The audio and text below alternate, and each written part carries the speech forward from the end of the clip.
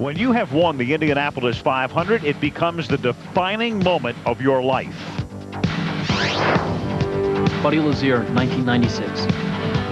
Gordon Johncock, 73 and 82. He's making a move! No!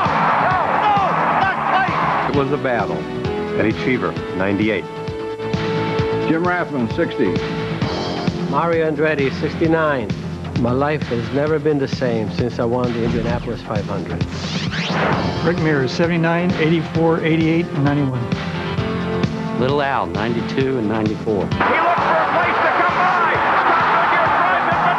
The closest finish in Indy history. Al Sr., 70, 71, 78, 87. Roy Lyondike, 90 and 97. Harnelly Jones, 63. Roger Ward, 59 and 62. Johnny Rutherford, 74, 76, and 80. There's one race to win, and it's The Indy 500. The biggest thrill is to be called the Indy 500 champion. Tom Sneva, 83. Danny Brack, 1999 Indianapolis 500 winner. Bobby Answer, 68, 75, and 81. Emerson Fittipaldi, 89 and 93. They touch. Little Al into the wall. Fittipaldi continues on. The Indianapolis 500. The greatest spectacle in racing. Danny Sullivan, 1985 winner. Sullivan has the lead. Danny Sullivan. Just at that moment, losing control of the car. Spin and win. Bobby Rahal, 1986 winner.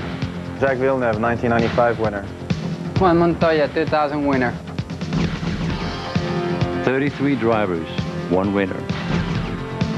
Local favorite Tony Stewart comes back on this day of many happy returns, as does the exalted team owner Roger Penske with his drivers Gilles de Ferran and Helio Castroneves. Michael Andretti comes back as well, and so does the two-time winner Arie Luyendyk. A.J. Foyt, the only five-time winner, his owner and driver. Came here in 1958, I've never left. The Indianapolis 500, the greatest race in the world.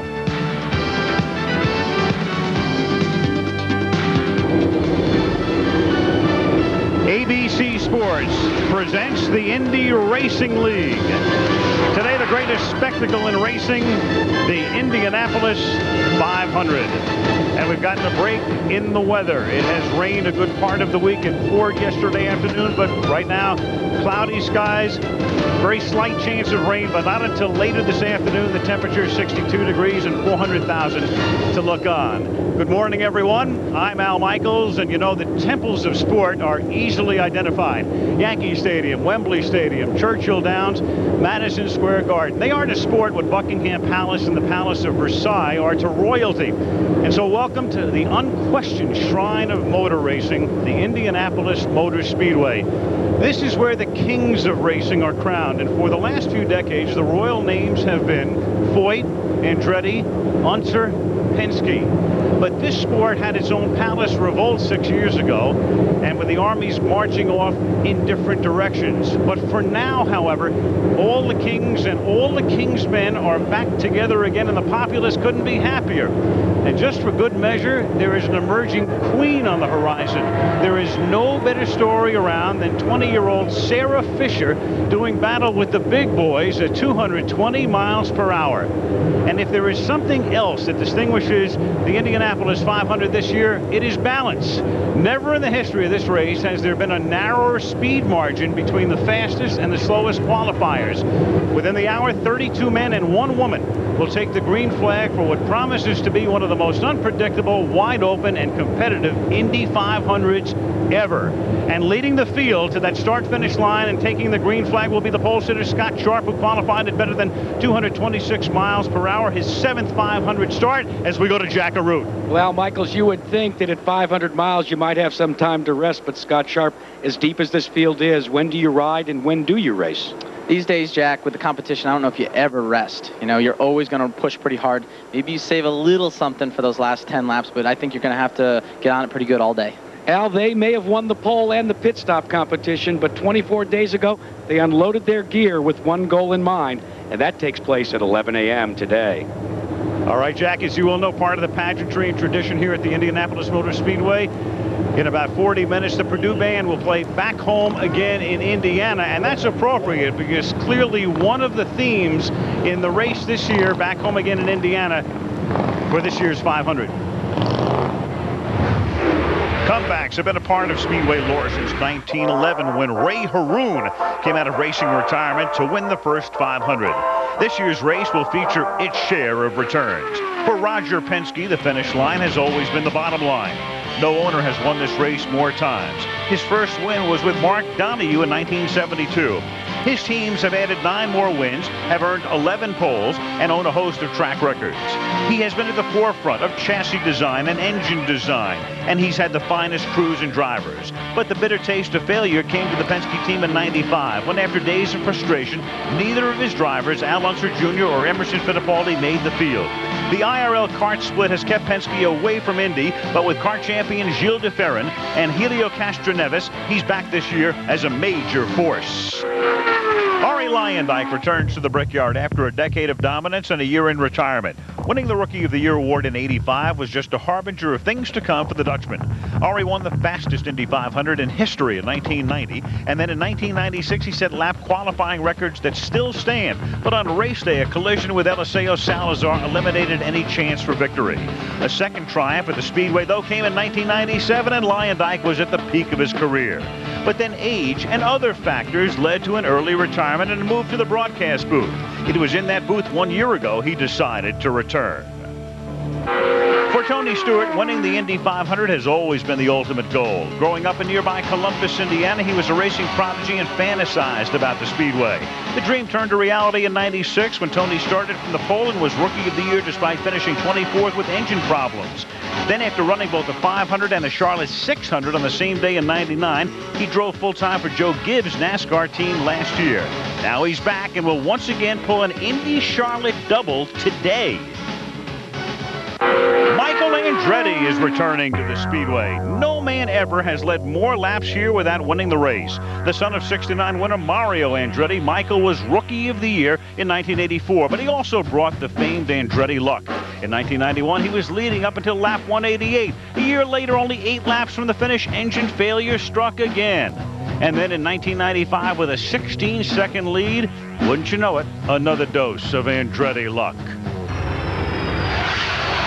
Michael Andretti is kart's all-time victory leader, but he's never won the race that's most important to him. After a 5-year absence, Michael, what are your thoughts as you're ready to return for the Indianapolis 500? Well, we're pretty excited about it. You know, a lot's gone into this. You know, people like Motorola and Archipelago have really gone to bat to get this thing here, and we're here now, ready to do our job. I think we have a really good race car, and hopefully we'll have a good day today. Michael Andretti looking for a little good luck today, Jerry. On Roger Penske's last visit here 6 years ago, when his drivers didn't qualify, he said the walk back to the garage area was long and lonely. And Roger, does this day finally allow you to put those memories to rest? Jerry, this is going to be a great day for us. Obviously, that was the low part of our career, but coming back here, the people have been terrific, and we've got 2 terrific drivers, and we're just waiting to get this race started. Roger, it is great to have you back. Welcome home. Jason Priestley? Thank you, Jerry. Piloting the number 5 car today will be our 2-time Indy 500 champion, Arie Luyendyk. Arie, last year you stood in the broadcast booth, and on the parade laps you heard Little Al talk about just how emotional he was and how exciting it was to be back at the greatest spectacle in motorsports. You're preparing to do that yourself today. How are you feeling right now? I'm feeling good about myself, and I'm excited to be here, of course, but you know, going into the race, I haven't started a race in 2 years, so for me it's, you know, I'm going to take a conservative approach at the start and kind of find my slot somewhere and just get through the first couple of laps and get into a racing rhythm, because, you know, I haven't been in the car for 2 years as far as racing wheel to wheel. I've practiced a lot here and I feel good in the car, but, you know, racing wheel to wheel against 2-3 guys going into the corner, I have to get back into that groove. Al Michaels, Arie Luyendyk will join our broadcast team today as he will be talking to us via radio during the parade laps and any cautions we might have. Thank you, Jason, as he tries to win the race for the 3rd time. He's one of 4 former champions in the field today. Will we have a repeat winner? or will one of the other 29 win the Indianapolis 500 for the first time ever, as we take a look at the starting grid for the 85th Indy 500. Row 1, Scott Sharp on the pole. Last year's pole sitter, Greg Ray, is in the middle. In row 2, Ari Luyendyk on the outside, two-time Indy 500 winner. In the third row, Tony Stewart, the marathon man. He'll drive 1,100 miles today and tonight. In row 4, you have Buddy Lazier, who won this race in '96, starting from the inside. Youth will be served in row 5. Sam Hornish is 21. Sarah Fisher is 20. In row 6, no one's had more hard luck at Indy than Scott Goodyear. In row 7, the Regal names, inside and out, Unser and Andretti. How tough is it to win from row 8? No winner has come from that row since 1935. Out of row 9, Eddie Cheever on the inside won the race in 1998. In row 10, all three of these men made dramatic runs on bump day last Sunday to get in. And in row 11, Billy Boat, who was on the pole 3 years ago, starts in the 32nd position. And there's a live shot of Billy Boat as the WorldCom countdown to the start of engines tells us we're 40 minutes from that moment.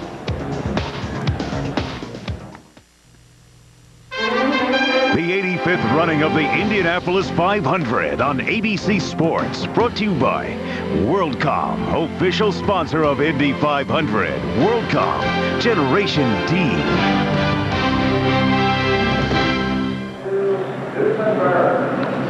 $400,000 to look on at Indianapolis Motor Speedway. A lot of eyes trained all day on that car. Number 15, driven by Sarah Fisher. What a story. Here's Jack Arute. She may be only 20 years old, but Sarah Fisher has been at this racing game since the age of 5. You think you're a good driver? Yes, I do. And what makes you think that? Well, I won a heat race. Al, today her eyes reflect a determination to win more than just a heat race. She wants to win the race. Sarah Fisher, you're no longer a rookie at the Indy 500. How does last year's experience come into play? Well, last year was really kind of a rush situation. You know, being a rookie, it's very hard to know what to expect and what to get out of the race. And this year, with having 13 races behind our belt, we've got a little bit more of an idea of what to expect, and we just want to go out there and finish. That's our #1 goal. Good luck. Thank you. Al? Thank you, Jack. She races for Derek Fisher's team. Speaking of teams, Cliff Durant and Andy Evans hold the record most entrants in a 500 race at 7. Chip Ganassi this year has 4 drivers in the race, including 2 rookies. One is Bruno Junqueira. The other is Nicholas Manassian, neither with a lot of oval track experience, but Jimmy Vasser starts here for the 6th time. And the key guy in that stable is Tony Stewart, who's with Leslie Goodell. Al, Tony has 1,100 miles ahead of him today with the Indy 500 and the Coca-Cola 600. How, Tony, do you keep your focus on just this race without looking ahead at your busy day? Easy. I make the media stand outside, so the easiest thing is just to relax like I always do. I mean, we run a Cup weekend every week, so you know, it's kind of the same routine for me. Just it's altered a little bit by just my diet. Is really the only thing that's changed this week since we have such a long day ahead of us. But you know, I went to sleep last night at 11 o'clock like I always do, and got up early this morning and ready to go. Well, he's done the double dip before, Al, in 1999. He suffered from some dehydration at that time, but he's better conditioned this year, and he'll be getting an IV after this race before he heads to Charlotte. And Leslie will try to win it for Ganassi the 2nd year in a row. As you take a look at another famed team owner, John Menard looks for his first Indy win. He has a guy in the front row. It's Greg Ray with Vince Welch. Greg Ray has worked so hard in the weight room to get his body ready for today's grueling test. But Greg, what about the mental challenge of 500 miles? Well, I tell you what, 500 miles is a long way, and it's a long way when you know it's the biggest race of the year. So, you know, we're set up to go 500 miles, and we really want to be around for that last 100 miles for the Indy 100. But we're a little concerned right now. We may have to change our game plan because it may become the Indy 250. Greg Ray keeping an eye on the weather, starting from the front row for the 4th straight year, but Al still seeking his first victory. And he'll also be keeping an eye on Roger Penske's 2 drivers, because starting for Team Penske will be Gilles de Ferran and Elio Castroneves. We'll talk to them when we come back to the Indianapolis Motor Speedway.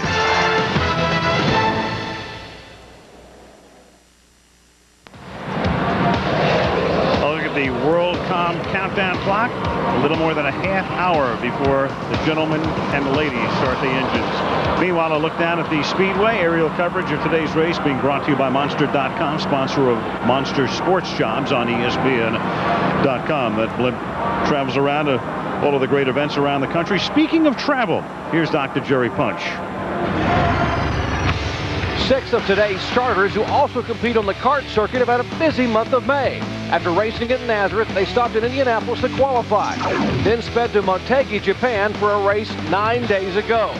Then the long journey back brought them here for today's Indianapolis 500.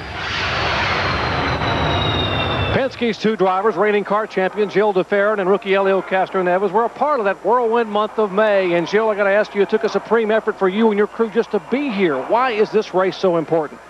Well, obviously, you can just look at the stands and realize that. I mean, obviously, this is one of the biggest races in the world, if not the biggest. And, you know, it's a race that we want to be part of and obviously do well. Elio, I'm told you got some advice from Rick Mears and Paul Tracy and others about what to expect on lap 1 in turn 1. What'd they tell you? Well, they said turn 1 is going to be pretty narrow, and I'm expected to make wider, so let's see what's going to happen. Of course, with a calm down, make sure that we pass the first lap without any trouble. Enough. I'm ready to go, man. I tell you, let's go. Al, both these drivers have to be considered among today's favorites. They do. 2 rookies, and here's a guy who's not a rookie, but he's only 21 years old. Sam Hornish Jr. More on this emerging star from Vince Welch. In his Panther Racing Team debut, Sam Hornish Jr. fulfilled all expectations by driving to victory in the season opener at Phoenix. To prove his Phoenix success was no fluke, Hornish again dominated at Miami to open the season with back-to-back wins. Hornish comes to Indianapolis having won 2 of 3 races. The second-year driver has led nearly half the race laps this season and is the youngest race winner and points leader in Indy Racing League history. Sam, both of your victories have come on 200-mile events. What is your main concern as you head to a 500-miler today? Biggest thing is there's more pit stops in this race, and I know that the guys on the Pennzoil Panther team are going to do a great job, but just got to make sure I get in and out of the pits as good as I can, so don't hold us up any. He's the points leader, and Jack, has an eye on the championship. And Vince, the points leader that is the defending champion, is with us now, Buddy Lazier. Buddy, second to Juan Montoya last year. What has your Delta team learned this year with Ron Hemmelgarn? I'm blessed with a great team. The Tybo Coors Light car is going to be tough today. I think they give me just about everything I need. So it's a kind of a way you kind of roll the dice and see how the yellows come up. And if the yellows fall right, we got a good chance. Leslie? Jack, taking a break from his shoot in Minneapolis, Tim Allen has come down to the Indy 500, and I know you're a big race fan. What's it like for you to be here today? Well, it's fun. My good friend Michael Andretti's racing, so he said, if I could make it, we got a day off shooting, because believe it or not, it was raining in Minneapolis, so I got to come down. It's good to be back at the 500. It's nice to see some of the old friends back, and I just love being here. If you've never seen this thing, when everybody stands up and gentlemen and ladies, start your engines this year, it's just a tremendous experience. I brought 2 of my friends down. There's nothing quite like it. If you haven't been to Indy and you like car racing, you got to get here. And he's not the only actor in the place that's very busy these days. One of them, Al, is sitting right next to you. My man, Jason Priestley, the dude himself. Race car driver, a big part of our coverage. You've been to the Indy before, to the 500. Is there anything like it in automotive sports? No, there really isn't, Al. I mean, all you got to do is look around this track or drive around this track, see all these people, feel the electricity in the air. There's nothing that compares to this anywhere in the world. You'll be upstairs calling the race. Who do you think has the best chance to take the checkered flag today? Well, I mean, today, as you mentioned earlier, it's been raining all week, and so there's no rubber left on the track. And really, you've got 33 drivers who all have a legitimate chance to win this race, because as they're going into turn 1, none of them really know what the track conditions are. So it could favor guys with a lot of experience, Scott Sharp, Mark Dismore, Robbie Gordon, Scott Goodyear, guys like that. But on the other hand, it could be one of these young guns just step up and try and take the mantle away. And then there's Sarah Fisher. Let's roll some tape. Tell me what this is all about. Oh, this right here, Sarah asked me to go out and play hockey with her. And obviously I said something in a telecast that really upset her, because all she wanted to do was beat me up. Oh, again? 10-minute misconduct penalty. for Jason Priestley. Perfect segue. Hockey comes your way Thursday on ABC. Game 2 on ESPN on Tuesday, but Game 3 Thursday. The Avalanche. Last night, Joe Sakic with that great goal led Colorado to a 5-0 win over the Devils. Stanley Cup action coming up this week on ABC. In that car is Susan Wagner of Bloomington, Indiana. She was the grand prize winner of the Oldsmobile Pace the Race contest. She led a parade of historic Oldsmobile Pace cars on a ceremonial lap. The bravado represents Oldsmobile's 11th and final appearance as the pace setter for the Indianapolis 500. One of the fixtures at this racetrack, Eddie Cheever. He has made a start in each year since 1990. Start number 12 in a row today for Eddie Cheever as we go to Dr. Jerry Punch. And guys, 98 winner Eddie Cheever and two-time runner-up Scott Goodyear have combined for 21 events here in the Indy 500, which makes them the most experienced two-car team here. And Eddie, I got to ask you, based on the weather conditions, with all your experience, what are you most concerned about today? This is going to be like 92, where the restarts were really tricky, and a lot of people were making mistakes with cold tires. So it's going to be the hardest thing of all, because we haven't run in this sort of temperature for most of the month. So it'll be tricky, but the field is so tight that it's going to be very hard to pass cars. I think you got to do it on restarts at the start of the race. Scott, three times you've come oh so close, but I sense an air of confidence today that maybe this is your day. I think we're very confident. You know, the guys in the team have done a great job. And like Eddie said, you know, I think 1992 sort of reminds me of 92 when I got up this morning. So, you know, just be smart, be patient, and go 450 miles, because the race is really going to start with the last 50 miles, I think. Well, Al, if the Indy Infiniti engine performs as expected today, watch out for Team Cheever. Watch out for Team Cheever. Always watch out for that man, Al Unser Jr., who came back after an absence last year. And when you think of Al Unser Jr., you think about the entire family, of course. Al Sr. won the Indy 4 times.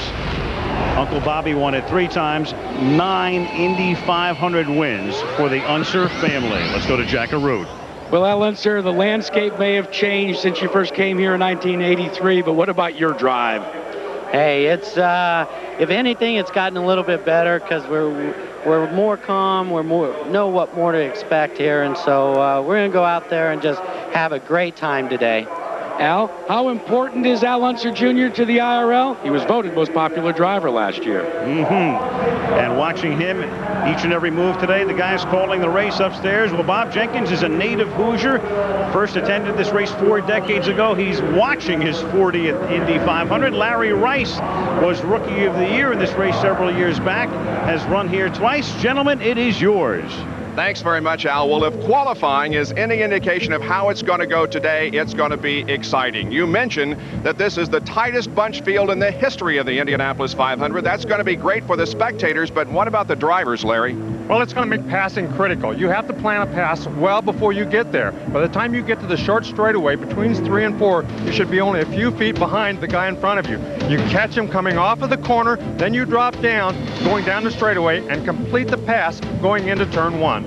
Most record number lead changes, 29 back in 1960. Ironically, Al, my first 500. Wow. Jim Rathman, who we saw in our tease, the winner of that race. Anticipation, excitement, all building. There goes Michael Andretti getting his ride to the grid. A little bit more than 21 minutes for the countdown. The start of the Indianapolis 500 is always wild. Let's go back to last year. Robbie Gordon qualified 4th. Meant he started in the 2nd row, but watch him. We have him highlighted there. He moves down on the inside. He tries to take the lead from his teammate, Greg Ray. Went on to finish 6th. Dicey move. He's in the field today, starting on the outside of row 1. Let's go to Vince Welch. Already at the Yard of Bricks at the start of last year's race, and Robbie Gordon, now you're on the outside of row 1 to begin today's event. How does your strategy differ?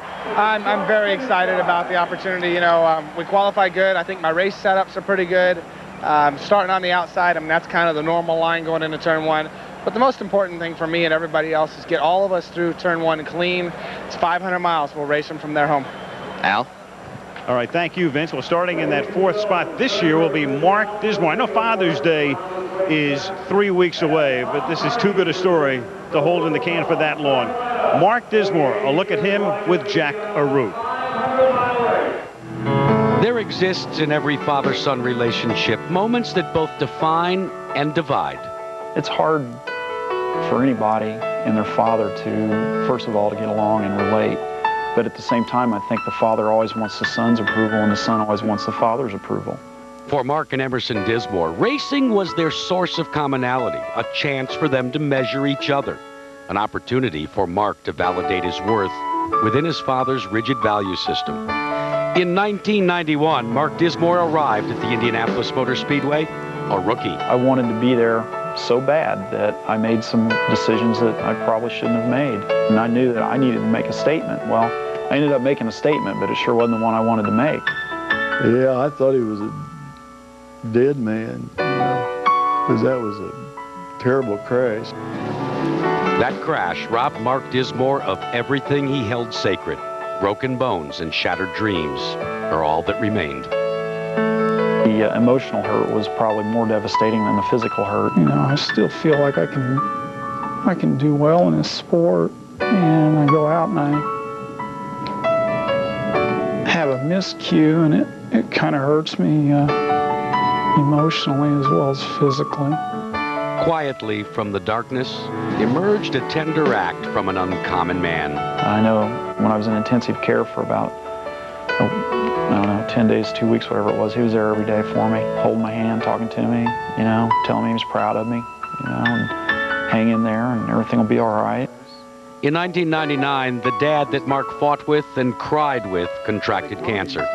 A cancer that became a portal of opportunity for Mark when he won his first Indy race at Texas. Hi, Dad, this is you. I hope you whip that damn cancer. No one is sure how many more Indy 500s Mark Dismore will race in, and fewer know how many his father will live to witness.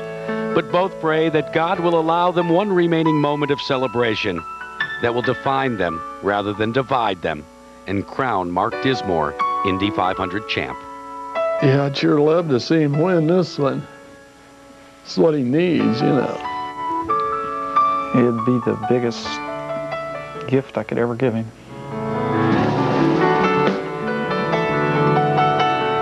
Pure and simple.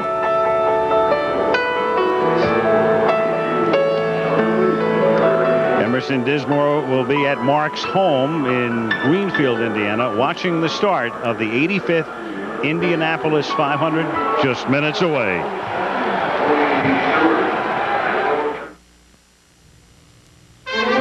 The 85th running of the Indianapolis 500 on ABC Sports, brought to you by Oldsmobile and the all-new 2002 Bravada, the official pace vehicle of this year's Indy 500. Oldsmobile, backed by General Motors.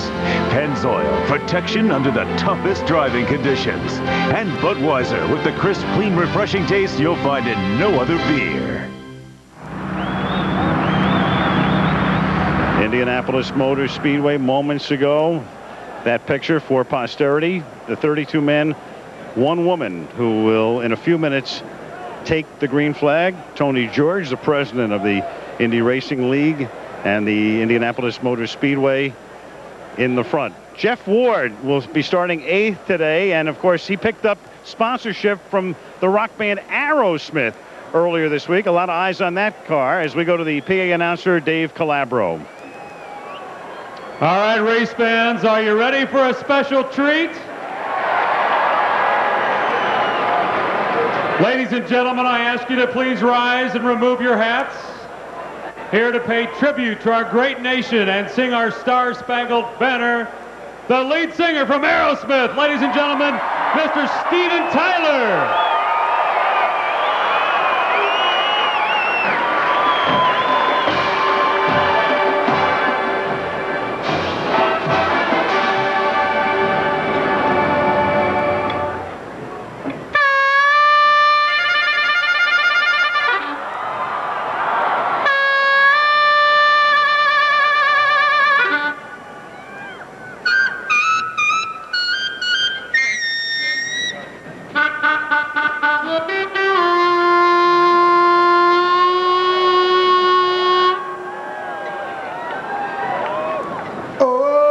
Say, can you see by the dawn's early light what so proudly we hailed as the twilight's last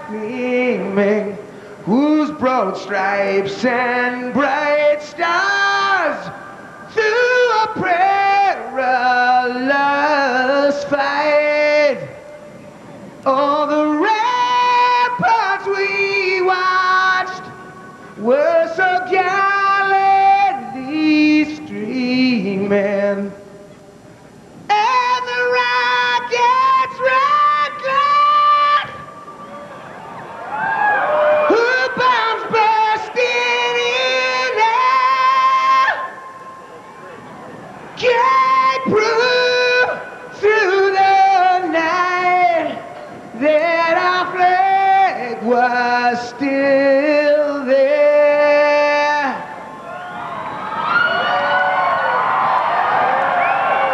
Oh, say does that star-spangled banner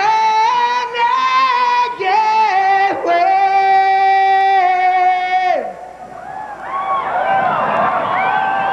on the heart of Africa? And the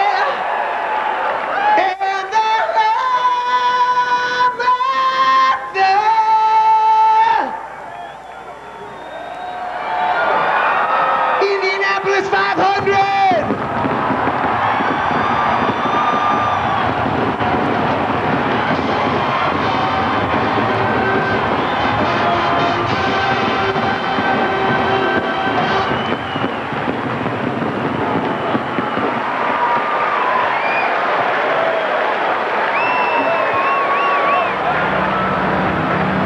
We'll be back with the 85th Indianapolis 500 after a word from our ABC stations.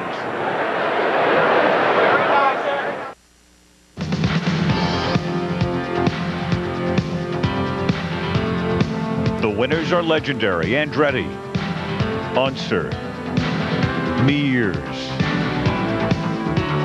and the unparalleled Foyt. Now, names like Salazar, Cornish, Fisher, and Sharp make their bid to join the most exclusive fraternity in racing. We're about to go green.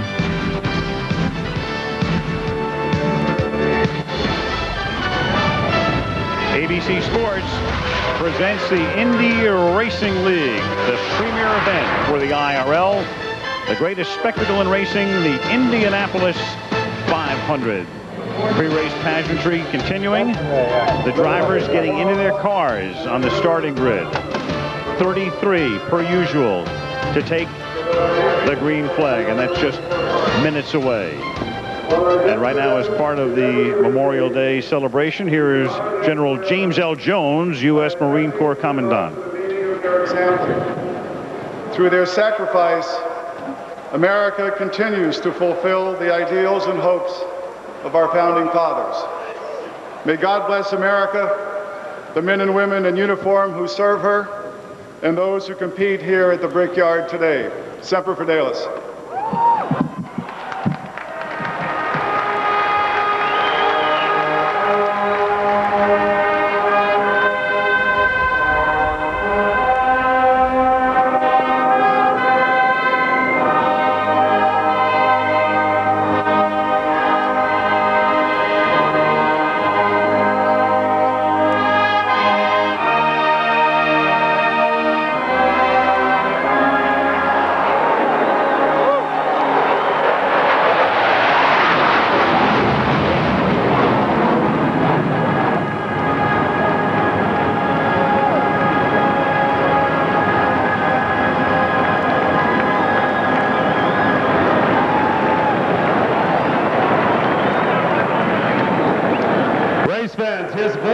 Become an institution at this race. Here to perform back home again in Indiana is our great friend, Mr. Jim Neighbors.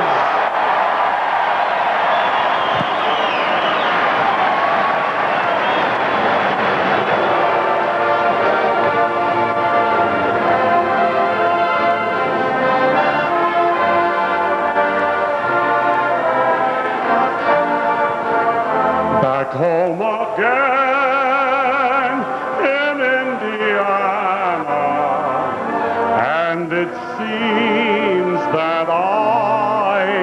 see the gleaming candlelight still burning bright through the sycamores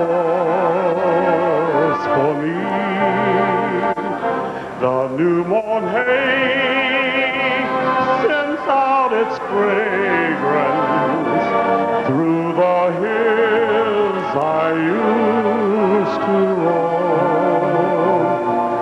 When I dream about the moonlight on the Wabash, how I long for my Indiana home.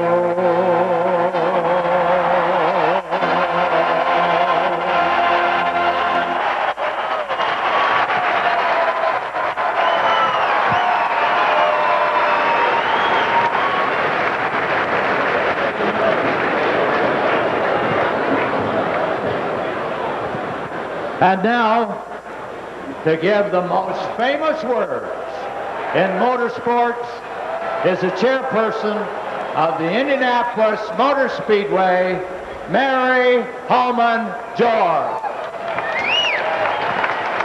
Ladies and gentlemen, start your engines.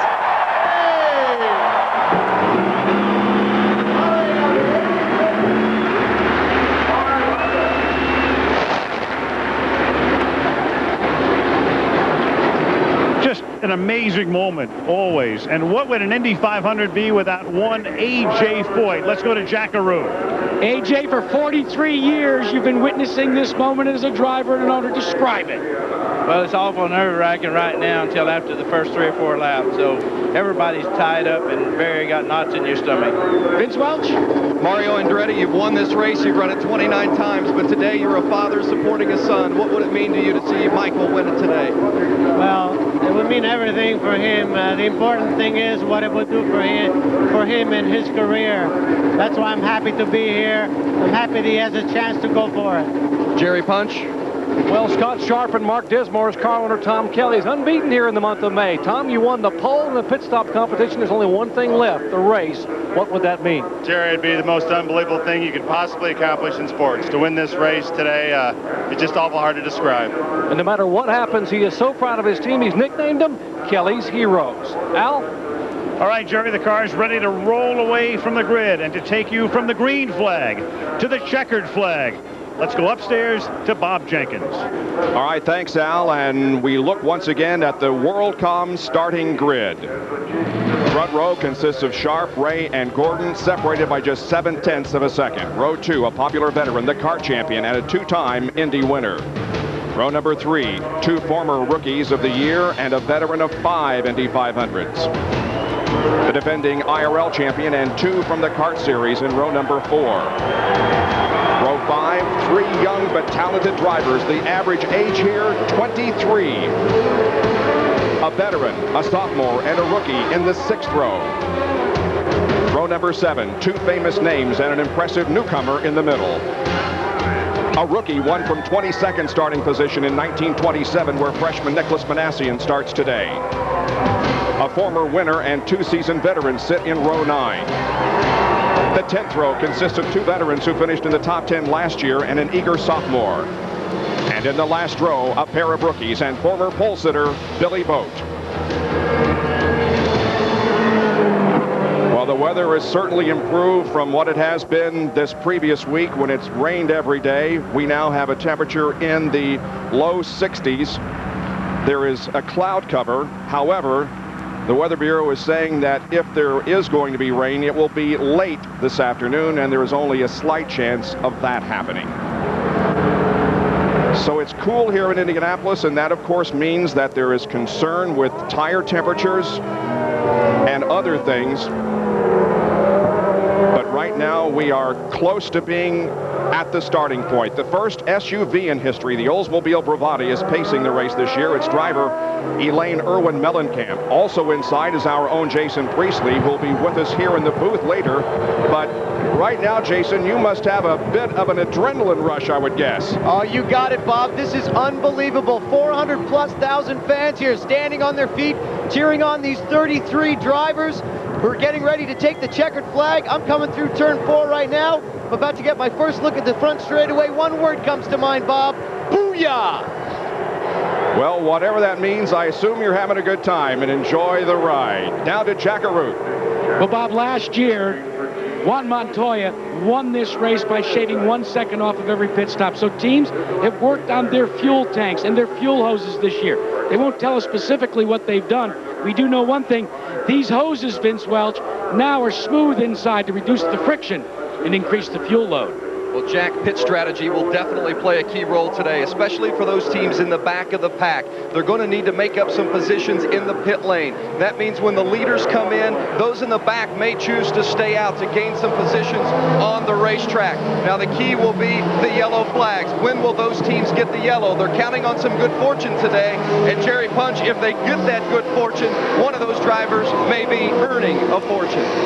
Exactly, Vince. And the cooler temperatures have the crews concerned a little bit about engine reliability and tire grip. Now, if the oil temperature drops below 70 degrees on a restart, the engines can erupt with no notice. And as far as tires are concerned, they need 130 degrees to grip the racetrack, and that may take an extra lap or two after a pit stop. Bob? Less than 2 laps before we go green. Here are the stories we'll be keeping an eye on as the race unfolds, how the drivers and car owner Roger Penske, who are back here after an absence, will fare. We'll watch the young guns, the pit strategy that will be employed, and of course we'll keep an eye on the skies and watch the weather very closely. Well, last year he occupied Larry Rice's seat here in the ABC booth. This year, Arie Luyendyk is out of retirement and back on the track. And during today's race, we'll be talking with him when the track is under yellow. Larry, let's try to talk with him here as we get set to go green. Arie, this is Larry Rice in the ABC booth. You got a copy? I hear you loud and clear, Larry. Tell us what your emotions are getting ready to start this race. This is great. We're back home again. The crowd, the race. It's just wonderful to be back. I'm looking forward to a good, safe race for everybody. Well, good luck. We'll talk to you during the yellows. Arie Luyendyk set to go in the Indy 500. We will go 200 laps here this afternoon. Scott Sharp won the pole position at 226.037. The fuel window without a caution should be between laps 28 and 32. Right now, 33 drivers are all alone. 3 days of time trials determine the 33 starters. All thoughts right now, however, are on the start of the race when the green flag drops and all charge into turn 1. There's so many colors and so many people. It's almost mind-blowing. Undescribably intense. I'm trying to be a little patient. Obviously, you can't win the race on the first lap. Dangerous. Everybody is very jittery. That's kind of like being in a small airplane in a thunderstorm. You have 33 of the fastest cars in the field looking down a straightaway full of people, turning into a 90-degree left-hand turn. It's an overwhelming experience. So many things happen. The car gets sucked along like a vacuum cleaner is pulling it along. Get a great start and be the guy that charges down the inside and leads going in turn 1. Well, the field now moving down the backstretch and the pace car beginning to pull away from the field. Scott Sharp in command now. 33 drivers in the midst of a dream. They've accomplished their first goal of making the race. They have fallen victim to a trance that can only be found here at the Indianapolis Motor Speedway. When 500 miles are over, 32 will have awakened to the reality, but just one will realize their dream and win the greatest spectacle in racing. The alignment looks very good, Bob. Much better than last year as they come onto the main straightaway. And they move up to speed now, coming down slowly, waiting for the green flag. And the quest for racing immortality is underway for the 85th time. The Indianapolis 500 is on, and Scott Sharp jumps into the lead. Robbie Gordon already, very good. Scott Sharp. He bobbled in turn 1, and he's hitting the walls. Scott Sharp. Scott Sharp got high coming off at turn 1 as Robbie Gordon was trying to go around the outside of Greg Ray. And you can see a lot of the cars went back down to the inside pit lane just to get around him. This is the 11th time an opening lap incident has occurred in the 500, most recently in 1998. Well, there is Jim Kelly and Jack Arute. Down to you. All that Scott Sharp said on the radio after hitting the wall and coming to rest, fellas, is, I am so sorry, guys. I am so sorry. Well, we noticed him, Larry, coming out of turn number 1, that the car bobbled, and sure enough, the car went into the wall. Let's take a look at it. Okay, here you see them coming through the corner, and he just spun the thing. Cold tires got to him. Look at Gordon. He barely made him. The cold tires, he got down on that white line with cold tires. It wiggled. Gordon did a terrific job to stay out of that accident, not make it worse than it was. Right there, he's on the outside. Oh, barely misses it. Close that was. And a lot of the drivers went to the warm-up lane to avoid his. Here is his onboard camera. Oh, you can see he got down just too low going through that corner and lost the thing, went up and slapped it with the right side. Luckily, it stayed near the outside of the racetrack and didn't cross it and get in front of everybody else. Now here's a look from Arie Luyendyk's onboard camera. You can see Arie is taking it a little easy right here. Already, he's trying to miss an accident in the very first corner. Luckily, they could get out of the throttle. They weren't going that fast, and that's why. Very fortunate Scott's car did not come back down across the racetrack into the path of those coming. Well, the caution is out for the first time here at Indianapolis. Pole sitter Scott Sharp has crashed.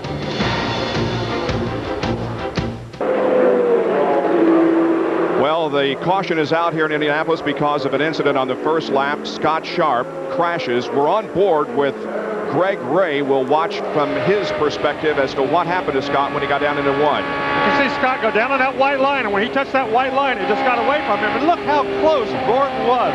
He almost was in the wrong place at the wrong time. Down to Jack Arute. Tom Kelly, can you describe what you saw in that replay? Looked like a case of white line fever. Yeah, I just think the car tires were cold. Scotty got down awful low in turn 1 and got on the white line, and the car just snapped on him. Once that happens in that first turn, it's all over. Jerry Punch? We told you a moment ago they need 130 degrees in those tires to be able to grip, and so now a lot of drivers are asking what happened to Sharp, including Eddie Cheever. And a moment ago, Owen Snyder, Eddie Cheever's crew chief, said, look, Eddie, he got below that white line. You can put the left side tires down to the line, but don't go below it before 4 or 5 laps because those tires will definitely not grip. Bob? Well, that's certainly what we saw as Scott Sharp loses control down in turn number 1, bangs the wall in turn number 2. He is okay, but boy, what a disappointment. In his defense, Bob, we've talked all month about how it looks different to the rookies, but it looks different to the veterans too. When you're running down into turn 1, you've got that sea of humanity down there. That's a very sharp corner. I think he just misjudged, went a little too low into the corner because of all those people down there that he hadn't seen all month, and that's what caused the whole thing. Well, ABC Sports is giving you the chance to win a ride in an Indy car and a trip to next year's Indianapolis 500. We'll be revealing the Indy All-Access Sweepstakes Driver of the Day later in today's race, so stay tuned. Well, Jason Priestley joins us up here in the booth now after your ride in the pace car, which I'm sure was exciting, but we've had some unnecessary excitement here in the first lap. Yeah, it's really unfortunate when a crash happens like this on the first lap, as for the fans and for the racers alike. There's nothing like starting the biggest race of your life, but you'd really like to get a little further into it before the first yellow. Isn't that right, Larry? Well, Scott Sharp's had a tremendous month. I'm sure he was looking forward to a great race, but that just shows you what a very small mistake at any time and any point in this race makes, and it can put you out that quickly. Here's Leslie Goodell. Scott Sharp, tell us what happened right there. I wish I totally knew. I went down there, and obviously we all went a lot slower in there. I was way off the gas compared to where we were the other day in carburation day. Obviously then the track was a lot warmer, and so I knew we had to be a bit more gentle in there, but just it snapped right on me. I thought I'd caught it, but I was really surprised, unfortunately. But the Delphi guys, I feel so bad. I mean, I don't even know where to begin to talk about how much work and effort's gone into this month, and to throw it away like that, it's crazy. Sorry about your disappointing start. Jack, over to you. Leslie, we saw on the replays that Robbie Gordon had a very close call with that Delphi Automotive car. Here's what Robbie Gordon did on the immediate yellow flag lap. Pulled his car down onto the safety apron, then onto the warm-up lanes, and he radioed to A.J. Foyt, I'm down here to get comfortable again and to scrub off the debris that I might have picked up on the tires. Vince? A.J. Foyt, your driver, Robbie Gordon, narrowly missed a tragedy there in the first lap. What was the communication between the two? Well, we were just talking. He said that he was going to turn around and drop back, so I'm glad we did. We wasn't going to race them down that first lap because we felt like we had some debris on our tires. We wanted to make sure they were clean, so that saved us. A.J. Foyt, guys. What a heart-stopping moment for Robbie Gordon. Well, this has been an interesting month in terms of incidents down in turn number 1, and for some reason that has been the scene of most of the incidents here this month.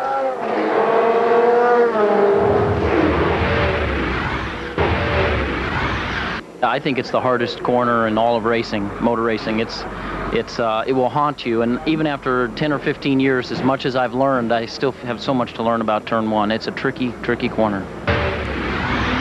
For me, that's definitely the toughest turn on this track, and you know, what is it? I don't know. Maybe it's just something visual. You know, when you look down at turn 1 and you follow the wall looks like it kind of takes a 90-degree turn, but the track actually doesn't bend quite that hard. It's softer. So visually, I think a lot of it then depends on what you're looking at and what you're focusing on. I don't know if it's just the direction of the wind that filters through there or what. Certainly you're carrying some serious speed. It has certainly the appearance that it tightens up.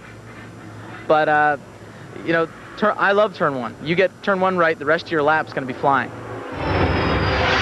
I'm sure Scott does not like turn 1 right now. He is out of competition. Now the green flag comes out, and let's hope we have a long period of racing here as Robbie Gordon comes down in front of Greg Ray. That's Gilles DeFerrin there in the 3rd position. And up into 4th is Mark Dismore, who is Scott Sharp's Kelly teammate. There is Mark Dismore. He's settled into that 4th position. That's exactly where he started. I think you're going to see guys being very, very careful after that first incident. They're not going to want to be the second incident so early in the race. Greg Ray closes in just a little bit on Robbie Gordon. This is the 4th Indy 500 that Gordon has led. He has led a total of 31 laps coming into this event, and he now is about to lead 7 laps. 2nd straight year that a pole sitter here at Indianapolis has finished last. There have been 5 in all. Well, it's very, very unusual to have the pole sitter out quite this early. Last year, actually the race went for around 70 laps without a yellow flag. DeFerrin running 3rd. Here is Mark Dismore running in the 4th position as those 4 cars are separated just a little bit. Ari Lionbike, and we have another crash. That's Sarah Fisher. Sarah Fisher has crashed in turn 2, and we see another car that is also involved. So an early out for Sarah, and 2 of the favorites are eliminated. Wow, what a tough break. And another car is up against the wall. That, of course, is Sarah getting out. So this is at least a 3-car incident in turn 2. You can see some very heavy damage to the back of her car. That car will not be repaired. It's a little oil fire where the oil lines are leaking out there. Nothing to be really concerned about, but definitely a hard impact on the left rear of that car. Sarah climbs out. She appears to be okay. Well, we'll take a look at the replays and see what happened. On board with her. Once again, she's on the white line. Cold tires, and when she got up there, she collected that other car. It's Scott Goodyear, that car that we saw up against the wall. So his grill to go Infinity-powered car is history. And there it is. She just takes Scott. Oh, and Sarah got a little bit airborne there as she hit the outside wall. Wow, that's a big hit, guys. I'm glad to see that she's okay and moving around and out of the car and obviously okay, but that's really unfortunate. This happens a lot, Larry Rice, when you're on a cold track with cold tires. You get down, if you touch up on any paint, the paint's really like ice. Well, the paint is something that has been warm all month long. It's been very hot here, so they could run on that paint, and it didn't really make a big difference, but suddenly it's a big problem. Here's Jerry Punch. Standing by in Sarah Fisher's pits with team manager Rob Edwards. And Rob, it looked like another cold tire situation. Is that what the team is surmising? Yeah, I think so. I mean, talking to Derek from the spotter's location, he said it looked like it just got a little loose on her, which is probably, you know, it's real cold, trying to get tire pressures and tire temperature up. going to take a few laps, and probably wasn't quite there yet. Any indications from the spotter stand from Derek that she hit pretty hard? She seemed to be okay? Yeah, she's fine. She's, you know, annoyed and frustrated, but she's fine. She climbed out by herself, and she's fine.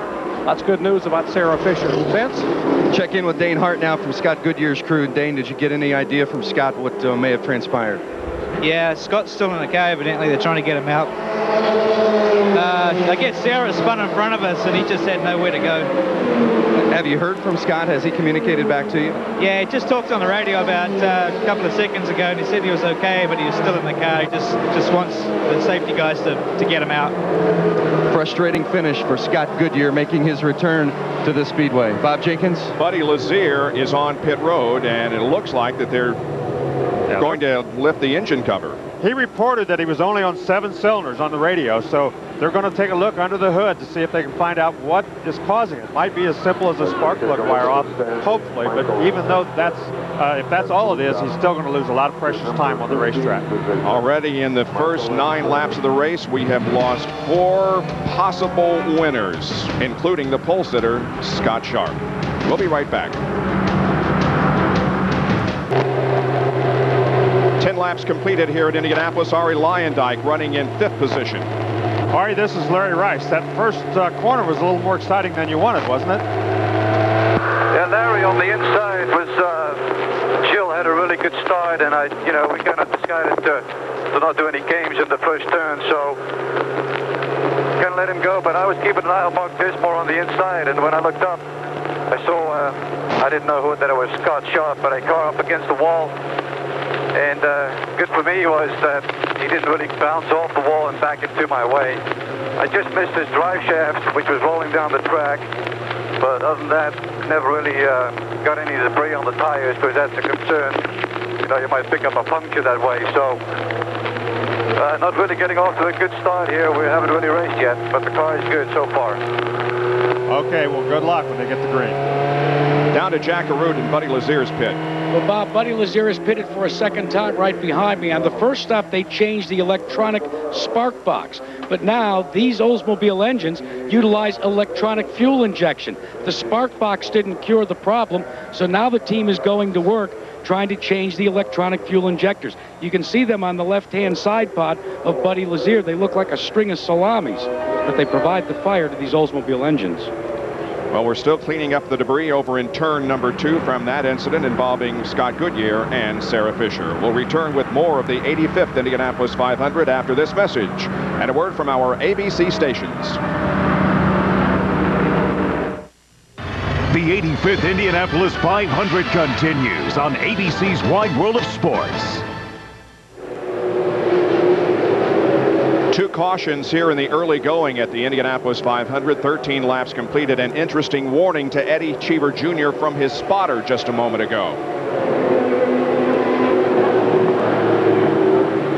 And Sarah Fisher did exactly the same thing that Scott Sharp did. Way below the white line. You cannot go down there. 10-4.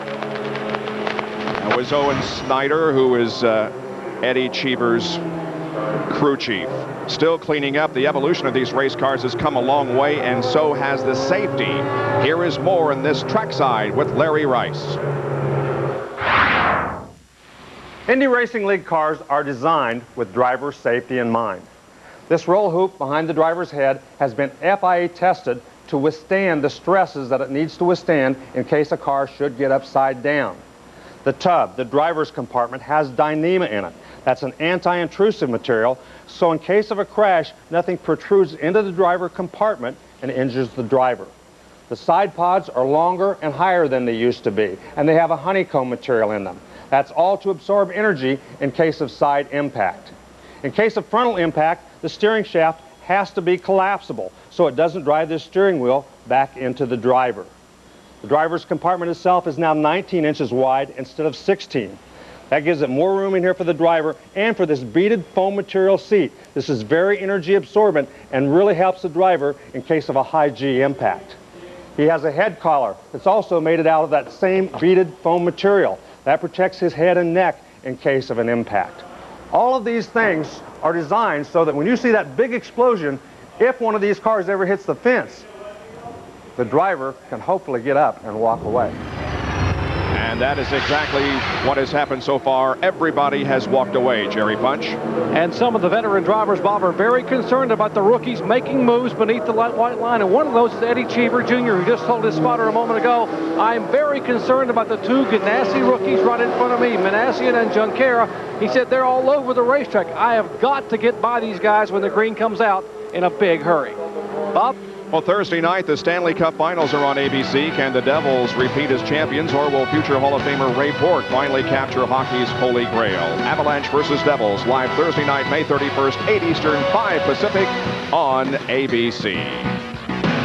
Tuesday night's game 2 on ESPN will be live at 8 Eastern. The Avalanche lead the Devils 1-0. There is race control where the decisions are being made. Right now we're under caution because of our second crash in the first 14 laps of the 85th running of the 500.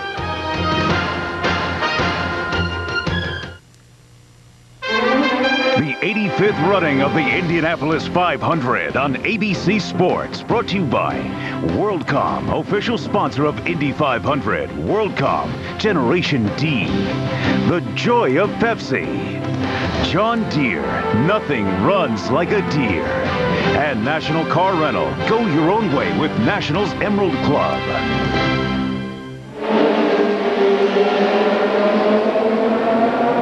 16 laps complete here at Indianapolis, down to Jack Arute. Well, guys, how good is Robbie Gordon's car operating? You start with a wicker bill that produces some downforce. He's already radioed in and said, by the end of the race, I think I can go to this small 1/4 of an inch wicker bill, or maybe even run without one. That creates the downforce, Larry, but if they can go down to the small one, look out. It really is a big advantage because you get a lot more straightaway speed. And if you get straightaway speed, it really is a huge advantage near the end of the race. Robbie Gordon picks up the pace over in turn number 3, and we are about to go back to racing here at Indianapolis. The green will come out on lap number 18. And here we go once again.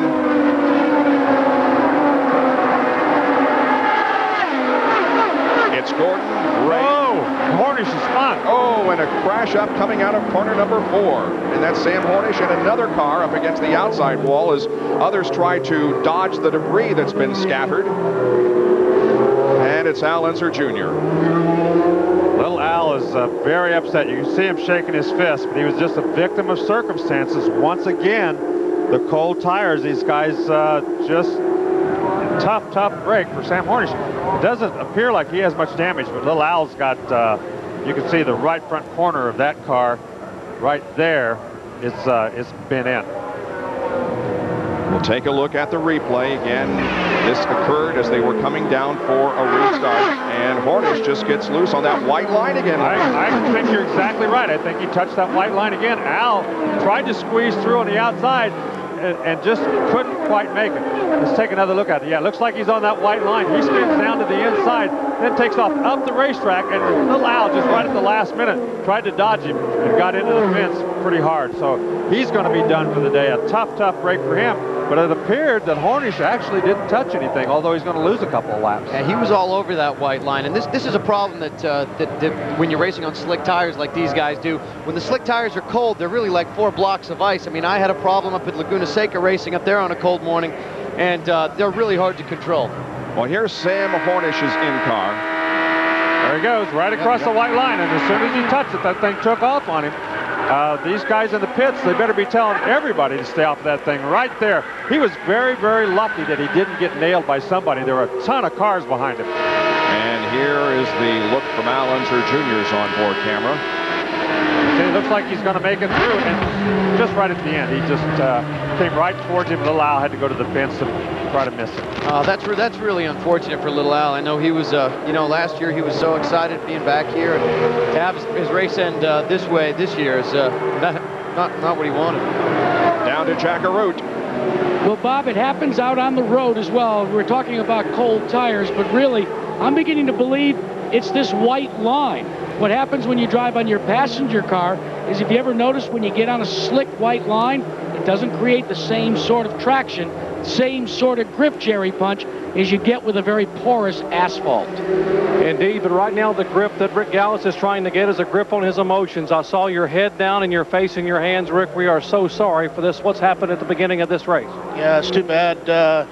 We really had a good race car. We run 225 on carburation day in turn 3, and Al's been not letting everybody know what we're doing. We really thought we had a shot at it today, and you know, he said he had a hot rod on the radio, and it's just unfortunate because we had a good car, and I just wanted this for him. I really did. I wanted this to be a good day for him, and it didn't work out. Any ideas on the severity of the damage? It doesn't matter. Jerry's out of the race, and all that matters is that we're out. So we'll just have to regroup now and go to Texas. So much emotion from here in the Gallus pit. Vince? John Barnes and the Pennzoil Panther team.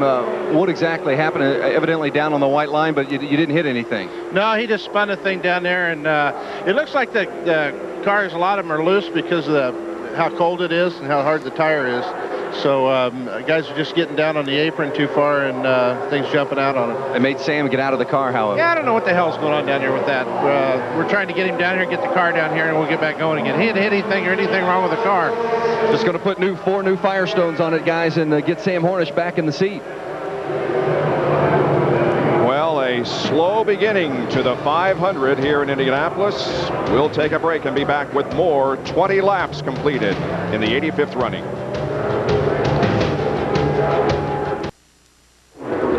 Welcome back to the Indianapolis Motor Speedway. You can see that today's temperatures have actually risen until about 10:30, and now at 11 o'clock the temperature dropped 4 degrees, and that is playing a factor in the race because we have had numerous crashes so far, and most of the race run under caution to this point, and 20 laps have been completed. Robbie Gordon is the leader, and he has led all the way so far, but 3 actually very costly cautions. We go to Leslie Goodell. Obviously a very disappointing day for Sarah Fisher. I know you didn't want to end the race this way. Sarah, can you tell us what happened? Well, it's just really, really, really loose. You know, it's kind of cold out here, and everybody's having kind of the same problems. It's just entirely loose. I've never been that loose here at Indianapolis, and it's something very unprepared for. I was just hanging on for dear life, and then finally I couldn't hold on anymore. I mean, I was fighting it and fighting it and fighting it. It even started rolling around some sway bars, but you know, that's what happened. It just snapped around. The white line itself, we've seen a couple incidents now where once they've hit that white line, Sam Hornish Jr. just spun out. Did that have anything to do with it? No, I don't think it's necessarily the white line. I think it's just, you know, tires aren't up to pressure yet, really, and it's just very cold out. And, you know, I've been running on the white line the entire month of May, and it hasn't bit me yet. It's never bit me here, so I certainly don't think it's the white line. I just think it's just pretty cold out, and there's absolutely no grip out there. But you're all right. I'm fine, thank you. Thank you, Sarah. All right, we are back to racing. By the way, Scott Goodyear is complaining of back pain. He's being taken down to Methodist Hospital for some x-rays. Green flag comes out. We are back to racing at Indianapolis, and Greg Ray closes in quickly on Robbie Gordon as they head into turn number 1, and Greg Ray is going to take the lead in turn 1. And Robbie Gordon dropped way down on the racetrack. I'm not sure what that was all about, but it looked like there for a second he was just asking Greg Ray to go on around, then he pulled back in front of him. Larry, one of the things that A.J. Foyt and Robbie Gordon are trying to do is conserve a little fuel. With as many caution laps as there's been, this will move the window further towards 50 and farther away from lap 30. Good point. Already 22 laps down. We predicted a fuel stop should we stay green between 28 and 32, and we could get near 50 as a car slows on the right of your screen now coming into the pits. We might mention that Michael Andretti made a pit stop during the late phases of the most recent caution period. Yes, they have lights on the dashboard that show them that they have a tire pressure problem. He had a tire going down. He hit some debris, so he had to go in and change a tire.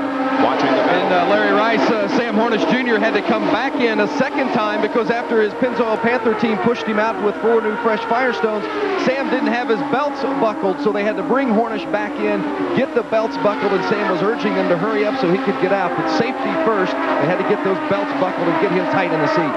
Harnish did spin down in turn number 4, but the car didn't hit anything, and so he is back in competition. This is the 4th consecutive Indy 500 that Greg Ray has led. There is DeFerrin and Dismore running back there in 3rd and 4th position. But a real good battle up front is now Gordon comes closer to the leader, Greg Ray. Well, that's the second time down the front straightaway that Robbie's taken an odd line through there. I don't know if he thinks there's some debris out there or if he's trying to keep, I don't know. What do you think, Larry? Hard to tell. It is a very odd line. He seems to be pulling way down to the inside. You'd normally think he'd want to stay up there in that draft and conserve fuel. Do you think maybe he's trying to just have some exaggerated sideways motions to try to maybe get some heat in those tires because it is so cold out? Anything is possible. Look at the drivers who have gained positions here in the first 24 laps. Calkins up 12, Cheever up 12, Beechler and Salazar also up 12, and Vogt has gained 14 positions. Leslie Goodell. Another unfortunate finish for Al Unser Jr. today. And tell us what happened. You got caught behind and you really didn't have any place to go, it looked like. Yeah, we were just coming off of that restart, coming off of 4, and Sam spun it down low. And then it just left us nowhere to go. He went up high, and that I'd already chosen to go there, and blam, I hit him, hit the wall, just ran out of room. There's been a lot of talk about the white line because Sam Hornish hit the white line and seemed to spin there. Sarah Fisher, do you think with the cold tires and the white line that can be a problem? No, not at all. It's not a white line thing or anything like that. It's just not getting up to speed. And everybody's still trying to get up to speed. You don't have any downforce in the car when you're running behind the other guy. And your tires, these tires are what we qualified on, so they've sat for a couple weeks. And so and that's it. I mean, you're just not up to speed in order to give the car downforce in order to have grip. Thank you, Al. Bob, back to you. Jack, what's with Robbie Gordon's odd line down the straightaway here at times? Well, in checking with A.J. Foyt's crew, they say there's nothing wrong with that Conseco car. Instead, they say all Robbie wants to do is play a little mind game on Greg Ray. And he is one of the best at that, I might add. Here is Dismore looking to the inside of DeFerrin for 3rd, cannot make the move. This race, Larry, is so reminiscent of 1992. The weather just about today, just about like it was back then. We had 13 caution periods during that race for 85 laps. Let's hope that we don't have nearly that many today, but it certainly reminds me of 92. Well, once you get about 4 or 5 laps on the tires, then they are up to heat, so you shouldn't have any problems. They can't use the cold tires for an excuse after that. But those first 2 or maybe 3 laps are very critical, and you got to be a little bit careful. Obviously, they thought they were being careful. They just weren't quite careful enough. Bob Jenkins, some of the crew chiefs are telling their drivers about 1992 and reminding them that back then, 20 of the 33 starters were involved in an incident or had an engine failure. The temperature on that day, 52 degrees at the green flag just a moment ago. It was 62 today, just barely above it. The first 4 cars are running very close together on the racetrack, as you can see. Then there's about a 5-second separation back where we find Lyondike, Ward, Buell, Stewart, Castro Nevis and Vassar completing the top 10. And here is a move being made, and that is Ward going to the inside of Lyondike and picking up 5th. Yeah, it appears that Lyondike might be holding up that group of cars just slightly as Ward moved to the inside. The passing zones are going into turn 1 and going into turn 3 here. You get that run, and then now it looks like he's going to get another run. That is Robbie Buell who will try to take the position, and he will at the end of the straightaway going into turn number 1. So move Buell up into 6th position. That's Elio Castro Nevis now right behind Ari Lyondike. Now, Lyondike's obviously not working quite as well as he wants, and several guys have gotten a run on him and made that pass going into the corner. You know, he was talking a bit to me this morning about being patient in the early part of this race and being careful and not wanting to get gathered up to any incidents. Maybe just the fact that Ari's taking it easy and saving it for the second half of the race. A very smart race driver, one who has won here twice at Indianapolis. Lyondike now back in 7th position. Now you'll notice on the Team Penske cars that there is no Marlboro on the side of the car, their regular sponsor in the CART series, because of the tobacco settlement that came a while back. They can only run that in the CART series. This is a race sanctioned by the Indy Racing League, and therefore Marlboro had to come off. There is the captain, Roger Penske, looking for his 11th victory here at Indianapolis today. And here is Castro Nevis, and he takes that spot from Lyondike. So Ari has fallen back now to 8th position, and Tony Stewart will be trying to move up one. Bob Jenkins, Ari Lyondike has developed a push, and that's why he's going backwards instead of forwards, and he's losing some positions on the racetrack. Otherwise, though, they say it's not a bad push, but it's not something that makes the car comfortable and worth gambling on this early in the race. Jack Arute? Well, Vince, if there's a push in Lyondike's car, Jeff Ward's car, on the other hand, is very, very loose, especially in the corners. Larry Rice, you know that if you're loose, that means the back end hits before the front end. And that is a condition you don't want here. It's very difficult to tell when a car is loose because a lot of times they'll get loose on you and jump out from under you before you even realize it. It's much easier for the driver if the car has a push in it. Ooh, some close competition there as they were lapping Buddy Lazier on the racetrack, but everybody got through nicely. There is Greg Ray, who is the leader of this race, as 32 laps have been completed, about a 1.13 second lead. More after this message and a word from our ABC stations. The 85th Indianapolis 500 continues on ABC's Wide World of Sports. They're the top 5 with 36 laps completed at Indianapolis. Aerial coverage of today's race is brought to you by Monster.com, sponsor of Monster Sports Jobs on ESPN.com. The Monster.com blimp overhead in partly cloudy skies here this afternoon. Well, here is Greg Ray, the leader of the race, with about a 2.5 second advantage on Robbie Gordon. Jill DeFerrin has moved to 3rd, and Mark Dismore running in 4th with Ward in the 5th spot. There you see DeFerrin.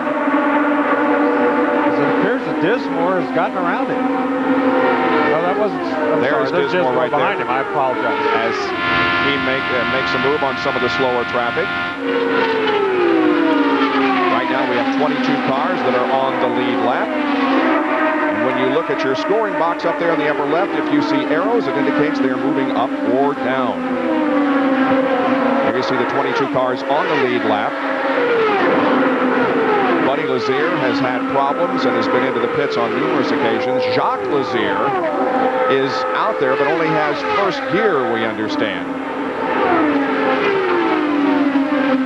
Well, coming up next, top athletes including NFL players Terrell Owens, Ray Lewis, and Jesse Armstead, plus Olympic medalist Alberto Tomba, max speed, strength, skill, and everything else in the Snapple Superstars. That's coming up next after our coverage of the Indianapolis 500. Just ahead of Jill DeFerrin there, who's in the white car, is Davey Hamilton, who drives for Sam Schmidt Motorsports. And they just put together a deal last night at 9 p.m. for a new sponsor on their car. And now it's the MyJack car now. And I know that Scott and Davey were real excited about their new sponsorship and looking forward to a good association there. DeFerrin got around him okay. Now here comes Mark Dismore, who's running in 4th spot, coming up on Davey Hamilton, who continues to be the only driver who has started every race since the Indy Racing League began.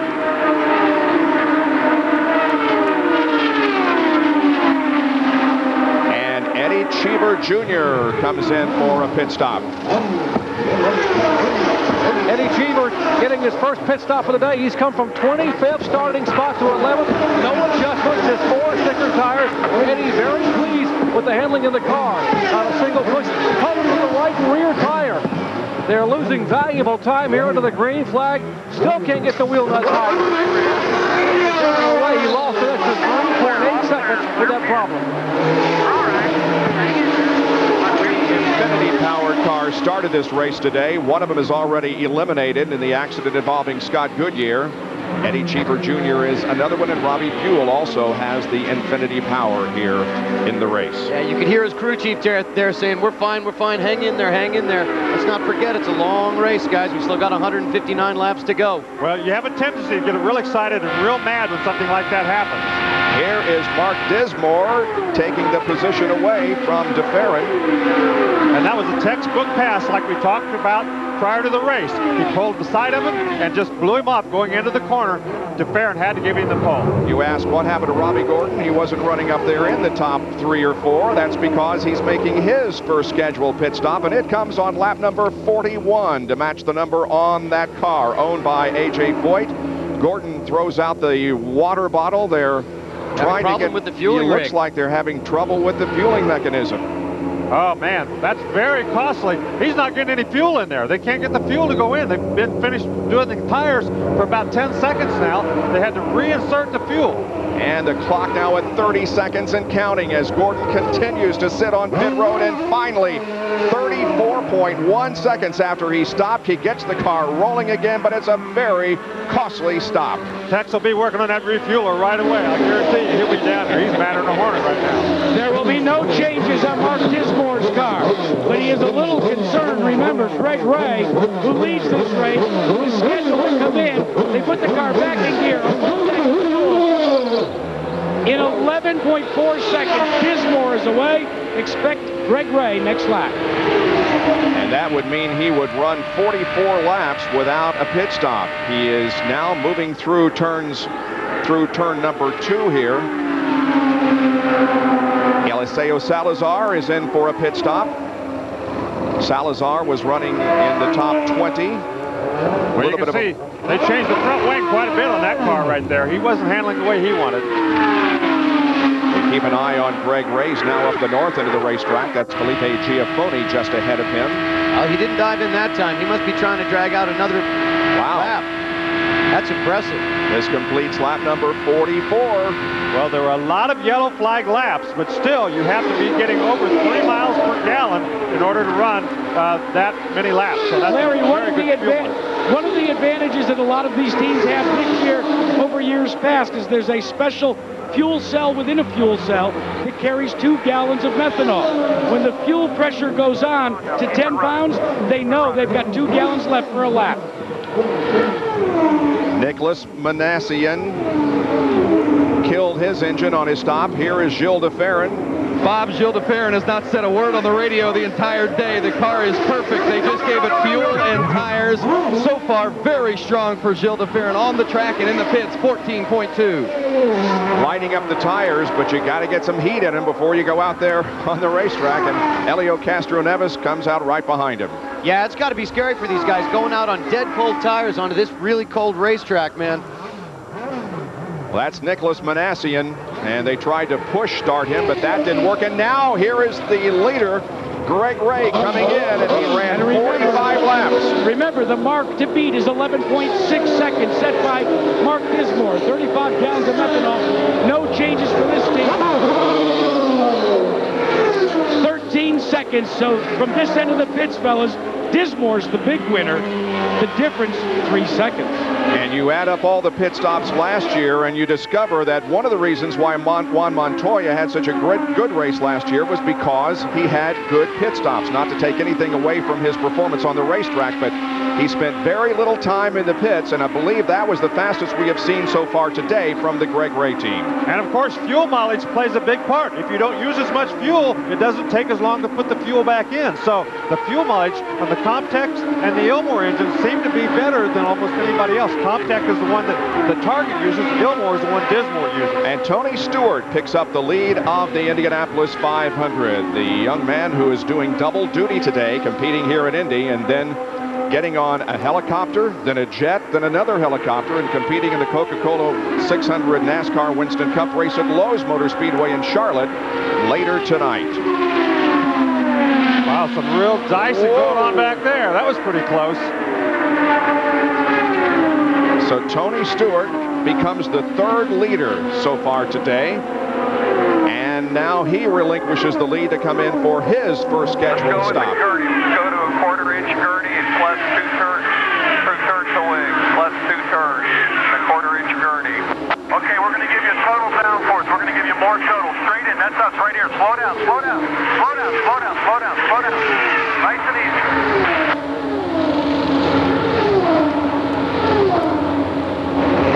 Gurney is the wicker bill on the the back of the wing. See, he's pulling it out right now. He's going to stick it back in right there. That's what they're changing. That's going to give him more downforce. Waiting on fuel, ready? Go, go, go. They put a bunch of turns on the front. Watch the speed. They put a bunch of turns into the front wing too, Larry Rice, to try and give him some more grip up front. But even with all the changes that they made, the pit stop was less than 15 seconds. Michael Andretti has moved up to second position. Hey, clear pit. Come all the way down. Keep coming. 4 tires, 4 downforce, 4 turns to rear wing, and a full turn to front wing. Here we are. Start moving over. Slow down. Slow down. Right under my hand. And we'll watch the stop by Ari Luyendyk. Bob, they're just going to add some downforce to the car. Other than that, the car has been running fine. We've already reported on the fact he was experiencing some push earlier in the race as well. But now they're just fueling it, replacing the tires. As mentioned, the downforce added. And Luyendyk stalls it. Oh, costly mistake in the pits as it stalled, and now they're going to try to refire under the green. This is an unbelievable mistake. It really costs you time. Big push. Big push. Easy. Watch your speed. Watch your speed. Reset your fuel. Reset your fuel. That's a mistake that's made because he hasn't run in 2 years. A little bit of a lapse in concentration. You cannot rest. Even when you make a pit stop, you've got to be concentrating. You've got to be thinking 110% every second you're in this race.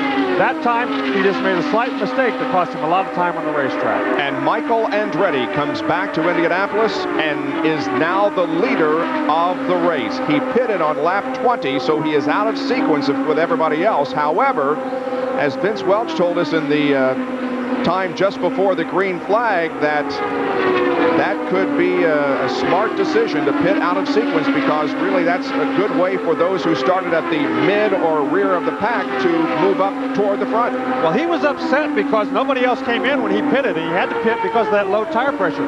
But in the end, it could be a blessing. This is the 6th Indianapolis 500 that Michael has led. His father, Mario, you see there in the upper right box, won the Indianapolis 500 in 1969.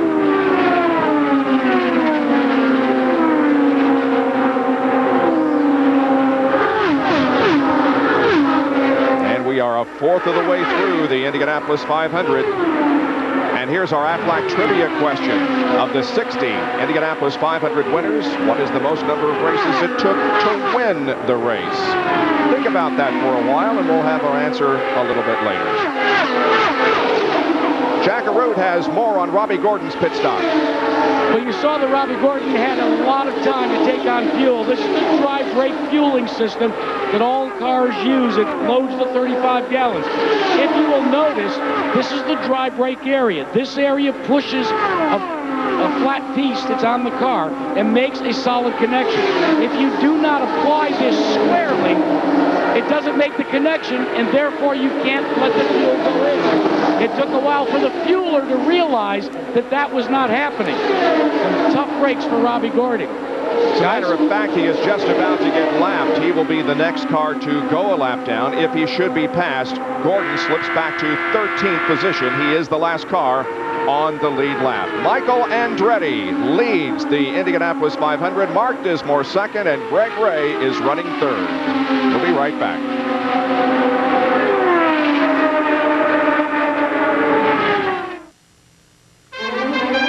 The 85th running of the Indianapolis 500 on ABC Sports, brought to you by Aflac. Without it, no insurance is complete. Sears Craftsman. Craftsman makes anything possible. Oldsmobile and your local Oldsmobile dealers. And Monster.com, who reminds you, job good, life good. 56 laps completed at Indianapolis. There are your top 5. Now, when we went away, Michael Andretti was leading the 500. He came in for a pit stop, and that gives the lead to Mark Dismore, and he is the 171st driver to lead at Indianapolis. Glad you could join us on this cloudy and very cool day at the Indianapolis 500. We had several cautions already, and some of the favorites eliminated, including Scott Sharp, the pole sitter. Scott Goodyear is out. So is Sarah Fisher, Al Unser Jr. All of those eliminated in crashes just after this drop of the green flag in Scott Sharp's case. Now you can see right now, Mark Dismore is stuck behind Felipe Giafone. The two of them seem to be running pretty similar speeds on the track, but the fastest car on the track right now is Greg Ray in second place, only 2 seconds behind Mark Dismore. This could get interesting real fast, guys. Down to Jackaroo. Well, the ever-unfolding and fluid saga of pit road continues, fellas. For both Greg Ray and Mark Dismore, fuel conservation becomes paramount. Check with both crews. They are, at this point, anticipating trying to make this race in just 5, count it, 5 pit stops. And Dismore now will try to make a move on Felipe Giafoni. He will not pass him. Giafoni is running in 16th position and is the last car on the lead lap. So he's gonna, he really had to back out of it there, so it's gonna be, man! Wow. You were just riding with the biggest save I've seen one of those babies for a while. Wow. It looks like when he gets in the dirty air, when he gets up too close to Giafoni, he just loses the front end of the car, wouldn't you say, Larry Rice? Oh, yeah. He was just in that dirty air coming out there. He was too close to him at the wrong spot on the racetrack, and he did a great job hanging on to that thing because it get 2 wiggles big time. Now, take a look at this. See, he drops down to the inside of him right there. Now, as they go through 3 and 4, he once again tries to come right up on him. He got out of the throttle so he didn't get too close when he was in that dirty air. Look at that. Twice he saved that thing in the same corner. Boy, that's some impressive driving right there. Oh, look at that. I don't think I've ever seen one get that far sideways and still keep going straight. Well, he's still trying to get around Giafoni, pulls even with him here on the main straightaway, and Felipe will back out of it as Dismore puts him a lap down. 15 cars now on the lead lap. That's one of the things that all the drivers were discussing, this field being so close that sometimes you have to be patient because you just don't have enough to make a pass and you have to wait for 4 or 5 laps. And then in the middle of that, have a terrifying experience like that. Patience is certainly going to be a key factor because if you get behind somebody, he followed Giafoni for probably 6 or 8 laps. He didn't get excited. He was very methodical. He waited till he had a run, and when he did, he took the pass and he made it stick. Here's a battle for 5th. Castro Neves and Buell, and Castro Neves gets him on the inside. Helio Castro Neves, Bob, is running very strongly. We just spoke with Dan Luganville, and he said the car has been terrific. They've had no complaints, and also they talked about the fuel mileage. They got a big break in that first segment with all the yellows, but since then it's been dominated by green, so they won't really have a true handle on their fuel mileage until after this segment on this fuel run. Then they'll have a clear understanding of what it'll take to get to the finish. Well, you've thought about it long enough. We're going to give you the answer. Of the 60 Indy 500 winners, what was the most number of starts it took to win the race? The answer? Well, 12. And that involves Sam Hanks when he drove to victory here at Indy back in 1957. That was right before A.J. Foyt's first year here in 1958. Isn't that right, Bob Jenkins? That is correct. As A.J. said in the opening of the show, he came here in 58 and has never left. We're on board with Buddy Lazier, and it's not been a good day for Buddy. No, it's really unfortunate when you have electrical gremlins like that in your car. It's just really frustrating for the driver and the crews alike. Running back in 27th position, our telemetry showing you that he is up in the 210-mile-an-hour category at the end of the backstretch. Obviously, 210 mile an hour is not what it's going to take to win this race. The leaders are all running between 212 and 214, so he's about 4 miles an hour off the pace. We have had 5 leaders so far in the race. Greg Ray has led 23 laps. Robbie Gordon 22, Mark Dismore 11. He's the current leader. Andretti led 5. Tony Stewart led 1, and so did Arie Luyendyk. But Luyendyk now is a lap down because of the stall on pit road, and he is currently in 18th position. There is Michael Andretti and Robbie Gordon as they're now running in the 8th and 9th positions. Yeah, Michael Andretti's been the fastest car on the racetrack for several laps, and yet now he's in traffic, so he's slowed down a little bit. And that's a pass for position right there, guys. That's Andretti going around Jimmy Vasser, I do believe. That is the battle for 7th position, and Andretti takes over 7th spot. And now Greg Ray and Gilles de Ferran are contesting the 2nd position. Well, de Ferran's been slowly catching up with him. The last lap he was 3 miles an hour, faster. That's Robbie McGee right in front of them. So what they're going to try to do now is just try to outsmart each other. The first one to get around McGee is going to keep that position probably. Gilda Farron participated in the Phoenix IRL race. And here is Greg Ray now moving to the inside of Robbie McGee. So in a situation like that, Robbie McGee has got to be really on the ball. He saw him, he got out of the throttle, he went through that corner so slowly that he gave DeFerrin a chance to get around him in the middle of the short straightaway. McGee running a lap down in 15th position. And now DeFerrin once again closes in on Greg Ray as Ray encounters some slower traffic up ahead. You know, guys, Mark Dismore's only about 2.3 seconds ahead of that battle. If these two guys can not battle each other and maybe work together, they could catch Dismore in a hurry, I imagine. That's Billy Boat that Greg Ray is right behind now. And Jack has an update on Dismore. Well, Mark Dismore did not receive his race engine until 12 noon yesterday. The folks at Ilmore brought the Delphi Automotive team 2 new race engines based upon what they learned during Carburation Day. What were the changes that they instituted? Some different clearances to add to longevity for 500 miles, and also trying to come up with better and more effective fuel consumption. For that in-car camera, Larry gave us an idea of what the closing rate is sometimes. That was Jacques Lazier that he went around, and obviously Jacques was running a lot slower than Mark Dismore was. Well, let me tell you, your heart stops beating when you see a car slow that much because you don't know what's wrong, whether he's just pulled out of the throttle or the engine's going away or what, because he closed on him so fast, he just had to move down to the bottom and go around him. Back to this battle for second and third. That's Greg Ray in blue and Gilda Farron in red and white. Well, let's update the stories that we came on the air with. There you see that Roger Penske's drivers are running 5th and 3rd. Ari Leyendijk had some trouble on pit road. Michael Andretti has led this race, and Tony Stewart is running 11th. Sarah Fisher was out early in a crash. Sam Hornish Jr. spun, is still in the race. And that 40% chance of rain continues to loom, but right now it appears that we're going to be able to finish this race without a rain interruption. Well, after looking at those stories, guys, I'm starting to think that maybe when you come here to the granddaddy of them all, maybe a little age and experience doesn't hurt. Well, is anybody surprised that Penske's got 2 cars in the top 5? Not particularly.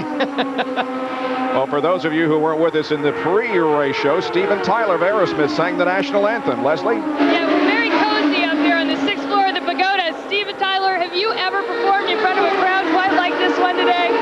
Not quite as big, but I can really relate to this, having spent years of my life going around in circles at 200 miles an hour. What was it like for you when you heard the engine start up and the car start to take off? It reminded me of when the curtain drops on any given night of any Aerosmith show. It's that same adrenaline. Were you a race fan before coming here today, or is this new to you? Not as much as Brad Whitford, Joey Kramer, and Tom Hamilton. They're, Formula One guys. But, I've got a Panos at home and a Super 7 Lotus, so I get my yayas out. You know what I mean? And he's having a lot of fun as the new sponsor of Jeff Ward's car. You can see Aerosmith on the side of it, the purple car that's out on the track, guys. Well, and he should watch very closely because the car that he is sponsoring, Jeff Ward, is running up in 4th position and doing a fine job here in the first 70 laps. Well, and Bob, it's amazing that Ward, in fact, just turned the fastest lap on the track just a few circuits ago at 2:18 plus, and that was right after he had complained that the car was really loose in 1 and 2. So, Larry, you know how difficult it can be when the car's loose in 1 and 2, much less being the fastest on the track. Well, anytime the race car is loose, as we've said a couple of times, it's very, very uncomfortable for the driver, and you don't want to have to do too many of those saves like we saw Mark Dismore do. Jeff Ward, though, guys, need I remind you that he was a motocross champion. I think he kind of likes a loose car. It kind of reminds me back when he was running the Trophy to Nations and hey guys, Robbie all those championships. Guys, Robbie Buell in the pits for a scheduled stop. They made a slight wing adjustment and an air pressure change. Buell very pleased with the car. They went back with the wing. The car got a little bit loose as Buell was down and away. And Robbie Gordon is also in for another pit stop as Mark Dismore continues on the track and in the lead. Now Gordon moves away from his pit stall.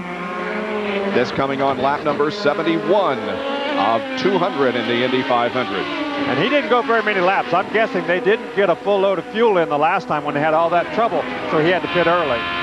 Here comes Mark Dismore down the front stretch, and we understand that his next scheduled stop will be in 2 laps. It has been 29, make that 30 laps since he pitted last time. Well, for those of you who weren't with us in the pre-race show, we had an incredible feature on him and his dad. A very close relationship between the two. His dad is suffering from cancer. Watching today's race from Mark's home in Greenfield, Indiana, about 20 miles east of Indianapolis. Could this be the day that Mark Dismore brings the win home for Emerson Dismore? Well, I'm sure. Mark Dismore is a great guy. They have a big party for the 500 out of his hometown every year. He never misses it. It's an Elks Club, I think. He goes there no matter how busy he is. That's how much he really cares about the people of Greenfield. Now, we heard that little rumble in the engine, Larry, as Mark was at the end of the front stretch, and we'll remind everybody that is a rev limiter. Yes, there are rev limiters on these cars. They get to the rev limiter, it kind of misses out. It's designed so that it'll miss out. It won't go over 10,700 RPMs. They can do that for quite a while if they have what they call the soft limiter on there, where it doesn't hurt the engine nearly as bad. Now, Mark Dismore has an 8.5-second lead at the moment over Greg Ray. And here comes Dismore, as we predicted, in for his second stop of the day. Mark Dismore's crew not only have the T's to hit the marks, they actually have their names affixed to each of them. Expect no changes when Dismore comes in except a change of Firestone rubber and 35 gallons of methanol. But on board, Mark Dismore will also readjust the weight jacker. They had been adjusting on it as the fuel started to go down. Remember, 35 gallons of fuel is about 150 pounds of weight. And at 1,700 pounds, that will change things dramatically. 12.8 seconds for Mark Dismore. Great work by the Kelly crew. It certainly was. Remember, there's an 80-mile-an-hour speed limit going down pit lane. They have 6 speed traps, plus guys with stopwatches to make sure you don't exceed that. So the drivers have to be very careful entering and exiting the pits. And they blend in with traffic out of turn number 2, coming down the backstretch. There now is Greg Ray, who picks up the lead once again, but just a slight advantage at this point over Gilles de Ferran, who's running second.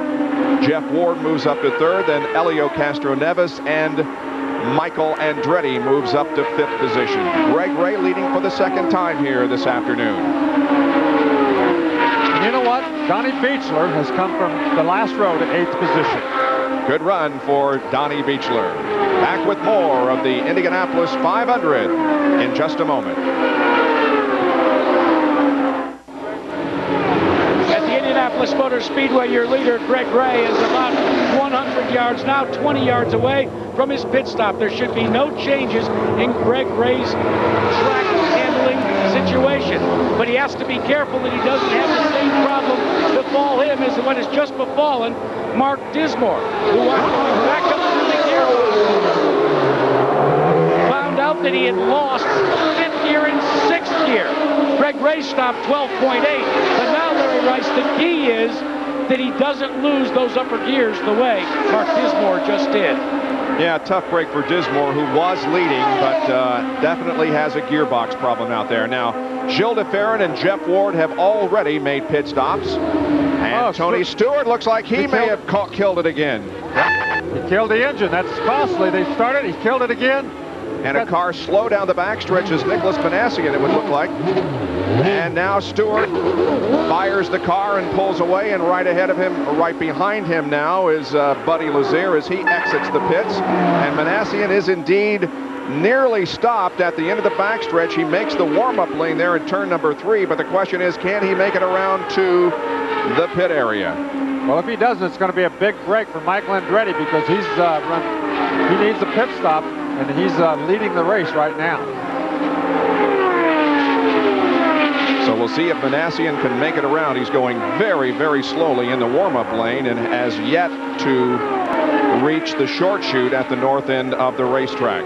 There is Michael Andretti, who once again picks up the lead of the race, but he has already made 2 pit stops, and he's coming up on pit stop number 3.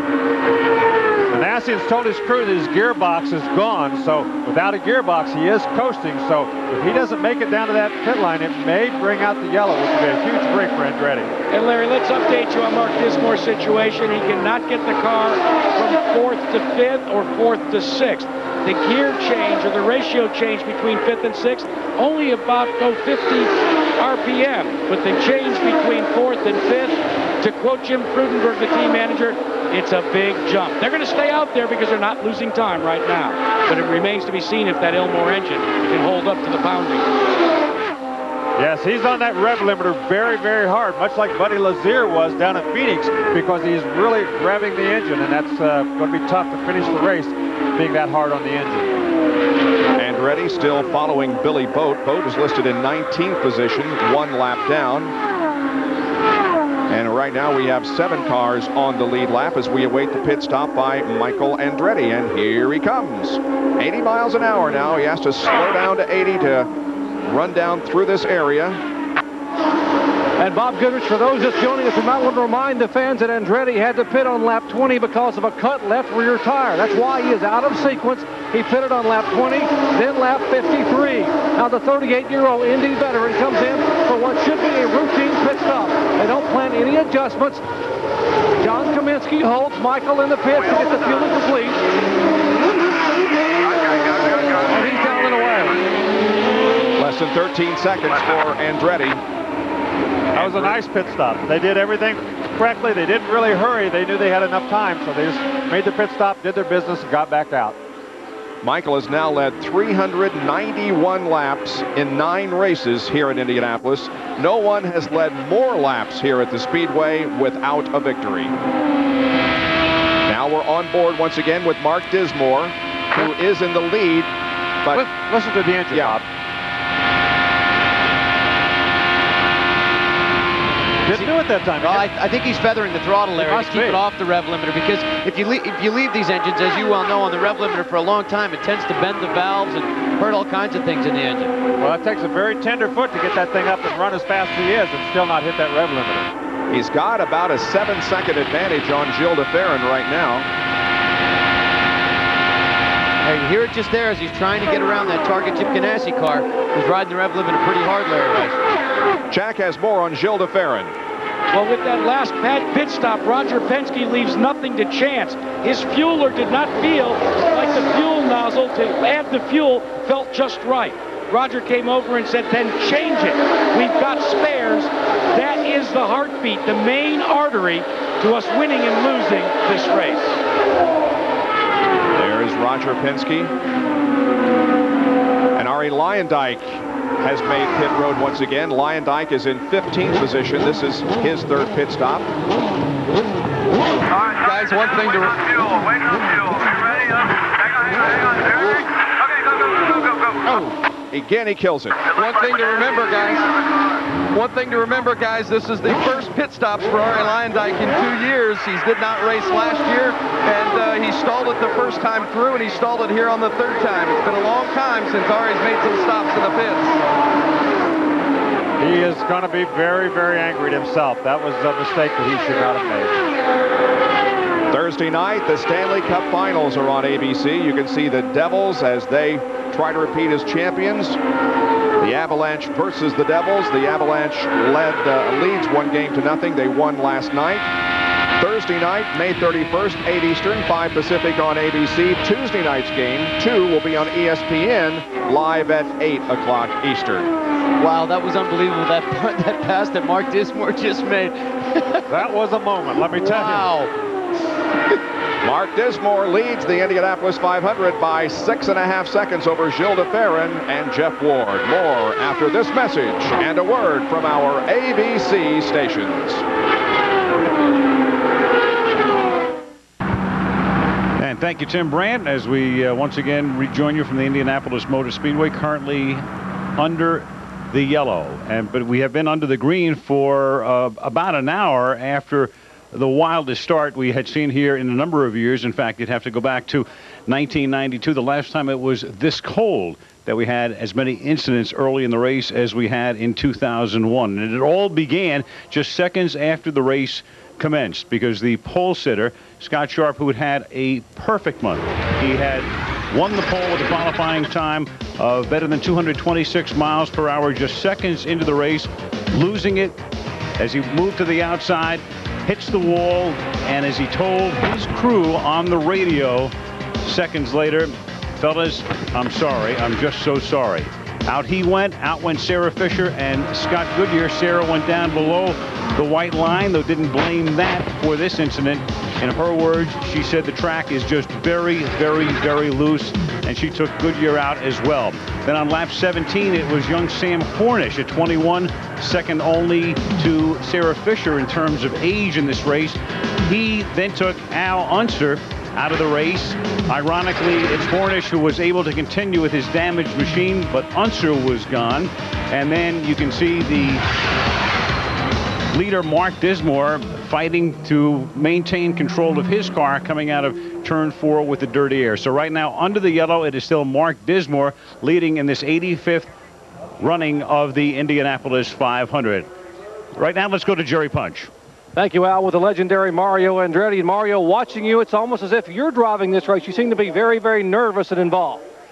Well, you know, I'm on the sideline here. I'm a bit tense, but you know, the team is doing a phenomenal job, and they seem to have everything under control. So that's the main thing. A dad watching his son try to fulfill his destiny. Another Andretti win at Indianapolis. Jack. Well, Jerry, we continue to listen to the travails of your leader, Mark Dismore. We're talking about the gearbox.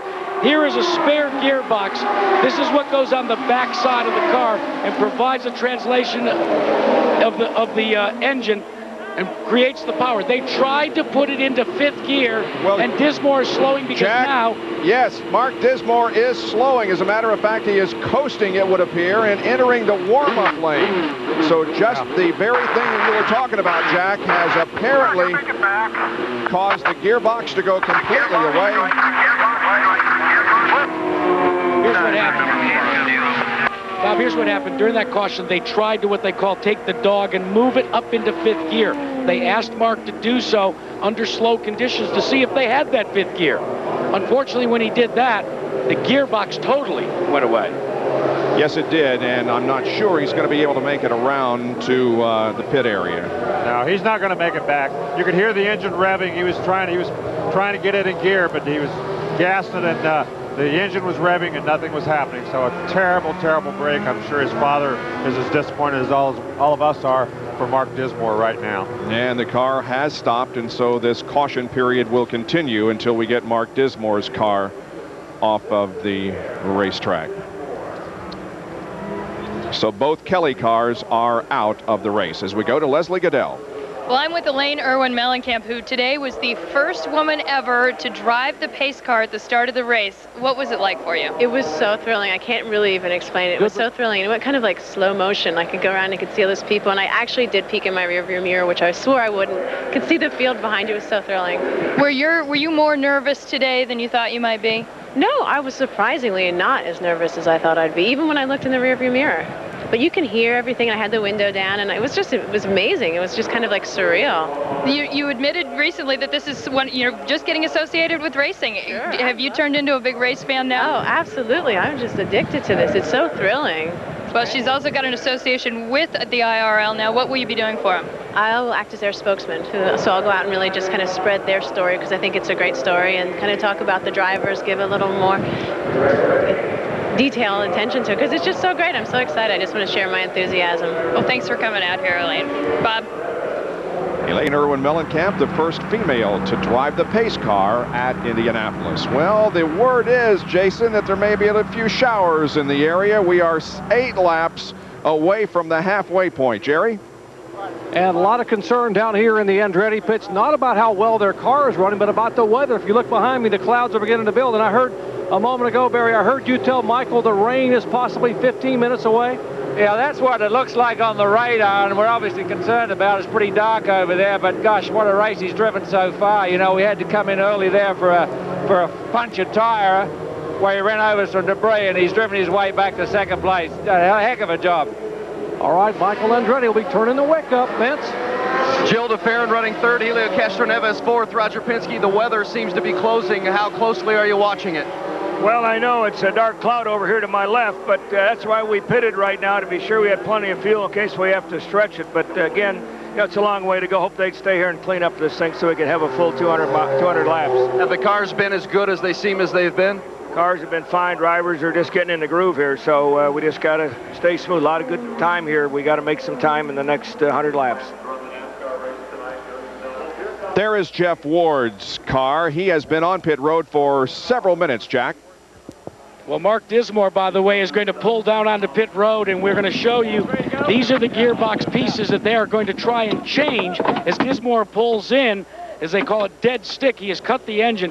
Now the key is to try and take the rear wing off, disengage the rear attenuator that helps in the case of crashes, and then make a complete gear change. And maybe, if the weather does slow things down, it could keep Dismore from going 10 or 15 laps down. Instead, maybe only 4 or 5.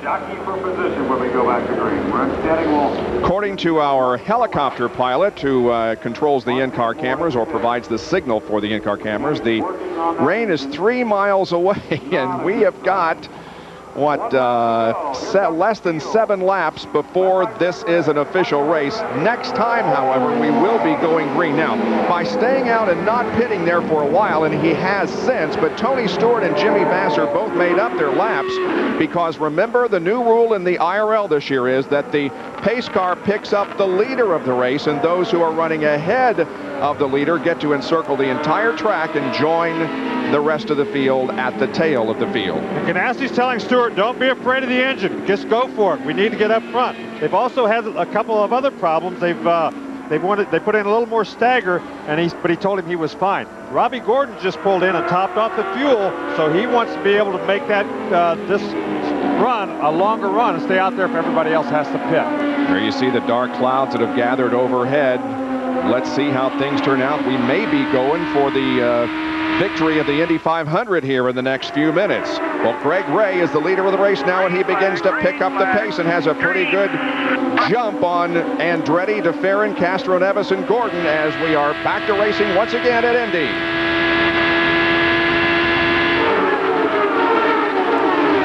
Ray had pitted 15 laps ago, so he's got about 15 laps that he can run. Andretti can run about 20, so both of those guys have a few laps on their pit stop. And a big gaggle of cars coming back here. That's Billy Boat and Sam Hornish running back there. Boat running in the 11th position. Sam Hornish, of course, was involved in a spin earlier, and he's shown back in 24th as Michael Andretti sneaks right up on the rear wing of Greg Ray. And it may be that Michael Andretti is thinking rain. He's going to want to take the lead away from Ray as quickly as possible, because we are 4 laps now. That's lap number 97 complete. And 101 is an official race if it should rain. Well, Michael Andretti may think that rain is on his way, but don't be surprised. Greg Ray knows as well. They radioed the rain. The rain is just moments away. And you better believe that Greg Ray is going to try to hang on to that position, and Michael Andretti is going to do everything he can to get around him. He tried the last time down the back straightaway, but just didn't have enough oomph to get around him. But he's going to try everything now to use that draft and try to get back around Greg Ray. Greg Ray is tied with Scott Sharp for most number of wins in the Indy Racing League, 5. Of course, Michael Andretti has never won the Indy 500 or an IRL race. This is his first participation in the IRL series. Did have a good run, Larry, but couldn't quite catch up to Greg. I thought he had a good run coming off the corner, but he never made up much space once he got out on the straightaway. He's maintained about 6 or 8 car lengths back there, and he may have a heck of a time. You know, it's kind of like a dog chasing the car. You can catch him, but then what do you do after you do that? John Menard has been trying for so long. Menard is the owner for Greg Ray, and he's been trying for so long to win the 500, but never has. Let's update you on Mark Dismore's situation. The Delphi crew has completed the gear change. He's back out there. Fast work, fellas. Well, You know, that Kelly crew won the pit stop competition this past week, and those guys are certainly working well as a team, and it's nice to see Mark Dismore back out there in the hunt. They only lost 6 laps changing that gear. That's very, very fast. Now coming down this time will be the halfway point, 100 laps completed. But remember, it takes one more to make an official race. And the guys on the radio are telling Michael exactly that. Look at Michael, he dropped way down that time coming off the corner. He's going to try to do it right now because he knows the rain's coming. Here they come down the straightaway, the halfway point. And it's Greg Ray leading by about 2 car lengths at the halfway point. Boy, he wants to so bad. He just doesn't have enough power, enough run on him to get up there. Greg Ray's running a very, very fast pace. And Larry Green has told Michael Andretti the rain is 1.5 miles from the racetrack. So Michael has nothing left to spare. It's now or never. Rain 1.5 miles away, says Barry Green.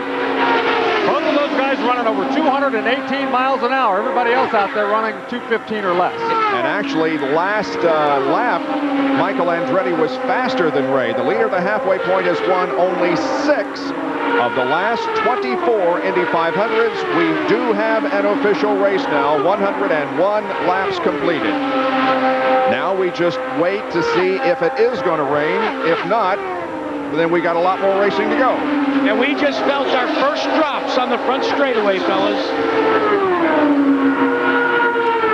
Well, there is 9 laps before Ray has to make a pit stop. He pitted 21 laps ago, so he still has 9 more laps approximately before he has to go in and make a pit stop. Oh, this should be a good run. The Weather Bureau tells us it's a thin line of showers, but it is a shower nevertheless, and if it rains a great deal, it would take a long time to dry this track and would be, of course, up to the IRL officials to determine whether we should dry the track and try to get the rest of it in or whether it is an official race. But a great battle going on here for the lead. Greg Ray trying to hold off the challenge of Michael Andretti. That's amazing the way these two guys have pulled away from Gil DeFerrin. They've opened up a 10.3-second lead. That's impressive. Well, they're coming up on some lap traffic, and that's Dismore, who's a very fast car, even though he's about 5 or 6 laps. Oh, he got clear up in the dust there. You think he's not trying to hang on to that lead. Look out. Oh, look at this. What a run he had, and Michael Andretti takes the lead. He had to get out of the throttle. I think he got so high he had to get out of the throttle and let Andretti get around him. Wow. That's exactly what happened. That's exactly what happened. He just radioed in. Greg Ray said, I got to get out of the throttle for a split second. Darrell Soppy radioed back. Okay, gather it back up and go after him again. Well, here it is from Greg Ray's onboard camera. We'll show you how he relinquished the lead. Well, he goes through this corner. He gets very high coming off. And you can see the dust flying. Oh, he white-walled it. Man, he sure did. Barely touched it, but that's enough to get his heart started. And when his heart started, he had to lift out of the throttle. Well, his heart... And here's the other problem that they now have. They are getting preciously low on fuel. Darrell Soppy has just radioed to Greg Ray. Stay out as long as you can. The rain is coming. There's Greg, who is now 6.5 seconds behind Andretti and lifting for that short amount of time. Oh, and Greg is getting past, so there may be a problem with that car. Yeah, he's got some sort of a problem because he's really getting blown away now. He's really slowed up. He actually may have bent something when he hit the wall there. I mean, it didn't look like much from here, but that may have been enough to bend one of the control arms at the back of his car. Well, Gil DeFerrin has picked up 2nd. Robbie Buell moves to 3rd. Castro Neves 4th. Stewart 5th. As a matter of fact, Greg Ray has dropped way down to the 8th position now. Yeah, he's going to have to come in and fix whatever's wrong because he's way, way off the pace. Oh, that looked like Beechler. Almost caught him coming off the corner. I saw Jared Schrader in the Amvets car. He was slowing way down, too, going down the main straightaway the last time by. And we do have reports of rain and some locations around the racetrack. Bob Jenkins, Michael Andretti is not saying it's raining. He's screaming it's raining as we begin to feel the raindrops. And, of course, most time when you're leading the race, it is raining. But you want this thing to be halted. But Andretti is now. We feel the raindrops up here in the Andretti pits. Jackaroo? Well, Jerry, Greg Ray gave a valiant effort, but when he white-walled that outside retaining barrier, they now think the crew thinks that he may have bent slightly some of his suspension pieces. Well, that's what we suspected. Now, Michael Andretti comes up on a whole bunch of slower traffic here. There's Leslie. We do see some rain on the camera lens, but so far, no caution. The green remains out. Now, they have numerous observers around the racetrack, and when one determines that it is raining hard enough to bring out the caution, and there it is, the caution is out. And we have an incident on the racetrack. Car 39 is your leader. Pace car is coming across the start and finish line. Hold on. Well, that's John Herb, one of the rookies here in Indianapolis, has crashed against the wall and destroyed the right side of his car. Waves to the fans, though, as he comes to a halt. Wow, a lot of presence of mind to do something like that. He's got to be extremely disappointed. Young man, John Herb, got in the pits very hard with the right side. Well, you wonder if what caused this crash was the rain. Maybe it's starting to get, well, maybe, I don't think so. He came up on a slower car, and as he got to that slower car, he turned to the right to try to miss him. Looked like he might have just barely touched him, but when he turned to the right, he just went right straight into the fence. Now, that's unfortunate for John Herb. Yeah, that really was no fault of his. As he headed down into that corner, let's take a look at it in slow motion. You can see as he heads down that corner, something happened to the car in front of him. He did touch the left rear to the right rear, or his left front to the right rear of that car in front of him. That was Greg Ray. It does look like Greg Ray. I think you're right. Yeah, that was Greg Ray. Well, John Herb is out of the car, and he's saluting the fans. Jack? Well, that was indeed Greg Ray. In fact, John Herb radioed to his crew and said the closing rate was just so strong. He snuck up on me. I had nowhere to go. The he that he was referring to was Greg Ray. Field is under caution. And here, once again, is the incident. There's the contact between Herb and Greg Ray, sending John Herb straight into the wall. Yeah, Greg Ray had moved up. He was the second groove out, trying to stay out of everybody's way because he's running so slow. Herb just closed so fast that he misjudged and went to the outside instead of the inside. We go to Greg Ray's in-car, real time, and we'll see that Greg Ray did indeed feel this bump. Riding along with Greg Ray as he enters down into turn one. You can see he's off the pace. He's way up on the racetrack. He's a groove out. Oh, you can see it, though. He got hit fairly hard to shake him like that. Well, I'll tell you what, if that right rear wasn't bent before, I'll bet you money it is now. Yeah, I think you're exactly right. Michael Andretti is reporting that he ran over a lot of debris down there from that accident, which doesn't sound too good. He might be worried. It's been an interesting Indy 500 indeed, and we're only 8 laps past the halfway point. Now, the pits are open, and so we will be seeing some pit stops. There are 8 cars on the lead lap at the moment, and they are coming down for service. Some of them are. Jimmy Vasser's in, Tony Stewart's in, Sam Hornish just exited the pits. And we understand that Michael Andretti, the leader of the race, will be coming in next time by. Well, it's going to be interesting. We're hearing that the Penske guys may not stop. That's exactly right, Larry. In fact, they just decided and been talking about the fact that they are going to stay out. Gilles de Ferran, for instance, stopped on lap 91, so they've got plenty of fuel, and they're going to choose, at least at this point, to stay out. Well, the old guessing game starts really hard right now because you're guessing on whether it is going to rain, because with 17 laps, that means they can only run about 13 more before they have to pit. If they don't pit and it doesn't rain, then they're going to be at a disadvantage. It's a interesting call that will be made as to whether to. And it Bob, is indeed a roll of the dice, Jerry. Bob, that is a discussion down here in the Michael Andretti pits for Kim and Barry Green. They talked about calling him in a moment ago. And now they have made the decision, yes, we are going to bring him in this lap. They said this sprinkle should go south of the racetrack, and they're hoping that they can bring him in this time by and make a pit stop and not worry about the weather. Get this thing completed to 200 laps. Well, he has pitted 24 laps ago. That means if they go green, he can only run another 5, 6, 7 laps. So he really, you know, that's a real crapshoot. If you know it's going to rain, it's one thing, but they're just not real sure. 0, fuel position. There is Michael Andretti making the left turn onto pit road, and so he relinquishes the lead here on the 109th lap of the race. Man, it is pouring out now.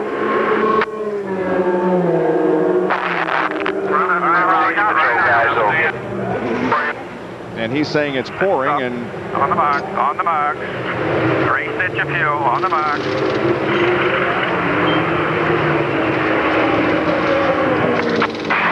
Get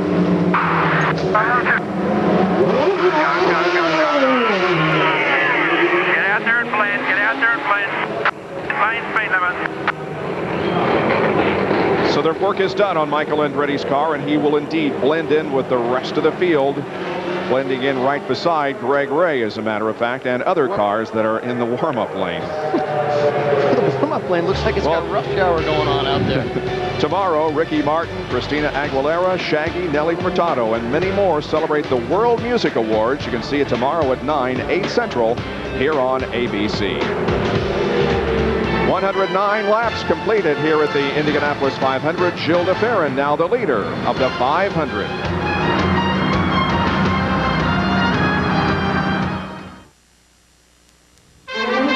The 85th running of the Indianapolis 500 on ABC Sports, brought to you by Infinity, makers of innovative high-performance luxury vehicles. Your neighborhood 7-Eleven store. Oh, thank heaven for 7-Eleven. Advil, nothing you can buy is proven to work better than Advil. And Mobil 1, nothing outperforms Mobil 1. Welcome back to the Indianapolis Motor Speedway. I'm Bob Jenkins, along with former Indy 500 Rookie of the Year Larry Rice and Jason Priestley, who has driven cars in competition for 9 years, and the Indy 500 is never just another race. We have seen accidents, and now we have rain. Not a hard rain. There was talk just a few moments ago of going red and stopping this race, but now they've decided to stay out there, and so we still don't know if the decision made a few minutes ago to bring Michael Andretti in is a good one or a bad one. Well, it's a crapshoot. You could lose either way you go on something like that. So, you know, you might as well take the chance. Everybody's saying it's only a light rain. That tells me that they'll go ahead and try to finish this race. If they do, then he's got an advantage over the Penske team, because they're going to have to pit in about 10 or 11 laps. Emotion is the key word here in Indianapolis, Jason. I mean, we saw the heartbreak of Scott Sharp, the pole sitter, when he went out. And we've also seen several other drivers drop out of competition, but there are about 5 guys right now that are still thinking, hey, I can win this race. Oh yeah, I think we got 5 or 6 guys that are still in contention, and that makes it's going to make for a very dramatic finish. One of the things we've seen today, you know, we always talk about the fact that auto racing is a team sport. I think that what's happened today, and particularly in the last few laps, with is it going to rain, is it not going to rain, should we pit, should we not pit, it's really shown that it really is a team sport, and not only in what they do in the pits, but also how a lot of guys have input in what they're going to do, and they have to figure it out as a team, which I find very interesting myself. Down to Dr. Jerry Punch. Well, Barry Green owns this team and had the difficult call of whether you bring Michael in or not. Barry, you're leading the race. It's raining, and yet you opt to pit. I mean, I guess you're hoping this is a brief shower? Well, that's what we're hoping. You know, we're just looking up and trying to decide whether it's going to stick with us or not. But, you know, still a long way to go, and we don't think the race is going to be cool. We still had to protect, though. We're over half tanks. We'd used 20-some gallons already, racing hard there at the front with Greg. And you know, we had to protect against the fuel we'd already used. So we still think we made the right call. We think this race is going to run a lot longer yet. So we'll see. Keep our fingers crossed. A moment ago, Michael said, Barry, I pray to God you're right. And Barry replied, I pray with you, Michael. Vince? Well, if not, then Gilles de Ferran's going to be the beneficiary. De Ferran right now in the lead, driving for Roger Penske. De Ferran reported that the track is very slippery in turn 3, and it was raining harder there. But one of the things about the Indianapolis Motor Speedway is it is so big that it could be a light sprinkle here on the front straight and be raining harder on the backstretch. The Penske pilot, who is here in the track but is in touch with flight services, says it's clear to the west. There should be no more rain once this slight shower passes. Jack? Well, Vince, when you're a team like the Purex team for Dryan Reinbold and Robbie Buell, you may not have a corporate pilot to advise you, but you do have a 19-inch TV. Robbie Buell suggested to the team, go turn over to the Weather Channel so we can take a look at what the radar is. They just radioed back, Robbie, we're going to be okay. Showers have been very scattered here for the past few days, and that appears to be the situation we're in right now. Well, Jerry Punch, Richie Hearn is standing by as a relief driver. And, Bob, there are probably 500,000 people here who don't want to see it rain, but here's one of them who wouldn't mind seeing a little bit of a shower. Richie, I guess you would climb in this car if Tony Stewart had to leave and bail for Charlotte. Yeah, well, that's the plan, and, you know, I think that it would happen at any time in the race because I'd like to see the car out there, and, you know, Tony's still on the lead lap, so if they stop the race now, I'd be able to get back out there and run in the lead lap and try to move up for him.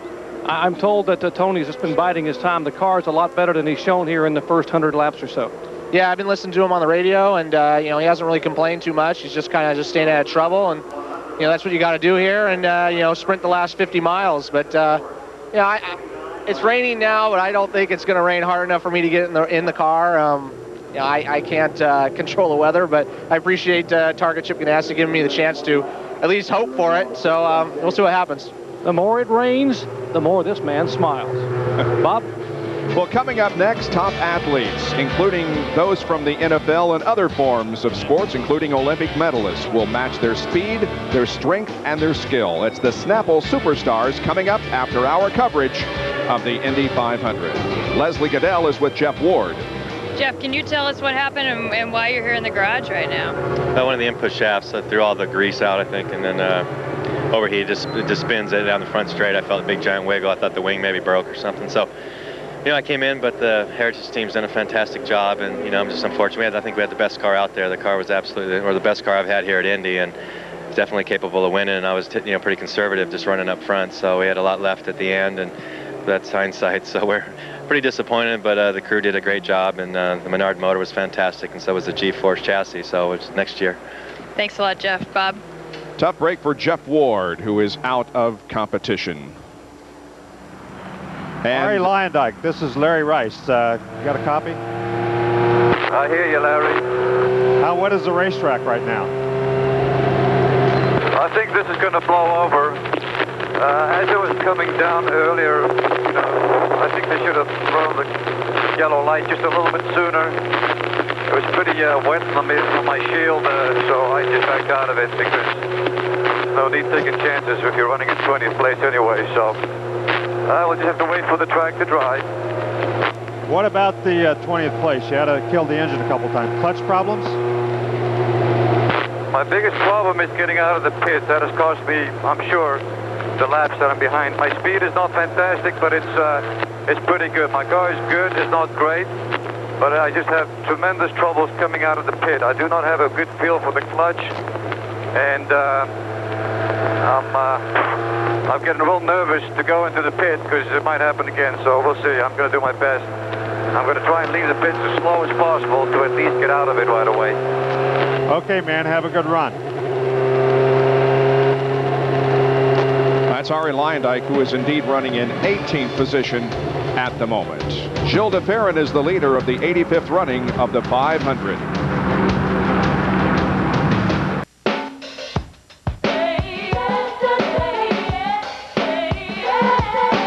Come on, baby, take a ride with me. I'm up from Indiana down to Tennessee. Everything is cool as can be in a peaceful world. Lay back the top and ride with me. I'm up from Indiana down to Tennessee. Everything is cool as can be. Come on, baby, take a ride. Welcome back to Indianapolis. Aerial coverage of today's race brought to you by the Monster.com blimp, sponsor of Monster Sports Jobs on ESPN.com. The Monster.com orange blimp flying overhead. A lot of people know this, Bob, but that's actually how I got my job here on ABC. I went to Monster.com. I put in I wanted to be a sports announcer, and look, here I am sitting here with you guys. Well, there's where the media center is here at the Indianapolis Motor Speedway, the World Complex. That's where all the information that is disseminated to members of the media comes from. Now, here are the fastest laps today, and look, Michael Andretti has 4 of the top 10 fastest laps, including the fastest of all, which came on lap 100, 2:18.961. That's when he was standing up in the seat trying to get around Craig Ray. We're still under caution here because of some raindrops that are falling, although in some portions of the racetrack, the sun is shining.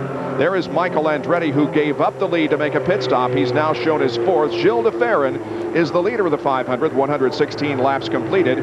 We have had 7 leaders today. Greg Ray has led the most laps, 40. However, he is running now in the 5th position. And it takes a lot of people to put on an Indianapolis 500, and our hats off to producer Bob Goodrich and director Drew Esikoff for their hard work, and in fact, all of those involved with the telecast. There are a lot of people that have to stand out in the rain, whether it be rain or cold weather, but thanks to everyone. And we'll have more of the Indy 500 after this message and a word from our ABC stations. Indianapolis 500 continues on ABC's Wide World of Sports. Greg Ray has decided to make a pit stop, and there is the crew working on that car, but it's more than a routine pit stop. Now down to Jack Arute. And they are checking for that suspension damage on Greg Ray's car. In the meantime, Robbie Buell pitted out of sequence, came in early because he knows they're going back to green, and eventually both Casper Nevis and DeFerrin will have to pit. He hopes he'll find himself back up towards the front. Roger Penske's drivers are running first and second as we go back to racing here in Indianapolis on lap 119. Gilles DeFerrin leads. Elio Castro Nevis is second, then Michael Andretti, followed by Greg Ray, make that Robbie Gordon, Tony Stewart, Jimmy Vasser, and then Robbie Buell running seventh, and Ray would be the last car on the lead lap, although he sits on pit road, so he's going to go a lap down also. He was gambling on the rain. He stayed out there thinking if it rained, I'm going to finish the top 10. Now that it hasn't, they're going to have to work on that suspension.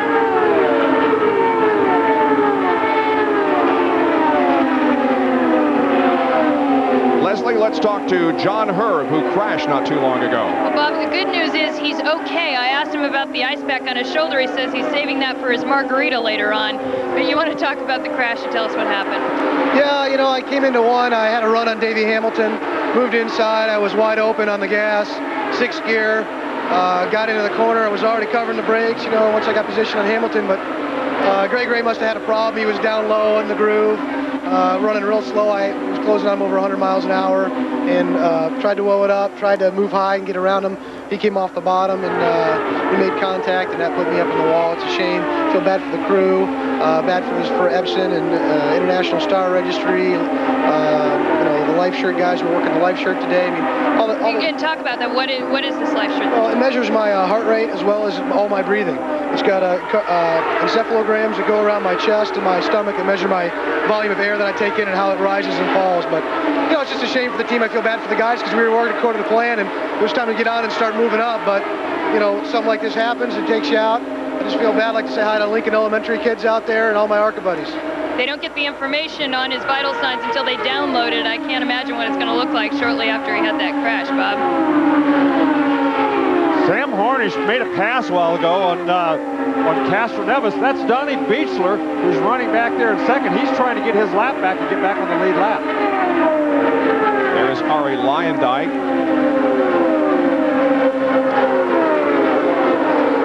And an update on Greg Ray from Jack Arute. Bob, for 21 years, John Menard has been coming to the Indianapolis 500 in hopes of winning. Today it will not be. Greg Ray has suffered some right front suspension damage.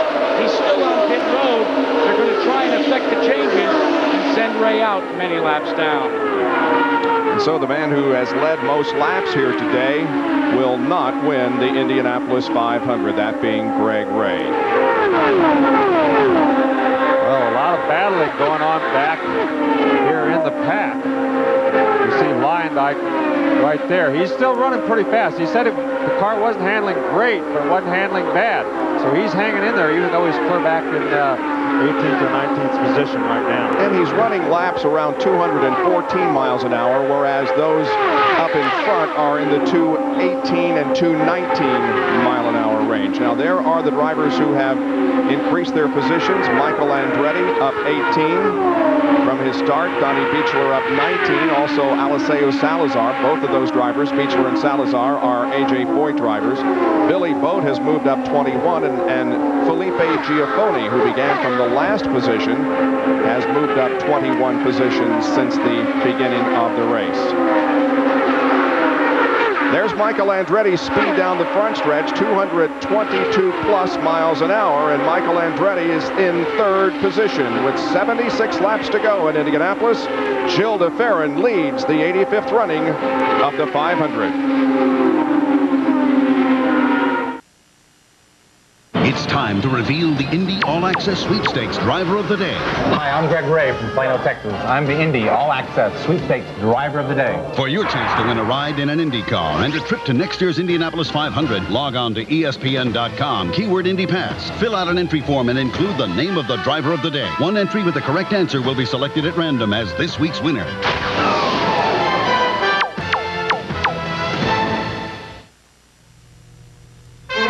The 85th running of the Indianapolis 500 on ABC Sports, brought to you by Zima, clearly refreshing.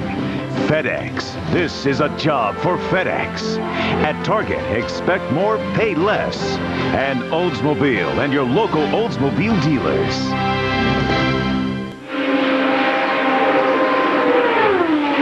Gil DeFerrin leads the Indianapolis 500, and there you can see he's at number 66. 68 is Elio Castro-Neves. He's in second, and in third position is Michael Andretti. That's how much they're separated on the track.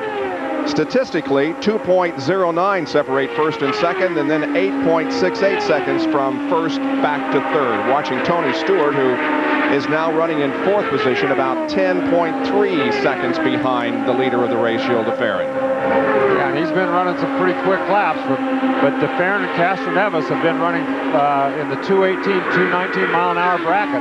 But they have less fuel than the other guys, so with less fuel, they should be able to run just a little bit quicker. They're going to have to pit. We were just told that DeFerrin is going to pit on lap 137, which is about 8 laps from now. One of the things, too, Larry, is the fact that DeFerrin running out in front of the pack should get some better fuel mileage. And it's been a tough task to get a handle on the fuel mileage here today because they've run so many laps under yellow. But during their one full green segment, DeFerrin had 34 laps in his tank. So it's about a mile, about a gallon per lap here at the Indianapolis Motor Speedway. Well, we will have a complete recap of this Indianapolis 500. You can see it Tuesday at 7:30 Eastern on ESPN2. It's a 1-hour special. We'll feature an interview with the winner and highlights from the greatest spectacle in racing. And we have seen so many highlights already and still have 69 laps remaining. It all began at the beginning of the race when, after receiving the green flag from the pole position, Scott Sharp ran down in turn number 1 and crashed. We had numerous crashes in the early going, including one that took out Sarah Fisher and Scott Goodyear. Scott, by the way, is undergoing x-rays at Methodist Hospital. We don't have an update on him, but they are x-raying him because he did complain of some back pain. And we had some rain at the halfway point that caused some real strategy regarding whether or not the race would be stopped by rain. But right now the Weather Bureau tells us that we should be clear the rest of the afternoon. We should not be threatened by rain until the race's conclusion. And Michael Andretti has been told to run in 5th gear. They told him they've got to put some more pressure on these Penske cars, so he switched to 5th gear.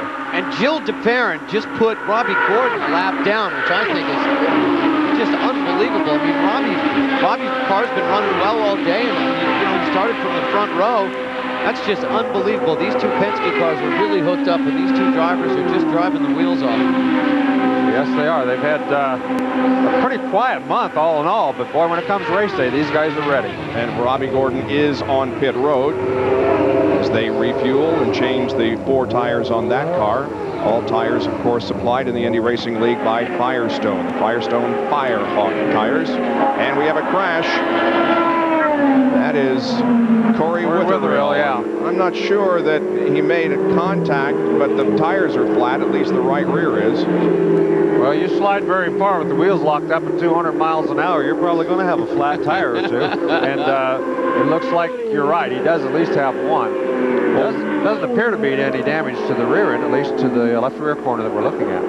Witherill is a full-blooded Navajo Native American, and the Navajo Nation gave him a native name not too long ago, one with a fast horse. And with it, he says, that's why he made the Indianapolis 500. This is a huge break for the Penske team. They had run 43 laps since their last pit stop, so they were going to have to stop very quickly. Now then, they're going to be able to stop under the yellow. You can see right there, he just did a spin. Look at the cars behind him. What a great job those guys did. He was going low, he was going high. Man. That's right. folks, they're going 200 miles an hour, and all of a sudden you've got a car right in your path. Let's watch this. Whoa, look at those guys smoking their tires. I mean, they went from 200 down to about 120 there in a hurry, but they did miss him. That's a good job. Corey Witherill from Santa Monica, California, steps out of the car and is in good shape. Picked up sponsorship from Radio Shack on that car. He's only participated in one IRL race. That was in Atlanta earlier this year. We'll take a break and be back with more live coverage from Indianapolis.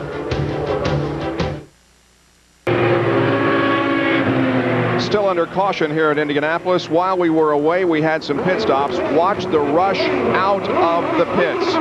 That's Castro Neves right behind Farron, but Michael Andretti and Tony Stewart come very close to colliding.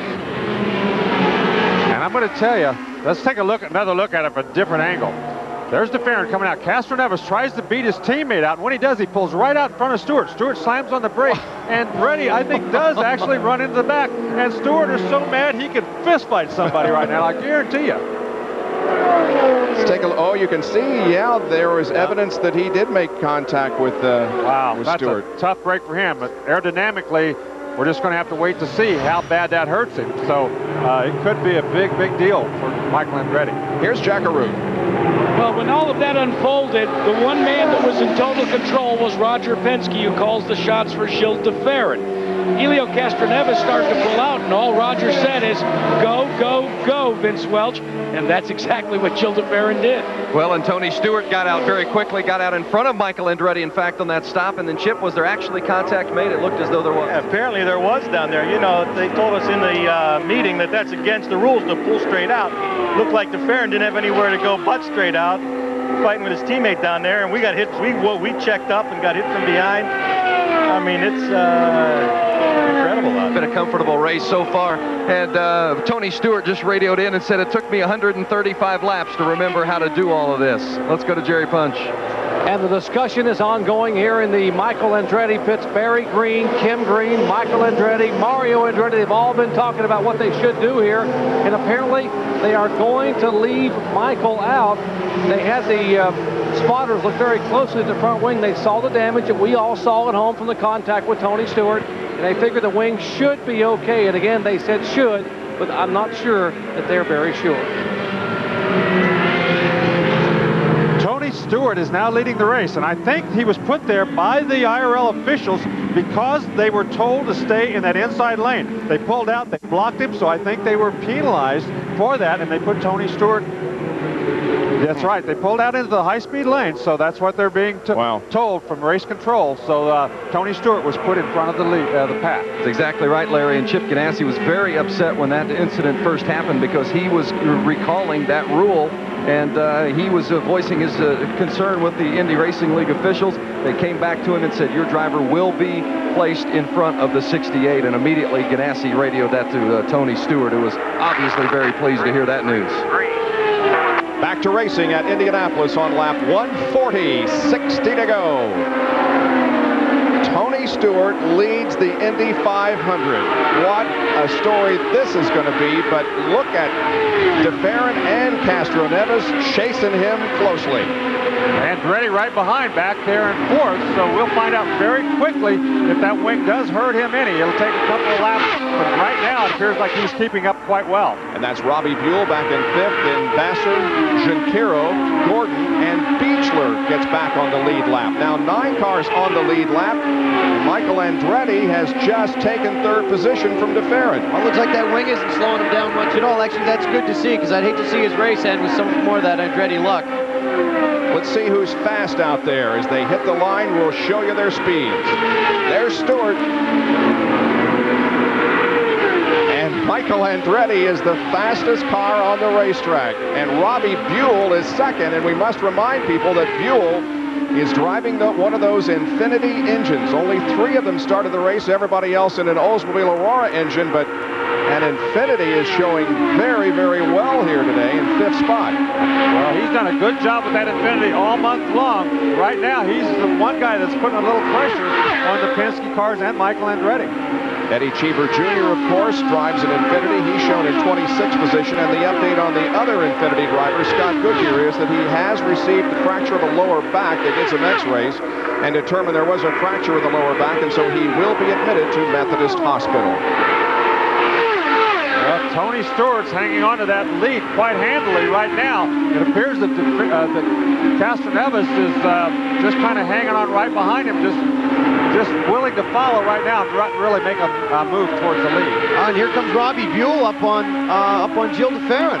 De Ferran's car has not run well since the pit stop. He's lost 2 positions in the last several laps. So de Ferran now moves back to 5th spot. Here at the Indianapolis Motor Speedway, we are 141 laps into the 200-lap Indy 500. Tony Stewart is the leader of the race. We have had 7 different leaders. Greg Ray has led the most laps, 40, but Ray right now is not in contention for the win. As a matter of fact, he is back in 20th position. Mark Dismore led 29. Gilles de Ferran has been up front for 27. Robbie Gordon 22. Andretti 16. Ari Dyendijk led a lap, and Stewart is now at 7 and counting. But Helio Castroneves is right behind him. You were wondering, fellas, if there was a problem with Gilles de Ferran because he seems to have slowed. Well, the crew's wondering as well, but thus far, de Ferran has been silent on the radio since the pit stop. Castroneves right now seems to be just a little bit quicker. He pulled up very close to the back end of Stewart on that last lap and then decided just not to make that try to make that pass at that point. And it looks like Robbie Buell is catching up to Michael Andretti, too. We're going to have battles all over the track, guys. Last lap, Castroneves was almost 2 miles an hour faster than Tony Stewart, and we hear there are sprinkles in turn 2. Well, this certainly makes this a whole new guessing game if it is raining. Although it doesn't appear that the clouds are very thick. Rain on the racetrack makes it very, very iffy for the guys that are out there. Watching Tony Stewart and Helio Castroneves running 1st and 2nd here at Indianapolis. And guys, Chip Ganassi just spoke with one of the Indy Racing League observers and said, tell him it's raining in 4. Stewart had radioed in and said it was raining, and we are getting some sprinkles here on the front straight as well. It's amazing how if your driver is out front, you claim that there's a major rainstorm going on. Doesn't matter how much moisture is out there, it's a major storm, isn't it? That's exactly right. I'm sure you guys saw in that last camera angle that we had, you could see the sprinkles of rain on the camera lens. So it obviously is raining in the backside of the track there. It's just a question of exactly how hard it is. And Robbie Buell has moved up to 3rd position. De Ferran is 4th, and Andretti now 5th. Followed by Jimmy Vasser. So Andretti now is the one who has lost a spot. And Bob Jenkins, a moment ago, Mario Andretti turned around to me and pointed. He said, Michael has his hands full with this front wing damage. He is all over that steering wheel like he's swatting flies in there trying to hang on. That front wing damage has created a problem as Mario looks on and watches his son try to win his first ever Indy 500 with now a bent left front wing. Well, at the halfway point, it looked like Michael Andretti would be able to win the Indy 500, but that was 46 laps ago, and a lot has happened since then, including his collision with Tony Stewart on pit road. Yeah, and that wing is, you can see it right there. It's very badly damaged. It's a lot worse than it appeared when we first saw it, and it might be at these speeds, it's pulling away some of that material and making it worse than it was when it first started. Tony Stewart has raced here at Indianapolis 4 different times. His best finish came in 1999 when he finished in 5th spot. He was the pole sitter. Robbie Gordon is reported to be smoking. Oh, there he is right there. Yeah, they just got the race control that he was smoking. And that would be... Actually, I think that's Donnie Beechler. Donnie Beechler. That is. Beechler had driven to 7th position from the outside of the 9th row, but the caution comes out because there is smoke trailing from his race car. And now with just a little more than 50 laps to go, we're going to have another caution period and probably another round of pit stops. Stay with us for more live from the Indy 500.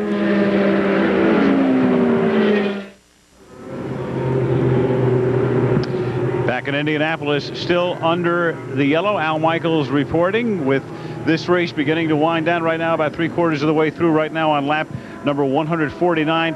On the yellow, Tony Stewart came in for a splash of fuel. Castroneves now has the lead at the moment. He has yet to pit during this sequence. In 1999, we've talked about it several times today, Tony Stewart raced here. The race started at 11 o'clock. He finished 9th.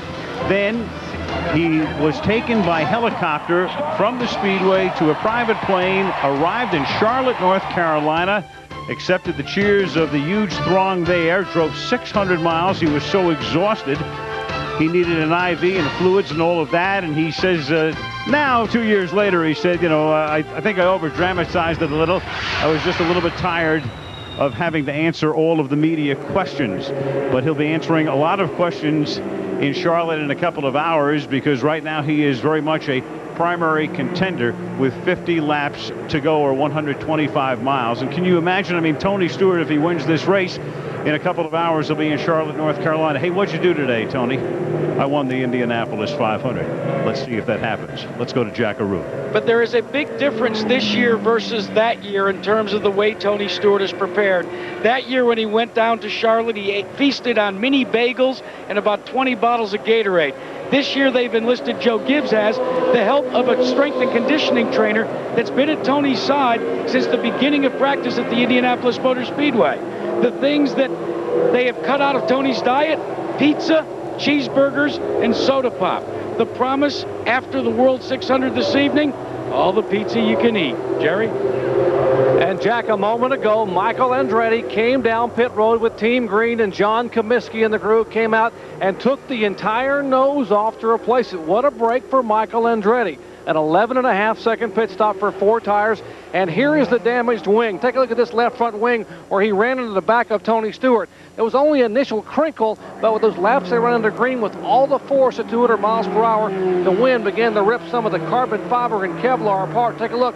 This wing was disintegrating. A great break for Michael to get this yellow flag. Vince? Well, when Tony Stewart came into the pits, he did not take on tires. He just took on fuel. Chip Ganassi says that's not enough to get them to the end, but it gives them a bigger window. And Tony had radioed in previously, and he said, save the best tires for the last stop. So they still feel as though they've got the best rubber waiting for them.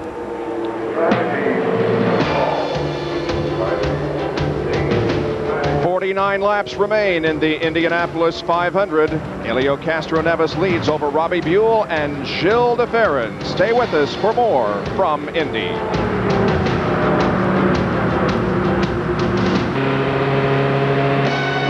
Back in Indianapolis, where we remain under caution. Thursday night, the Stanley Cup Finals are on ABC.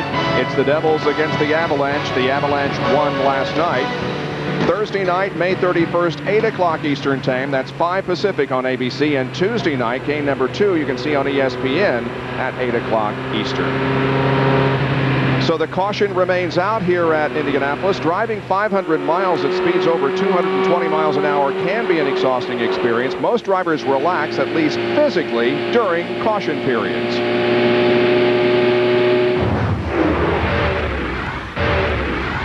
You try to relax quite a bit, and just relax your arms and your wrists and your hands. Try not to grip the wheel hardly at all. Just cruise around and kind of catch up on your rest.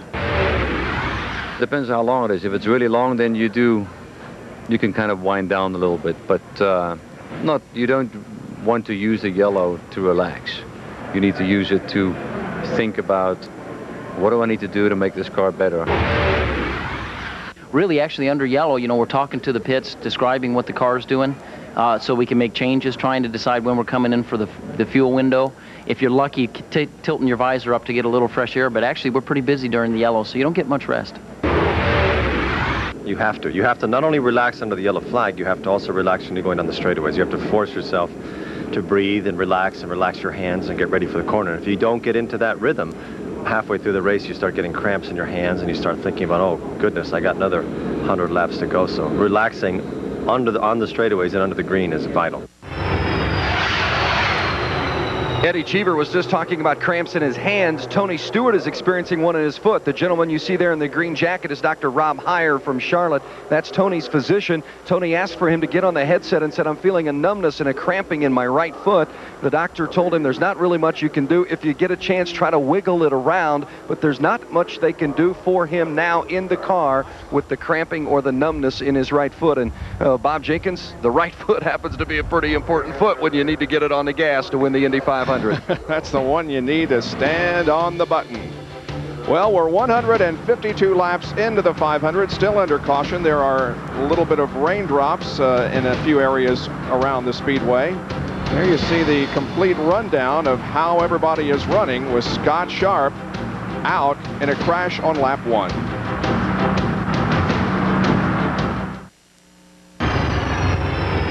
Whose face will join these faces as winner of the Indianapolis 500, and whose image will be emblazoned on the Borg Warner Trophy, signifying victory at Indianapolis? Right now, Helio Castroneves is the leader, but we are under a red flag. Pretty good shower moving over the speedway. In fact, it's wetting the front stretch here in front of us. And so the cars have been brought to a halt on pit road after they crossed the start-finish line. Jerry Punch? And Bob, while we have a moment, while they red flag the field, we'll give you a little medical information now. We told you earlier that rookie John Herb was wearing a biomedical recording device. This is called the Life Shirt. See all the cables in this shirt? This was attached to a computer device in the nose of the car. Now, what it told us was that under green, his heart rate averaged about 160 a minute, his respirations at 35 a minute. That equates to a marathon runner in the middle of a marathon. Now, about the 150 lap mark, the forearms of these drivers began to cramp and begin to burn from that tight grip they have on the steering wheel and all the vibration. Their head feels like a bowling ball because it weighs 3 times the normal weight because of the G-force in the turns. And here's the key part. Their eyes begin to dry out because they're afraid to blink. They keep their eyes open, they begin to dry and ache, because at these speeds, if you blink, a blink is a 1/10 of a second, that's 30 feet. If you're 15 feet behind a car in front of you and you blink, you might just run over them. Jack? We're down here with Helio Castroneves, and Helio is right behind the Bravada pace car. Helio, you're leading this Indianapolis 500 as a rookie. Yeah, I tell you, it's been so far really funny and fun at the same times. I mean, there's a lot of traffic, and you have to be really careful, really patient, and that's what it's taking. You know, the guy's doing a fantastic job in the pit stop. So I hope it's rain whole day, you know, and keep like this. I don't know until when, but for me, I love the rain right now. What about the track conditions? How have they evolved from the start of the race to right now without considering the rain? Say it again? What about the track conditions? How much have they changed from the start of the race without the rain? Yeah, it changed a lot. I mean, the wind is shifting, and this is really tough, but my car so far is handling very well, especially with half field. And I'm just taking it easy in the beginning and the restart to make sure that I set it down. But, hey, still 50 more laps to go, so let's keep cool. Vince? Richie Hearn, you see him now, and he's got on a blue sweatshirt, but next time you see him, he might have his driver's suit on, getting ready to take over for Tony Stewart, possibly. Yeah, it's getting pretty close to his leave time, and, you know, I haven't gotten any word from anybody, but I'm going to go ahead and just, you know, get dressed, and if I get the call, I'll be out there, so we'll see what happens. Tony Stewart has just gotten out of the race car. Richie Hearn's getting ready to go to the garage to put on his driver's suit. Bob Jenkins? Will Tony Stewart relinquish that ride and give it to Richie, or will he stick around for this rain delay? Interesting situations going on here. More of the 500 after this message and a word from our ABC stations. Indianapolis 500 continues on ABC's Wide World of Sports.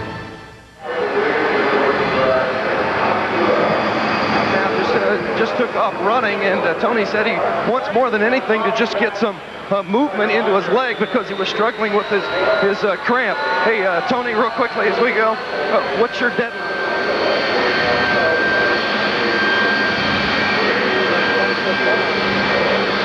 Tony Stewart is in the first aid room, and just a few moments ago, you saw him running from the car. to the actual first aid area. Now, the first thing Tony did was lay down on one of the cots. He was complaining of pain in his right buttocks area because of the fact that he'd been sitting in the same position for so long, and therefore his right foot was experiencing some cramping and numbness. So the first thing he wanted to do was get out of the car, put some weight and pressure on that foot, and now he's come into the first aid room. He's laid down on the cot face first, and they're doing some massaging to the right upper buttocks area and the lower back down into the leg, into the right foot. Hopefully, Stewart will be able to not only get some feeling back in that foot, but also get back in the race car, Jerry Punch. And Vince, this is the time in the race when a lot of drivers complain of cramping. We've talked to Buddy Lazier and a few others out here who had some cramps in their lower leg as well as their forearm. Now, the protocol for Tony Stewart today was to take him in the care center and try to get 2 liters of IV fluid in him and get him on the helicopter and get him out of here by 3 o'clock Central Time, 4 Eastern Time. If he leaves here by 3 o'clock, he will arrive in Charlotte 12 minutes before Gentlemen Start Your Engines. Jackaroo? Well, Jerry Punch, Robbie Buell has got an Infiniti 35A sandwiched between 2 Team Penske cars. Robbie, you've got to make one more stop. Can you hold off the advances of these guys, these Penske cars? Well, Jack, I couldn't hear what you're saying there. I was getting stepped on, but I'm happy with the power plant. We got it trimmed out pretty good.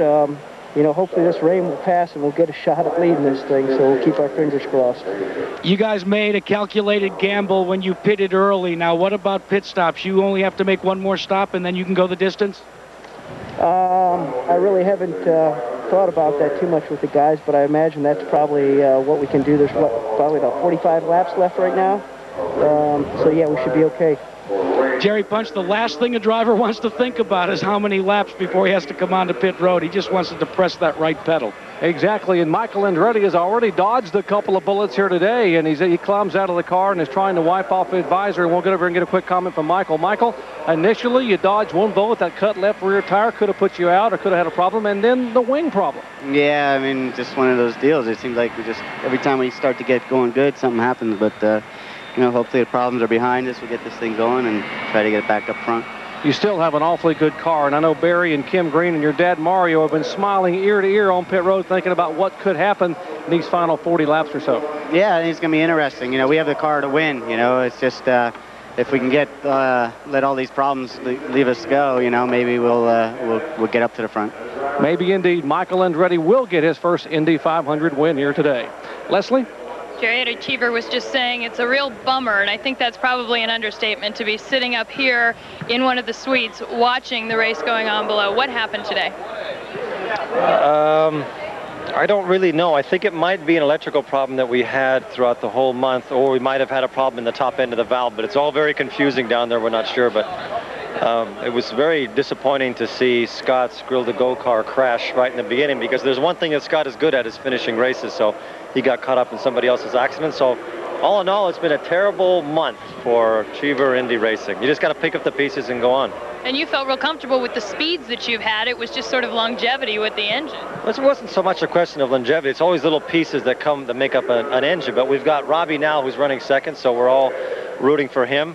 And I think he's got something left. Robbie is always one of those drivers that holds a little bit for the end, and it's been a very exciting race today. Weather keeps coming and going. It was kind of sad. Did Tony just jump in not an elevator, in a helicopter? If he could get there in an elevator, he wouldn't have left yet. No, he has not jumped in yet, but he has gone back there, so that's yet to be seen what he's going to do. The weather, you were out there when it started to sprinkle right around the time that you came in. What sort of an effect does that have on a driver? Well, you are one with your car and your pits when you're out there, and if the conditions change, you pick up on it very quickly.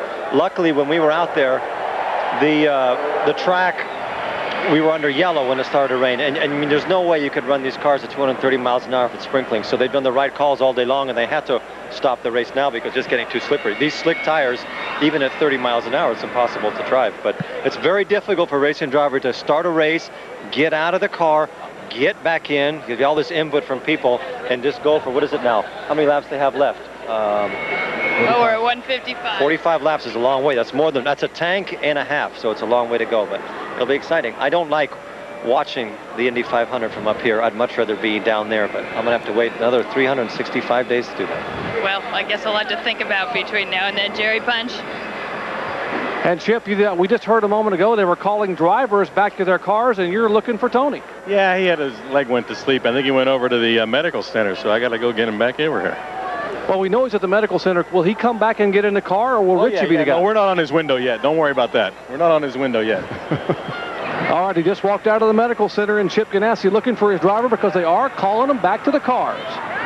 Indeed, all drivers have been told to report to their cars, and we'll be getting hopefully restarted here in just a moment. Now, the forecast in Charlotte is for possible thunderstorms this afternoon. However, by race time later this evening, skies are expected to be clear. We're in a rain delay here at Indy. More in just a moment. We are about 20 seconds away from the restarting of engines here at the Indianapolis Motor Speedway. Mark Dismore, can you describe the disappointment of having that gearbox fail? No, I can't, Jack. I'm brokenhearted, to tell you the truth. I mean, I think, I was in a position to bring Delphi Bryant home in first, and now I'm just going through the motions and hope some other. I hate wishing people bad luck, but I need to have a little of that now just to help us in the points for the rest of the IRL season. Jerry, that's what it's all about for Mark Dismore now, points and pride.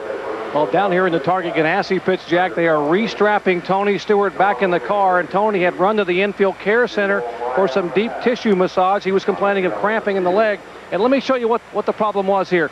In the back of his leg here in the hamstring area, it was beginning to tighten up, so he could take his foot and he could push down, but he couldn't pull back because it pulls on the hamstring, and that was all cramped up. He did some deep tissue manipulation to that hamstring, and right now Tony just told me a moment ago it's better, but it's not completely gone. Bob? Well, we're going to have a 1-hour recap of this 500, and I can already see a problem of getting what we've experienced so far into 1 hour. But watch us at 7:30 Eastern on ESPN2. A wrap-up of the greatest spectacle in racing. The engines are about to be fired, and we'll be back for the restart at Indianapolis in a moment.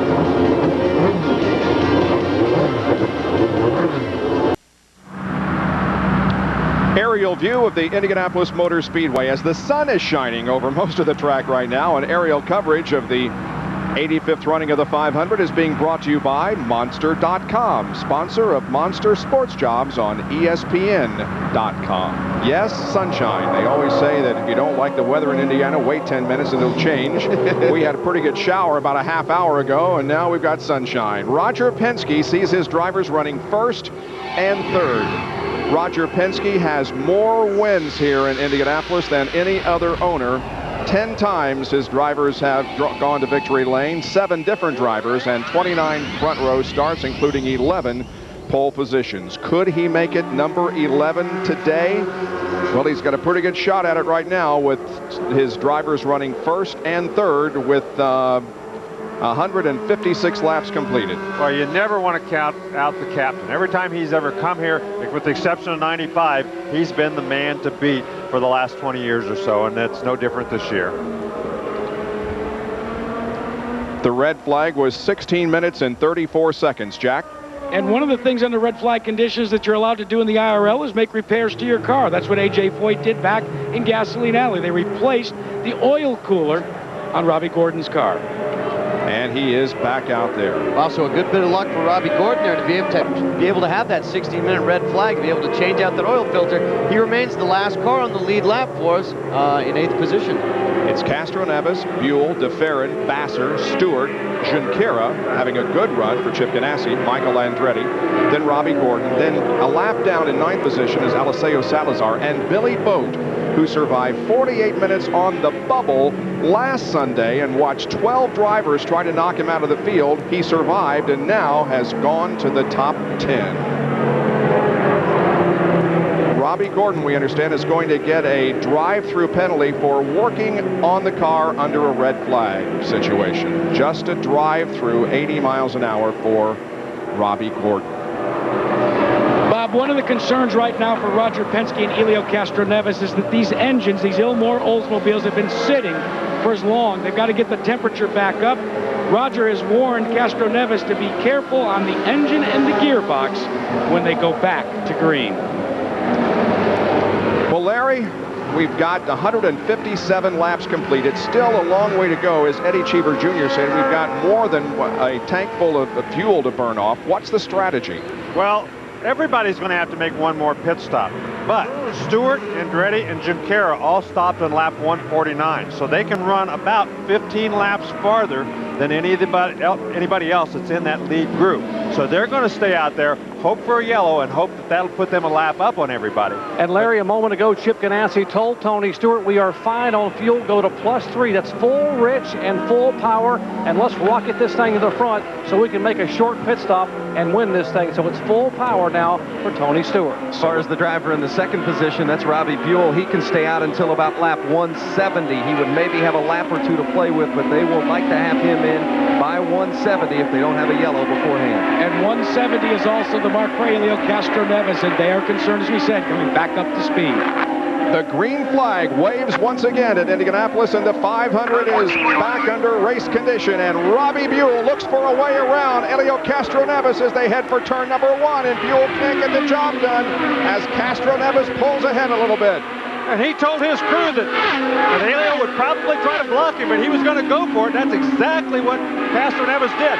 Now, in the drivers' meeting, Brian Barnhart said he would not stand for blocking. It'll be interesting to see if that happens many more times, what the officials do here. Well, and Larry, Robbie Buell came right on the radio immediately. I cannot repeat what he said, but he was going along that same line. He was very upset with Castroneves' defensive driving.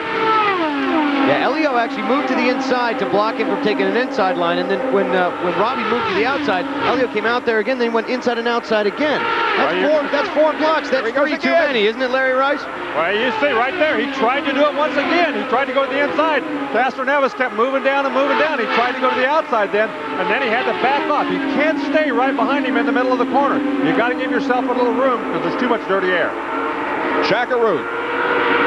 Remember, that's one of the things in kart that there's been an issue about, but they do allow drivers to at least take one block before they get upset. So maybe this was a kart technique against the Indy Racing League.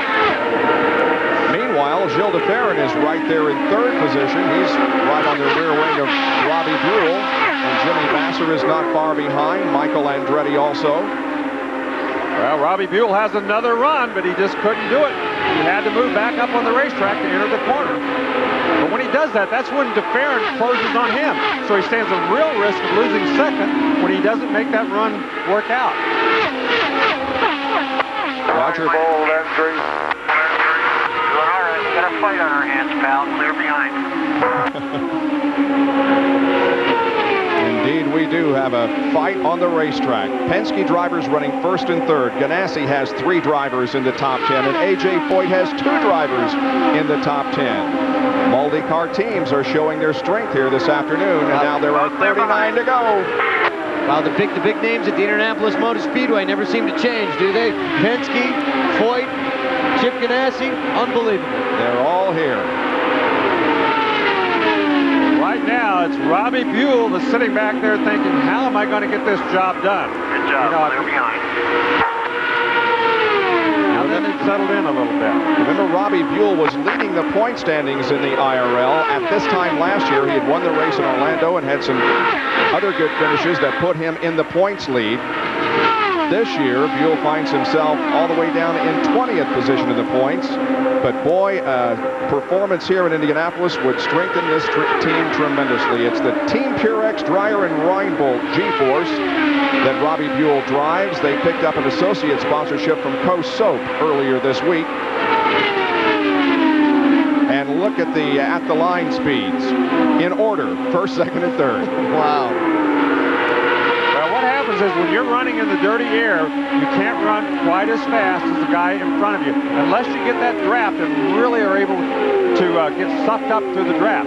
But if you're just a little bit too far back, you get in the dirty air and it slows you down, actually. He's got another run coming off.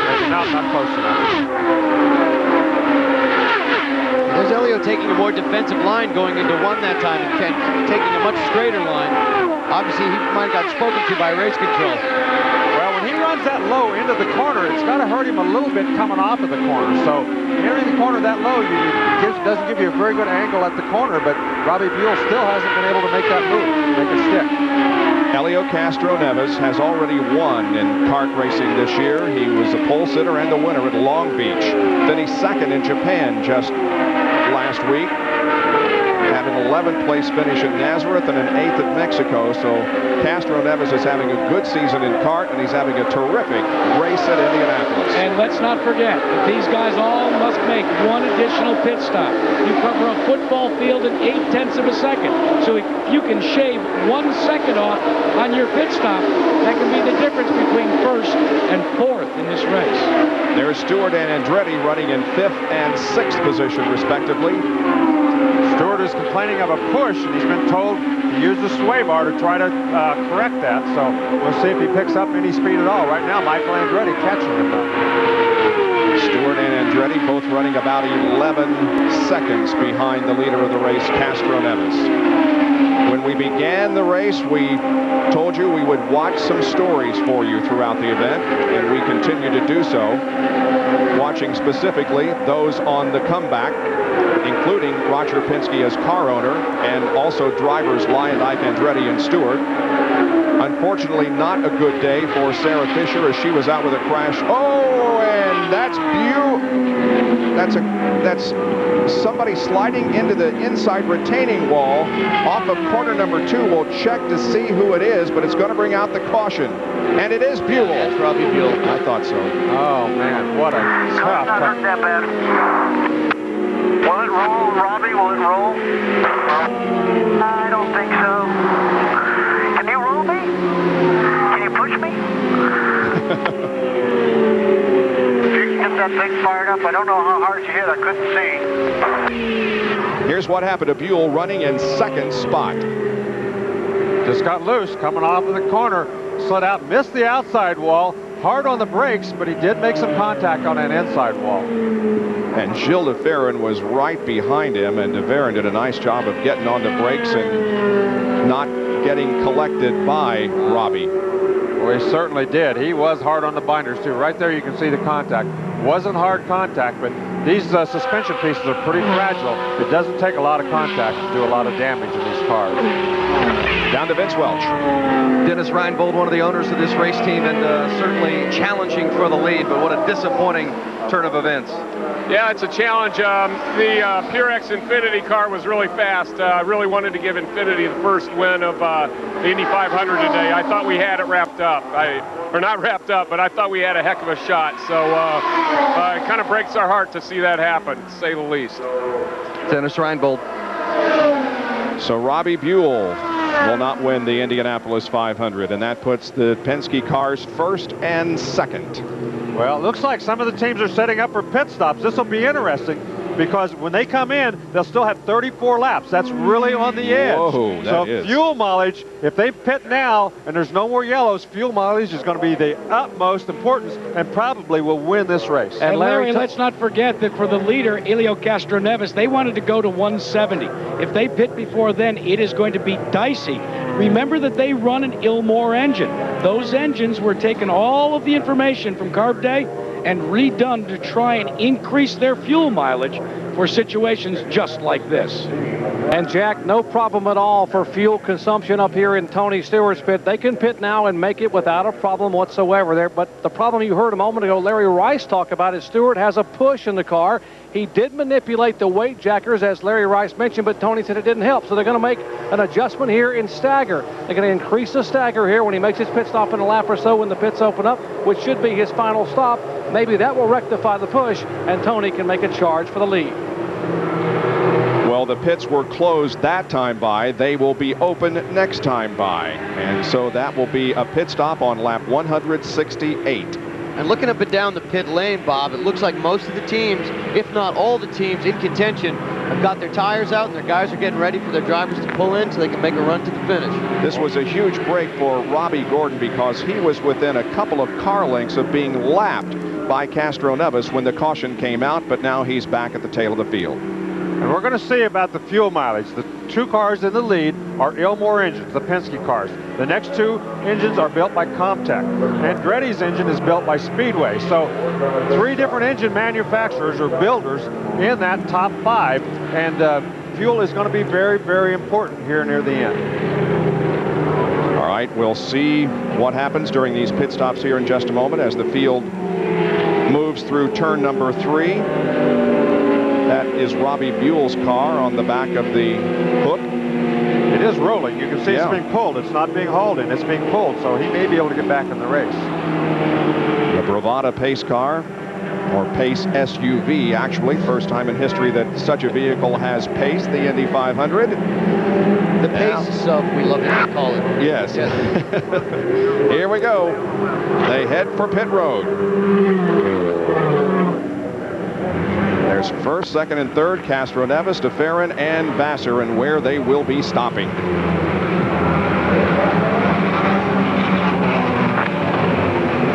Vassar will be the first to hit his pit box. And then the two Penske drivers, Castroneves is in, and there is DeFerrin pulling into his box.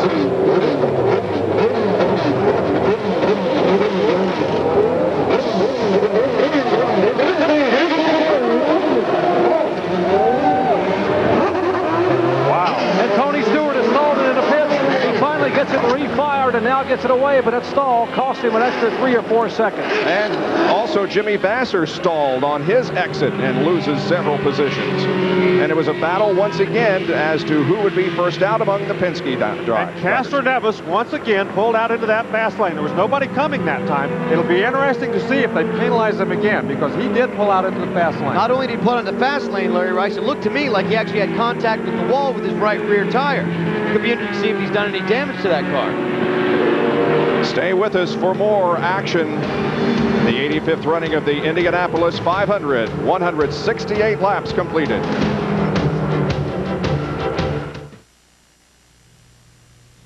The 85th running of the Indianapolis 500 on ABC Sports, brought to you by Budweiser, with the crisp, clean, refreshing taste you'll find in no other beer. Firestone, America's tire since 1900, dedicated to making it right. Delphi Automotive Systems, driving tomorrow's technology. And Oldsmobile and your local Oldsmobile dealers.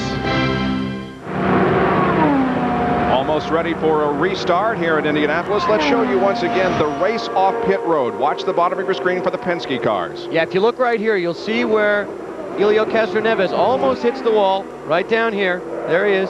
He almost hits it, but doesn't quite. Gets real squirrely.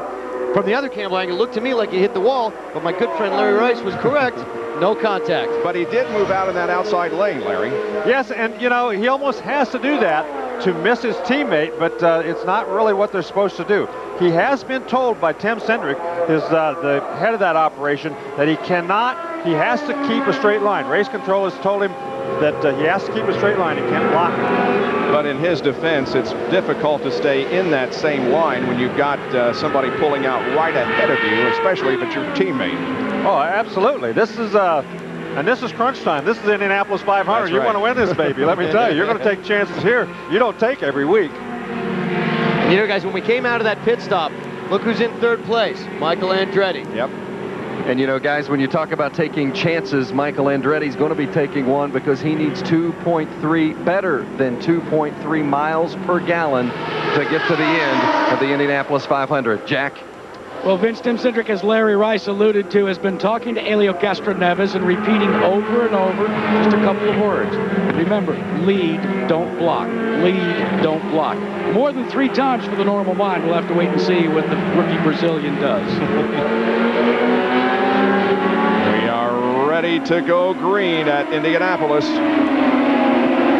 Robbie Buell, by the way, is back in the race. He is 3 laps down in 16th position, but nevertheless, he is back in competition as the green flag flies over Indianapolis once again. And looks like, I thought the Penske, they're going to battle each other. Here's DeFerrin on the outside. The Penske cars roll through turn 1, wheel to wheel, and DeFerrin gives way, but watch what happens as they hit the backstretch.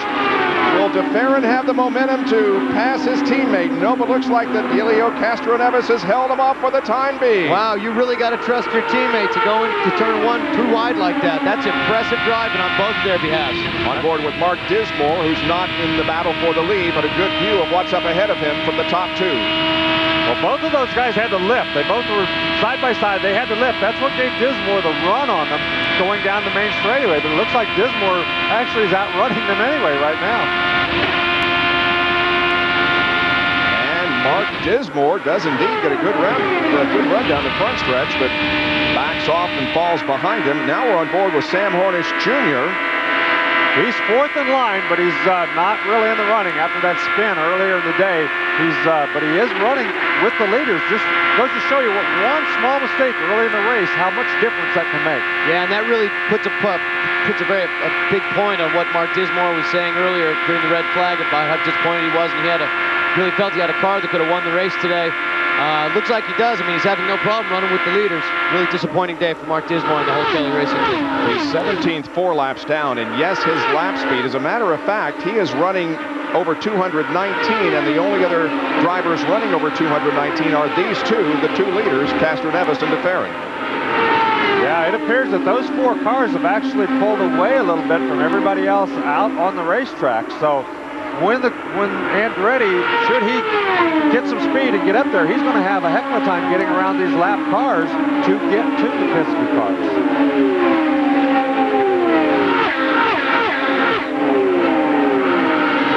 Michael Andretti is running in 3rd position, about 3¼ seconds behind. It's going to be interesting. They do have to get about 2.4 miles to the gallon. So these guys at some point are going to have to turn that fuel down and slow up a little bit in order to get that kind of gas mileage. I don't think they can stay on full fuel and get good enough gas mileage to finish this race. Well, Larry, let's update you on Team Penske. Both drivers have been told that they have plenty of fuel. Remember, one of the early sections of the race, they went 34 and 35 laps respectively. And so Roger has made the decision, got plenty of fuel. I seem to remember John Menard saying that to Robbie Gordon a couple of years ago. Vince Welch? And guys, Michael Andretti has just been told as well that he has enough fuel to get to the end. We don't know if maybe they're just trying to make these drivers go confident, or if they do know indeed that they've got enough fuel to get them to the distance. Watching real time there, and DeFerrin's deficit to Castroneves varying from 0.4 to 0.6 seconds. Well, for those of you who are tuning in to watch the Snapple Superstars, we invite you to stay with us, because that will be coming up next at the conclusion of our coverage of the Indianapolis 500, which has less than 24 laps to go now. 500 being led by Elio Castroneves, with Gil DeFerrin running in 2nd position, and Team Penske right now is running 1-2. Michael Andretti is 3rd. Bruno Junqueira for Chip Ganassi's team is 4th. Jimmy Vasser also running in the top 5. Numerous crashes today, especially in the early going. They eliminated the pole sitter, Scott Sharp, also Sarah Fisher. We had a rain delay of a little bit, but now we are green to the checkered flag, hopefully, because the sun is shining once again on the Indianapolis Motor Speedway. That's Jimmy Vasser we're taking a look at right there. He's in 4th place, trying to chase down Michael Andretti. And right now, he's not having much luck, because he's not running quite as fast as Michael is up there in front of him. I think it took Jimmy a while to get by his teammate, the rookie Junqueira, who was just a couple of seconds behind him there in the identical car. Vasser is 13 seconds behind the leader. Jerry? Guys, here in the Tony Stewart pit, the concern is not fuel, but time, because they know they have plenty of fuel, but right now Tony's fighting a little bit of a loose condition and losing some ground on the racetrack. He's also losing a battle with the clock. If this checkered flag falls, according to what we're doing right now, he will have approximately 5.5 minutes from the wave of the checkered flag to be on a helicopter to head to Charlotte, or else he will miss the start of the 600 miles. He is cutting it very, very thin. We'll return with more of the 85th running of the Indianapolis 500 after a word from our ABC stations. The 85th Indianapolis 500 continues on ABC's Wide World of Sports. There They're the top 5 at the Indianapolis 500, and now there are less than 20 laps to go. We have reached the 180 lap mark, and in 7 of the last 9 years, the leader at that lap has failed to win the 500. Well, if Helio Castroneves should win the race, Bob Jenkins, it would be the 2nd year in a row that a rookie has won the race. And before that, the last time a Wookiee for that, Chewbacca won it in 1972. No, the last time a rookie won before that was 1966 when it was Graham Hill. Yep. We want to talk about rookies, though, fellas. How about giving a call to Bruno Junqueira? In the first week of qualifying, he had to sit on the sidelines as he watched Tony Stewart and Jimmy Vasser replace he and Nicholas Manassia. Now, all of a sudden, Junqueira finds himself in 5th position in the greatest race in the world. He has run a very, very steady race this afternoon. Bruno Junqueira has. He is in 5th position. They're giving you some comparisons here in the last few laps. He fell from 0.8 seconds behind on lap 176 to now more than 1 3/4 seconds behind.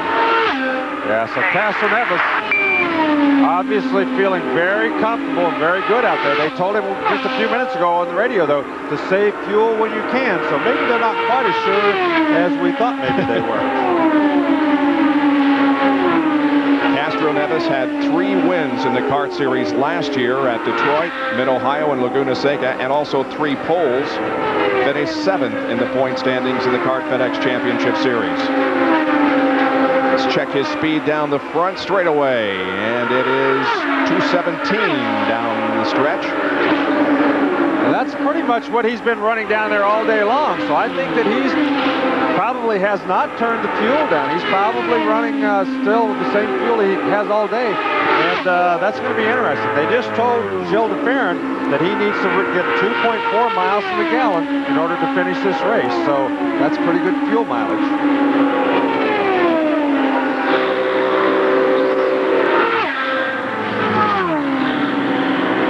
Castroneves from Sao Paulo, Brazil, but making his American home in Miami. There you see the interval between 1st and 2nd. Officially, it is 2.11 seconds. So it looks like Castroneves is actually pulling away a little bit, and Andretti seems to be catching de Ferran. Yep. I don't know if de Ferran had to turn down his fuel or whether he's just slowing up a little bit. Well, Andretti's last lap was the fastest on the racetrack, over 216 miles an hour. I think he's just kind of stood up in the seat and said, hey, if I run out of fuel, too bad. I'm going to go for the win.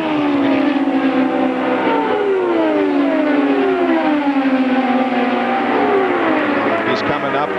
Castroneves is now on Buddy Lazier, who has not had a good day. He's 20th. Great shot from the infield here at Indy, up high. Yes, and when he lost that cylinder early in the day, it pretty much put him out of the running. We've got Robbie Gordon's engine going. But notice how he pulled quickly off the racetrack and into the warm-up lane to avoid spreading any more oil or whatever that might be coming from the car in the groove. Yeah, that's the sign of a true professional right there. Robbie Gordon is having a really good day today. I'm sure he's very disappointed, but he wanted to keep the racetrack clean for his fellow racers. But now the question is, will they throw a caution? Will Gordon be able to make it all the way around the racetrack? That was over in turn number 2. If not, it's going to bring out a caution, and all the pit strategy and the mileage is going to go down the tubes. But right now, the IRL officials are saying keep it green as... There's Michael Andretti going around Salazar. Now he's just got to get past Dismore and go get a chase on those Penske cars. Andretti has been trying to get around Salazar for several laps. Eliseo is in 7th position, 1 lap down. In fact, guys, when Michael Andretti had complained about that previously, and we understand that the Indy Racing League told Salazar that if he was challenged again, please move over to the side and let Andretti get by. Well, he is closing the gap. He's down to just about 3 seconds. He was as much as 4.5 seconds behind a few minutes ago, so he's certainly turned up the wick. Well, it's 3.28 now, so he lost a little bit on that lap, perhaps with the pass, but nevertheless, we'll keep an eye on Michael Andretti to see if he is able to cut into the lead of Castro Neves and, in fact, the second position of Gilles de Ferran. It almost looks like Mark Dismore is catching Gilles de Ferran a little bit, and if he can drag Michael along with him, he could have a great finish here. Well, you can see from inside Dismore's car, he's got his hands full, even though he's running pretty good, as fast as the leaders, actually. But that race car looks like he's still having a little trouble, a little bit loose on it. 12 laps to go in the Indianapolis 500.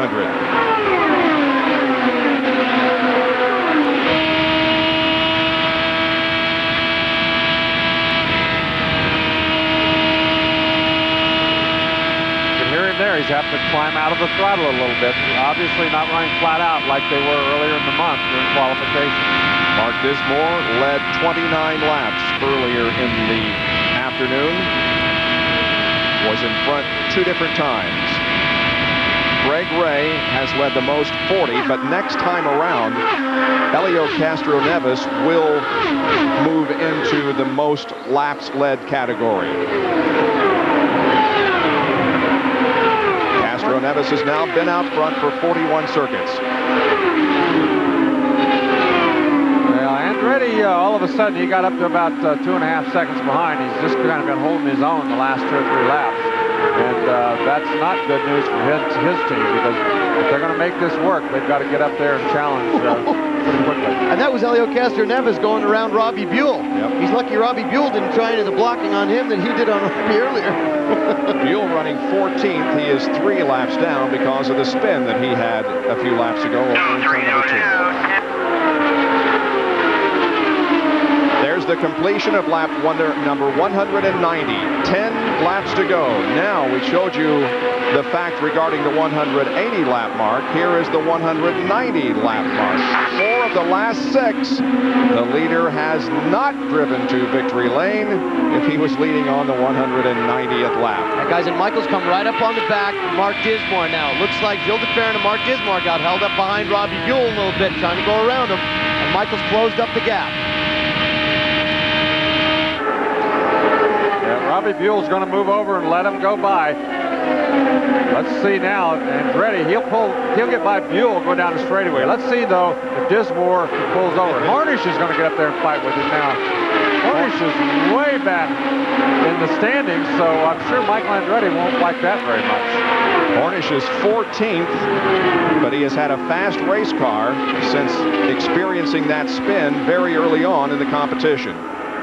Well, his last lap was 213 miles an hour as compared with Andretti's 201, so it is a very fast race car. And Castro Neves just continues to lap slower traffic. Here comes de Ferran now at the north end of the racetrack, and de Ferran, it appears to me, is closing that gap. We'll check it officially. It was 1.4 seconds last time, and as they cross the stripe, we'll check it this time. It is 1.03 seconds, and there are 8 laps to go.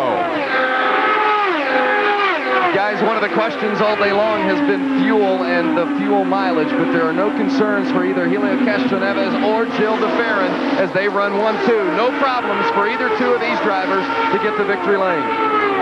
Well, if you're the captain, what kind of orders do you give your 2 guys coming down here in the last 10 laps when they're going to be battling for the lead? I bet he didn't give them in. Roger Penske could be on his way to his 11th win here at Indianapolis. An incredible record. His drivers running first and second at this moment with now less than 7 circuits to go.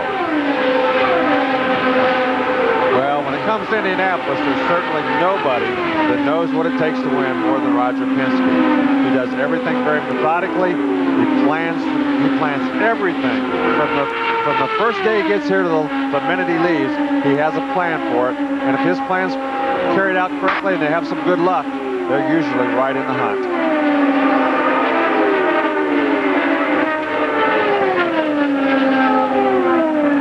Yeah, Helio Castro Neves looks like he can just run away from Gilles de Ferran whenever he wants. Roger Penske has never had a 1-2 finish here at Indy. He did have a first and third place finish in 1988 with Rick Mears and Al Unser, but never a 1-2 finish. So his return to Indianapolis could result not only in his 11th victory here, but also his first 1-2 finish. Well, Andretti has fallen back to almost 6 seconds behind, so he's lost several seconds here in the last few laps, about the last 3 laps actually. So it looks like his chances to win this race are fading as the laps wind on. 17 days ago, Helio Castroneves celebrated his 26th birthday. He started this race from the 11th position. And Bob Jenkins, he has a history of wanting to climb fences when he wins races. I asked him this morning before I talked to him on the walkout. I said, have you picked a fence out? He said, yeah, I'm going to climb the highest fence I can find with the most people. Maybe that one there by the flag stand. I'll tell you, that would be a pretty nice birthday present for a 26-year-old man to get your face put on the Borg Warner trophy. The Penske cars did not lead until the 110th lap, but since that point, they have led all but 12 laps. 4 to go at Indianapolis. Well, he certainly seems to be in control.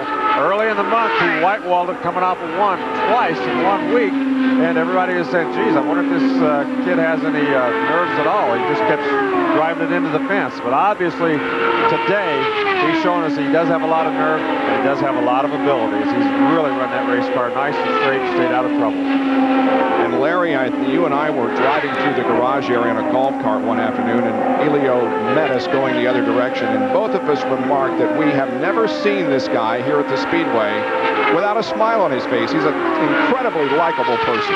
He certainly is. Everybody in the garage area, you can't help but like him. A guy that's always smiling and laughing and making jokes, you almost have to like him no matter what. Don't forget, the Snapple Superstars will be coming up at 4 o'clock Eastern Time. That's less than 15 minutes from right now, so stay with us for that. But we've got to finish the Indianapolis 500 first. Now, this is the point in the race when Castroneves is just sitting there thinking, man, we're so close. I hope this baby can hang on for just 2.5 more laps. Larry, exactly what Roger Penske keeps telling Helio over the radio. Remember, stay smooth, stay steady. Next time around, Castroneves will receive the white flag. 1 lap to go. The interval is 1.7 seconds between Castroneves and his Penske teammate Gilles de Ferran. Michael Andretti is now 7.7 seconds behind. Jimmy Vasser is 4th and Bruno Junqueira 5th. Then Tony Stewart, Salazar, Daré, Boat, and Giafone. Well, he's coming up on some slower cars. That's Greg Ray right in front of him, and he's going to have to be very careful. He can't slow up too much, though. His teammate's only a 1.5 seconds behind him, so he's going to have to probably make this pass. He can't just follow Greg Ray. There it is, the white flag. 1 more lap to go. 2.5 miles for Helio Castroneves. He'll pass Greg Ray going into turn number 1, and now de Ferran gets hung up behind some slower traffic just momentarily. But Castroneves brings it safely through turn number 2 and on to the backstretch. Well, 671 men and women have competed here in Indianapolis in the 85-year history of the 500. Only 60 have experienced the ultimate thrill of winning here. The date of May 27th, 2001 will forever be etched in the memory of Helio Castroneves. He has realized the ultimate dream. Helio Castroneves has won the Indianapolis 500. And Roger Penske wins his 11th, and the cars finish 1-2, Vince. Roger, congratulations. What a triumphant return for Team Penske. Well, I'll tell you, these guys deserve it. There's a rookie won this race. Everybody in our team should be thanked. You folks, the fans, for giving us a great welcome. We've got a great team, and we came back here. I think we redeemed ourselves from the lousy thing we did in '95. But I'll tell you, this is the best day of my life coming back like this. Running 1 and 2, what were you telling your 2 drivers down the stretch as they were running 1 and 2? Did you let them battle it out, or were you giving them specific instructions? Well, you can see it. Joe was trying to get the lead there on the restart. He knew that'd be the only time he'd make that happen. But you know, hey, we had to be careful with 20 to go and Reddy and everybody else. It was outstanding. There have been so many triumphs in the career of Roger Penske, but for him today to say that this is the greatest, what a statement, Bob Jenkins. Well, he is the 8th rookie to win the Indianapolis 500. Helio Castroneves has a tradition of jumping on the nearby fences when he wins a race. And he won 3 last year in kart, and he won 1 earlier this year in the kart series. But here in Indianapolis in practice, he was having problems white-walling the wall. See, that's what I did yesterday. 38. There you go. And that's it. Big Castroneves. And by golly, he did it here too. He's up there already. Unbelievable. You think he's pumped up right now? And there's his old teammates. The whole Penske crew's getting up on the fence. I don't think the Indianapolis Motor Speedway's ever seen anything like this, Bob. They indeed haven't. I can never remember a car and driver not pulling immediately into the hallowed victory lane here at Indianapolis, but instead, Castroneves chooses to stop the car at the yard of bricks and climbs the fence as he has after every one of his wins. One for the record books.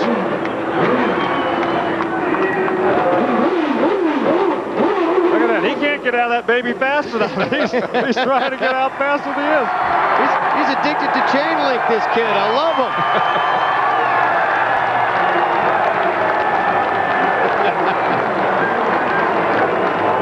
Down to Jackaroo. Well, Helio Castroneves, congratulations. You got to get back in this car to take it to victory lane. I'll go. Here, I'll take your gloves. Whatever it takes, I go. Whatever they say, he says he's going to do. So now he's got to get it into victory lane. They got to take the wheel off. He climbed the fence. Now he's going to have to go through the break-in pit wall and make his way to where they house the Borg Warner Trophy. Let's go back upstairs. Well, again, I'm not sure that this has ever occurred in Indianapolis, at least not in recent memory, as everyone is very anxious to get to victory lane. But now they fire the car up, and Castroneves will drive it now into victory lane, but he's still got the thumb up and saluting the crowd as they cheer him here on the front stretch at Indianapolis. Boy, that is fantastic. He loves racing fans. He just loves the people who come out to watch him race. This is great to see. Well, believe me, winning this race means so much. It's just amazing. He's really having a great time. Vince is with his teammate who finished second. Gilles de Ferran, the first time you were here, you lasted 1 lap. You went the distance today and almost made it to victory lane. I know. We were trying hard there to beat Helio at the end there. I had a little bit too much push behind him. He's really struggling to get close. I had a chance there on that restart, but didn't quite work out. And then from there, it was tough. I mean, he was going fast, and you know, I think this Penske one too. It's a great day for the whole team. It is indeed. Congratulations, Gilles. Leslie Goodell. We need to do this with Michael Andretti. It's got to be such a great feeling to be back here at this track. Yeah, but a little disappointed. You know, we came up a few short again. Doggone Penske's. Why did I have to come this year the same year I did? But you know, what can I say? You know, the whole Motorola Archipelago team did a great job. We hung in there, had a lot of adversity there, but you know, that's life. At the end there, did you feel like you had a chance to make a run, and was your car slowing down a little bit? Yeah, I went loose. We made a change, and it was my fault. I asked for it, and it went loose, and so that was the way it goes. I bet you can't imagine going away from this place again. Yeah, going away again. A little empty-handed, but it's always next year. Jerry Punch. How about a 4-5 sweep, 6 sweep for Team Ganassi and Jimmy Vasser? I know you had some problems, but a pretty good run, equaling your best ever finish here of 4th. Yeah, no, it's always great to come here. I mean, the fan support, and this is a great race and a great place to race. And I came here only with the idea to win. I really thought I was going to win today, and I had a great car.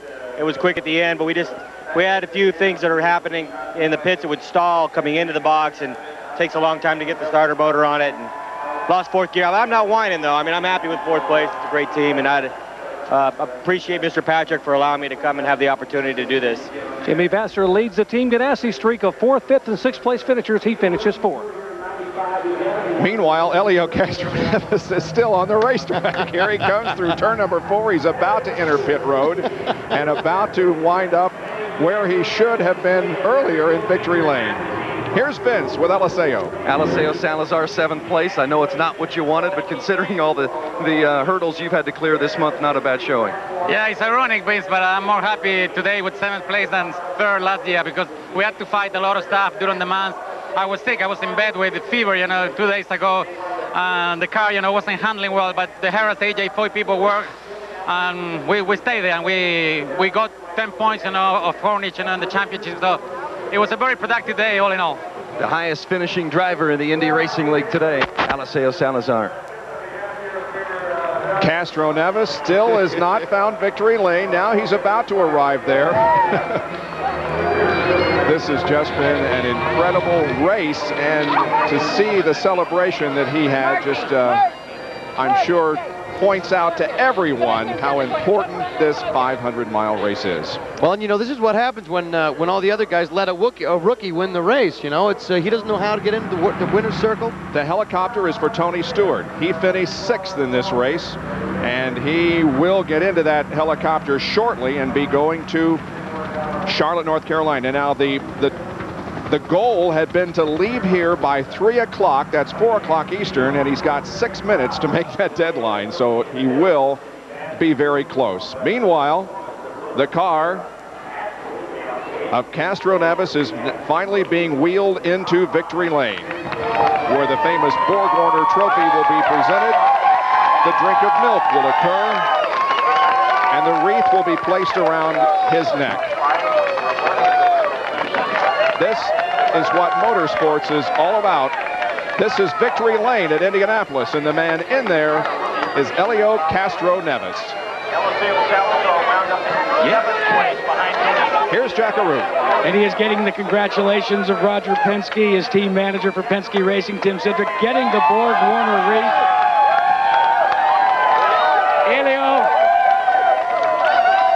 Helio, congratulations. Hey, wait a minute. Roger Penske calling you a man right now.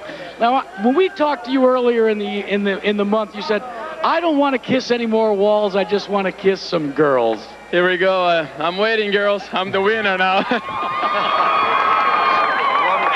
I tell you, this is a fantastic team effort. I'm really glad. Roger, thank you very much to give me this ride. I tell you, these guys work so hard. Rick, everybody at Cindric, my engineer, Andy Borm, guys, phrase this name, Andy Borm. He is a fantastic guy, I tell you. He gave me a great car. And I tell you, I'm amazed. I mean, this crowd is unbelievable. And I'm just so happy to win here. Helio, let's go back to the last restart when your teammate tried to make a run on you. Yeah, he was, I knew, I mean, in this situation, I mean, no teammates, everybody's just going to try to go for the winner. And I was just trying to save because without the draft, I had no speed at all, but my car was handling very well as after 20. You got to do this one, Helio. Look at this, guys. I've been dreaming with this. Let's go back up to the tower now.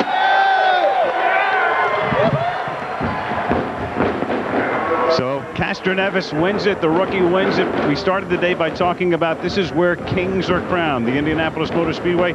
Roger Penske was crowned here a long time ago. No one in the history of this sport has combined engineering and entrepreneurial skills to that extent. He's also been a very measured man and has kept the lines of communication open in the rift between CART and the IRL. But he comes back.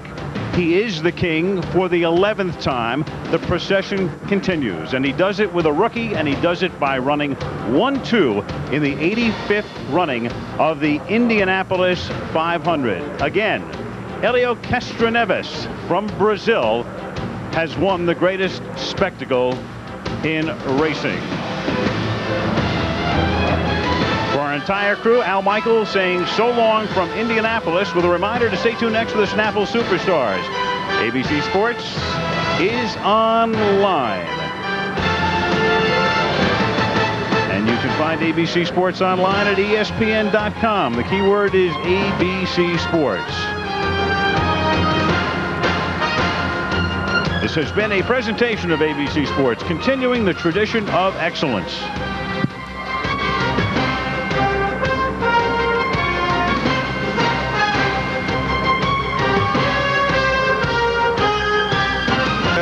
ESPN, the worldwide leader in sports.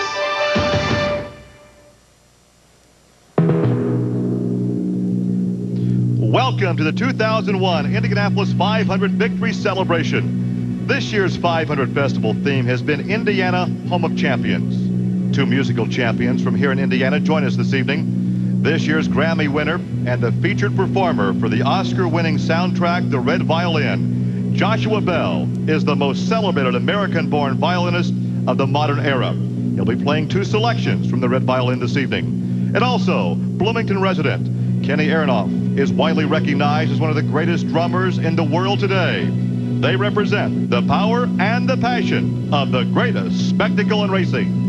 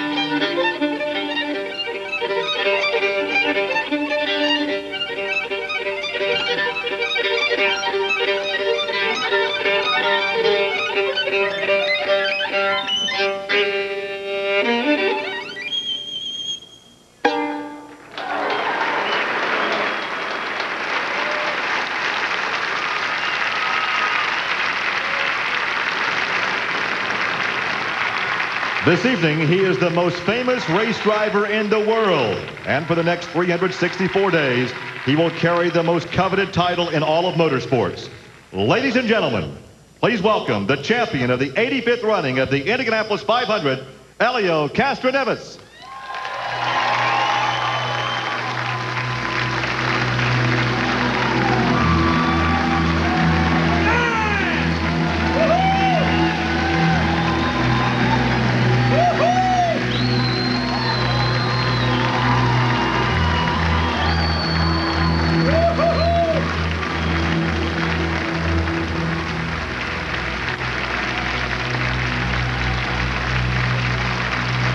We'll meet the rest of the starting field when we return to the Indianapolis 500 victory celebration from the Indiana Root Ballroom.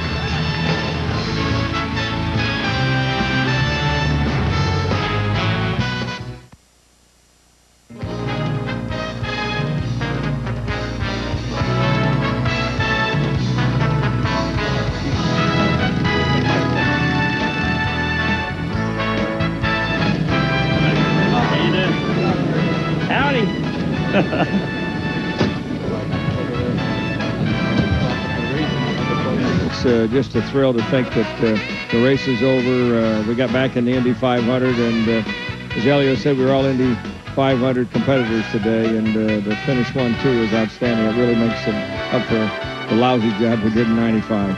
I tell you, you guys can count. Castroneves winning, he will climb the fence. He'll find something, but he always going to try to climb the fence. I think it was a real close race between us two. I was certainly pushing very hard for him to pass him there at the end, and he drove a faultless race. So a much better experience this year than your last time at Indy. Tell me about it. You know, when I saw Sharp losing it in front of me, I thought, oh no, here we go again. But no, we managed to clear that one and get to the end, so that was great. Let's talk about that paint scheme you had this race. Yeah, it was pretty unique. Aerosmith was on board, and real exciting. I just wish we would have had a little better result than we did, but we ran up front, we were strong, and so we're looking forward to some future stuff with them. You somewhat relieved the month of May is drawing to a close. I am. I'm looking forward to this evening like you can't imagine. So I'm going to go in and celebrate Helio's and Roger's win, and look forward to tomorrow where we can sleep in a little bit and maybe go play golf. Please welcome our host for the evening, ABC Television's voice of the 500, Mr. Bob Jenkins.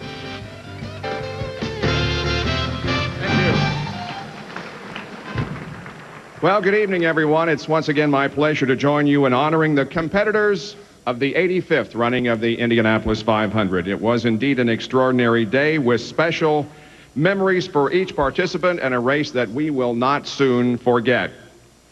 We are here to pay tribute to the champions of the greatest spectacle in racing. It should be quite a celebration. We hope you have an excellent time. 33 drivers started the day with the same dream to stand in the most acclaimed victory lane in the world at the Indianapolis Motor Speedway. For 32, it's a dream that will have to wait until next year, but we hope to ease their disappointment as we honor the entire starting field, the field that made up the closest starting field in the history of the 500-mile race. A special welcome tonight to the lady who gave the most famous command in motorsports earlier today, the chairman of the board of the Indianapolis Motor Speedway Corporation, Mary Holman George. Now to help me present the awards for the drivers who finished in positions 33 to 11, please welcome the president and CEO of the Indianapolis Motor Speedway, Mr. Tony George.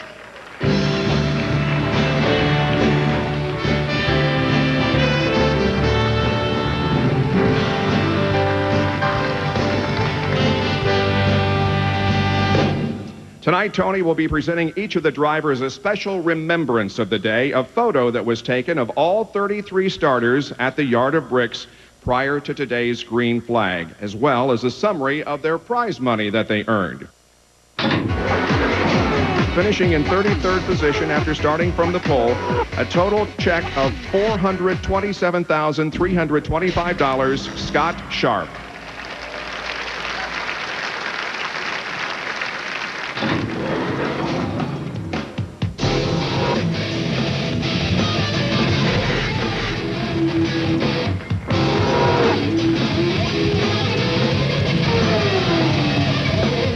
Finishing in 32nd position, the driver of the Thermos Grill to Go Cheever Indy Racing Infinity.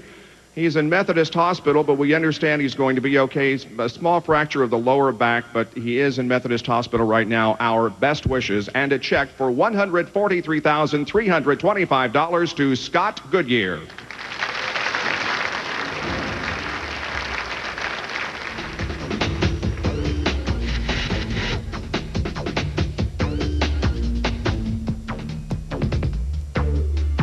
Finishing in 31st position, the driver of the Walker Racing Kroger Special Dallara, Sarah Fisher, check totaling $247,325. Congratulations, Sarah.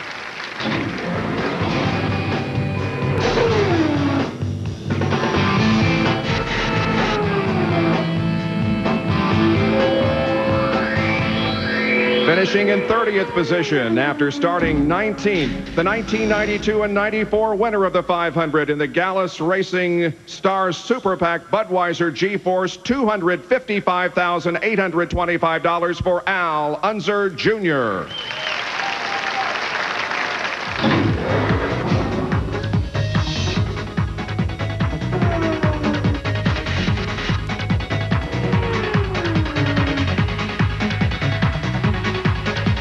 Finishing in 29th position after starting 22nd in the Target Chip Ganassi Racing G-Force, a check totaling $149,575 for Nicholas Manassian.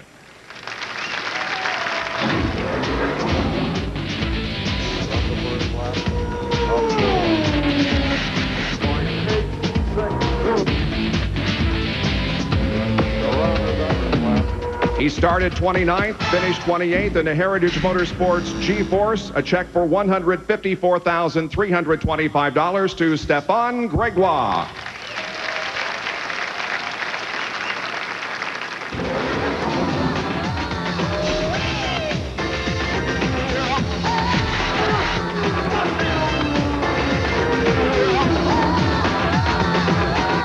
Finishing 27th in the TriStar Motorsports Dallara, starting in 18th position, $245,575 for John Herb.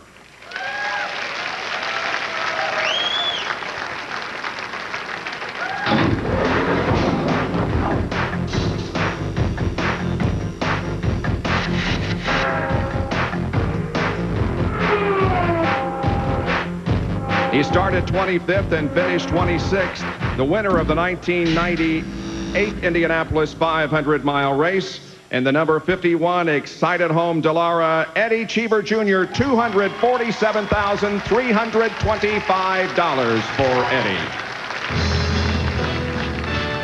We'll meet the rest of the field as we return to the Indiana Roof Ballroom.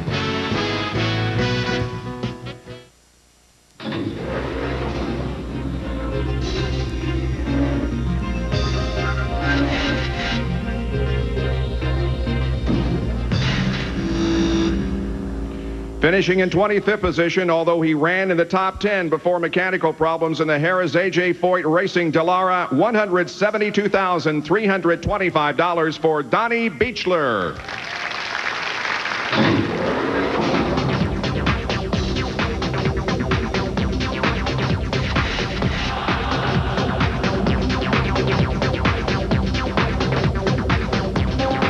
started 8th and finished 24th in the Heritage Motorsports G-Force, the 1997 Bank One Rookie of the Year. $248,325 for Jeff Ward.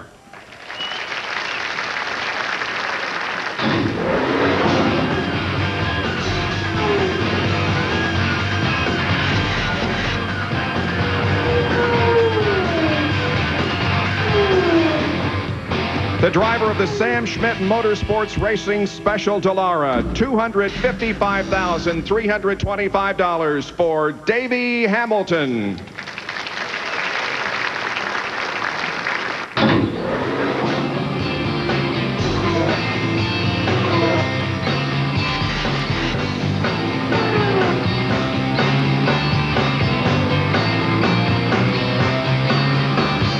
He started 17th and finished 22nd in the Classmates.com Jonathan Bird's Cafeteria G-Force. $161,325 for Jacques Lazier.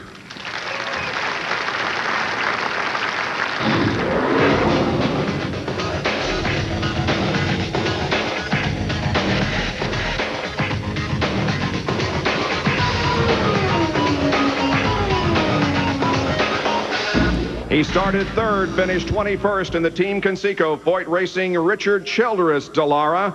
$173,225 for Robbie Gordon.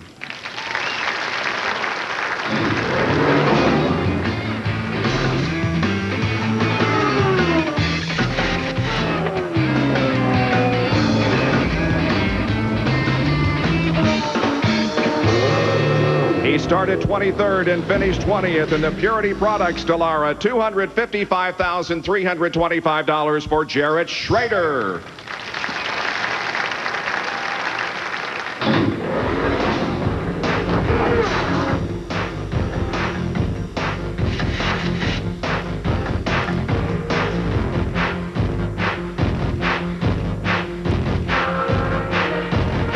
Started way back in 31st position, wound up 19th in the WSA Motors Indy Regency Racing G-Force. Corey Witherill, $159,575.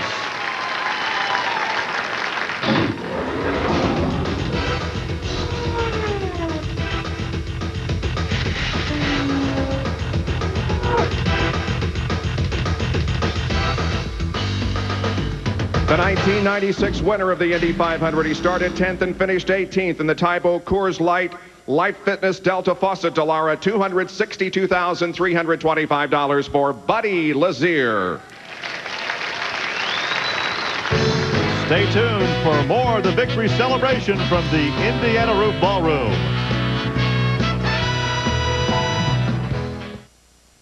Eddie Cheever here tonight to present a very special award.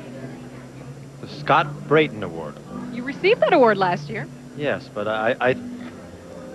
Scott was a very good friend of mine, and I must admit, last year I was sitting there wallowing in my own sorrow because I had finished 5th, and I heard somebody say the word Scott Brayton. I started remembering what a great friend of mine he was, and a friend to a lot of people, and it's an honor to pass this award on to somebody else.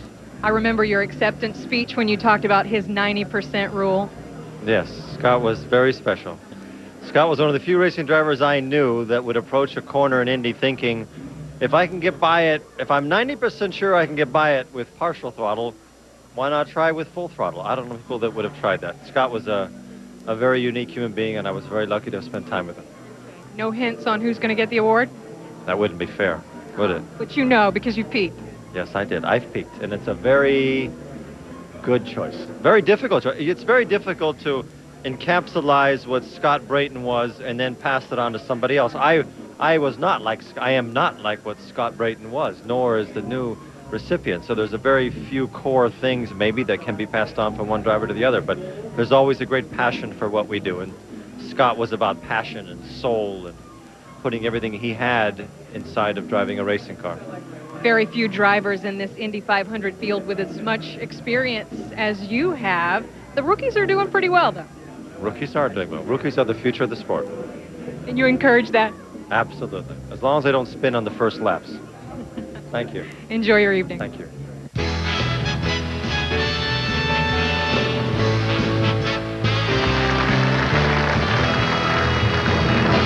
And now we continue with the drivers who finished 17th and higher.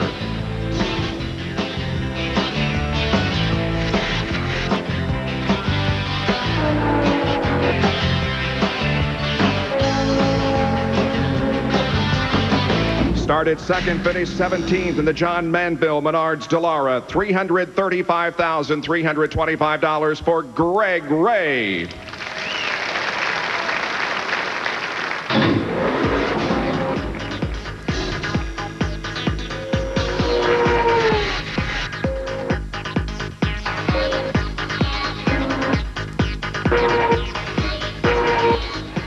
The driver of the Delphi Automotive Systems, Bryant Heating and Cooling Dallara, finishing 16th, $287,375 to Mark Dismore.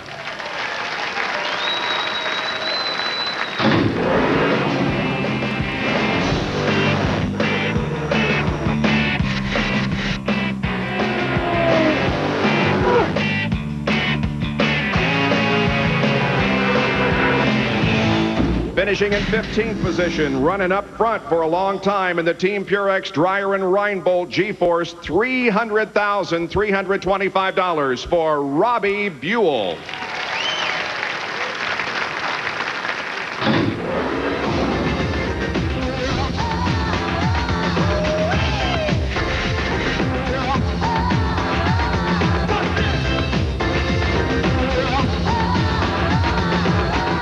Started 13th, finished 14th in the Pennzoil Panther Dallara, $307,825 for Sam Hornish Jr.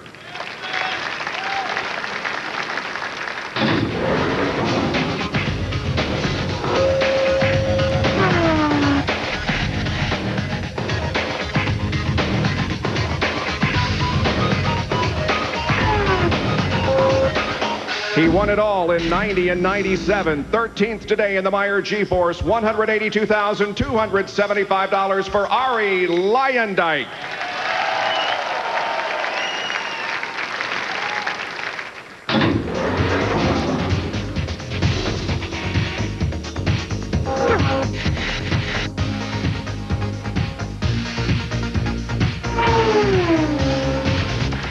Started 24th, finished 12th in the Bradley Fumart Sabermat Dallara, $285,025 for Buzz Calkins.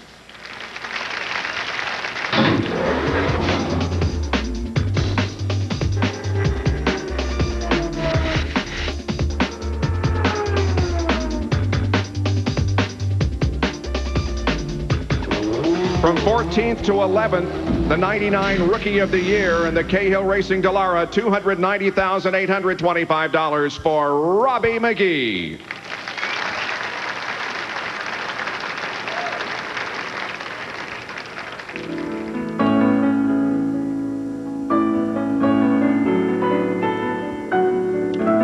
Tonight, we pay honor to the competitors of the 85th Indianapolis 500, but we also want to take a moment to remember those members of the 500 family who have passed away since we gathered 1 year ago.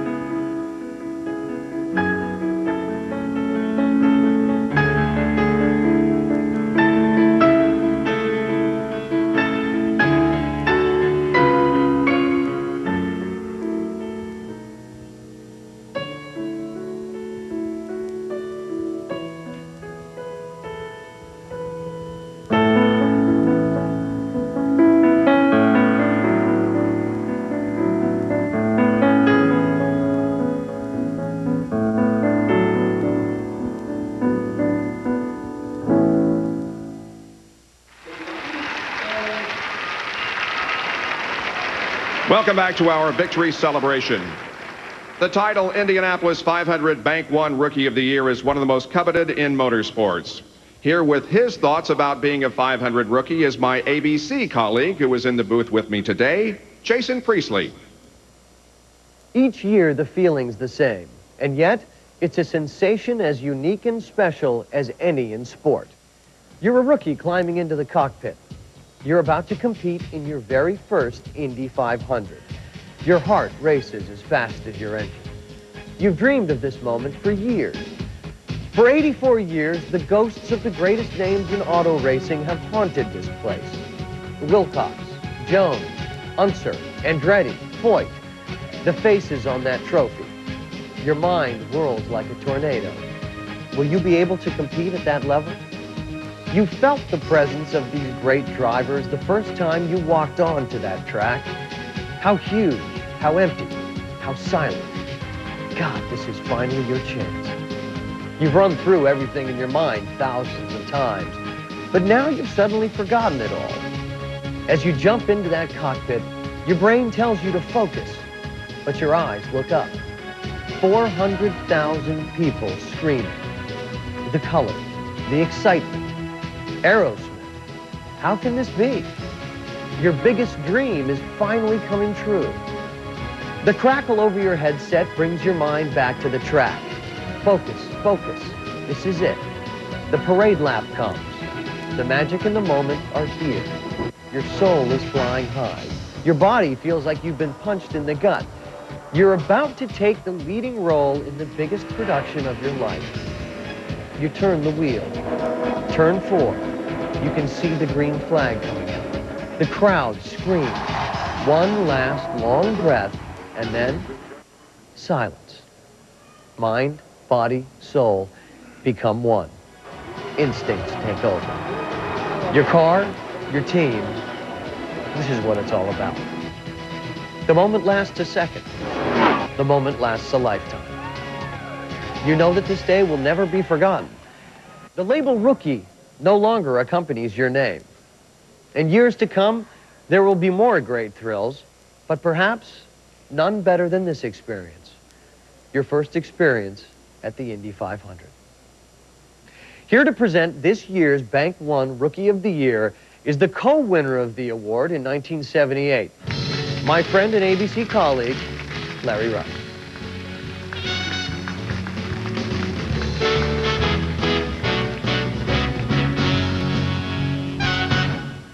Well, winning Co-Rookie of the Year was certainly the highlight of my Indianapolis career. Around the month of May, it's always a big trivia question. Who were the Co-Rookies of the Year in 1978?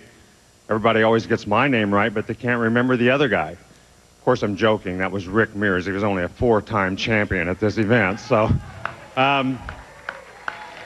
this place does make dreams come true. I had another dream come true today, actually, as I worked with Bob Jenkins and the guys on the ABC broadcast. Very special for me, and I want to thank everybody that made that possible. We're going to make another dream come true here tonight, and I think the guy that had an awful lot to do with making that dream come true was Rick Mears, and I think you ought to come up here, Rick, and make this presentation for us.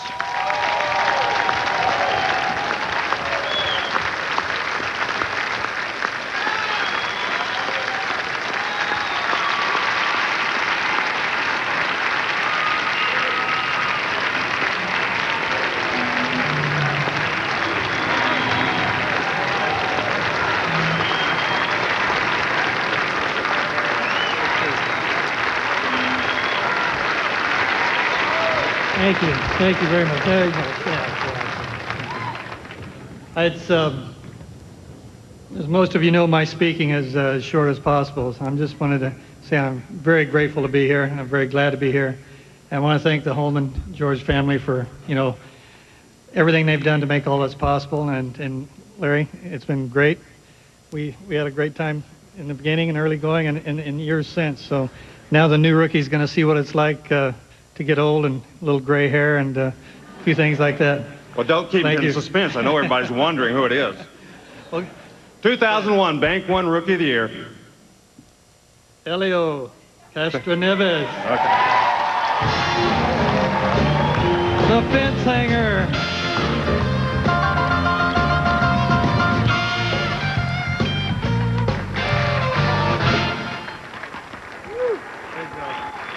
Oh boy.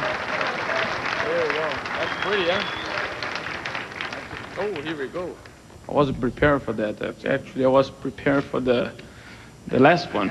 But, well, I just want to thank, of course, coming here to a fantastic place. This is an unbelievable place, a traditional place. And when the first time came here, I looked this guy and said, Rick, I respect you before, but now I respect you even more, you know? I still try to figure out the turn one.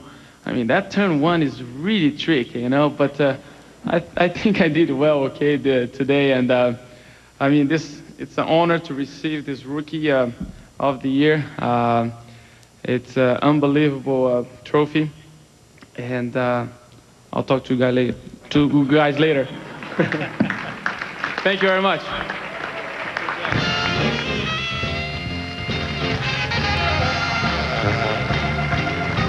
And coming up, a very special presentation from Kenny Rankin. Stay tuned.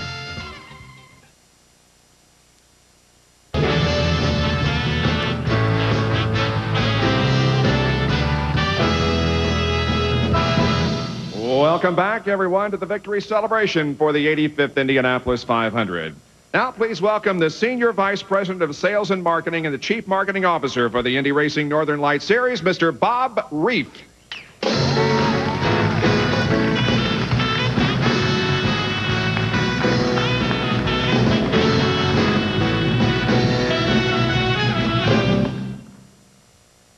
Well, when I met Tony George in the fall of 1999, I learned something very quickly about Tony. It was about two things: about preserving the history and tradition of open wheel racing, and about ensuring the future. I think Roger Penske's return to the Indianapolis Motor Speedway this month of May really demonstrated his respect for the history of racing and the history of the Indianapolis Motor Speedway. And I think Roger's victory today and Helio's victory today really represents the leadership and the commitment it takes to be successful in the future. We're real pleased that everybody's back. We're real pleased that Roger's demonstrated that leadership and come over here and had a great month of May. I'd like to present the Winning Owner Award to Roger Penske.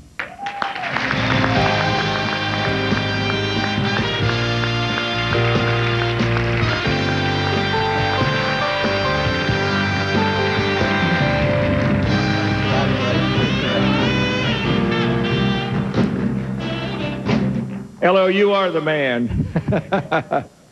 Bob, thanks for your comments, and certainly I want to thank Tony and Mary and the entire Holman family for a great day, and certainly the opportunity for us to come back here and compete. But Brian Barnhart, I said earlier tonight, talking to some of our people, you know, what a great job that the officials, the tech guys did. I've never seen better response, and their credit to the sport. And I know Brian, he worked on our team, and he knows what has to happen out there. So, Tony, you got a great group here, and we're proud to be part of it. But again, Elio, super job. Jill, I can't tell you, it's great to see you two guys sitting up here. I never dreamed in my life that we would come back and have this opportunity to finish 1-2. As you know, in 1995, as we left here, we left with our heads down, and certainly I let Al down and Emerson down. But today, hopefully, we redeemed ourselves, and because of two great drivers. But the crew chiefs, and certainly Tim Cindric, who obviously is a local guy from Indianapolis. His dad built engines for us for many years, took a hold of this team a year ago, got us the championship, and I can tell you has made a big difference. And, Tim, I want to personally thank you and everyone on this team. Let's give you a big hand for doing one hell of a job. I just want to say one thing. A great friend of mine I lost a week ago, and that's Paul Morgan, and I think he had 7 or 8 victories here with Ilmore. And they were the ones that said, if we're going to go back to Indy, we want to go with you. And they gave the commitment, and I tell you, Paul, this win's for you. Thanks a lot, and Elio, terrific job.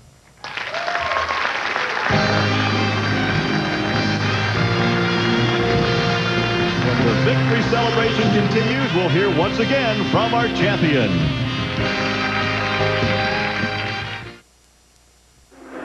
He has realized the ultimate dream. Elio Castroneves has won the Indianapolis 500. My personal congratulations. That was awesome. It was quite a race, and I think you all agree with me, there is no greater motorsport event in the world than the Indianapolis 500. Congratulations to the new champion. Here to officially introduce him is the president and the CEO of the Indianapolis Motor Speedway, Mr. Tony George.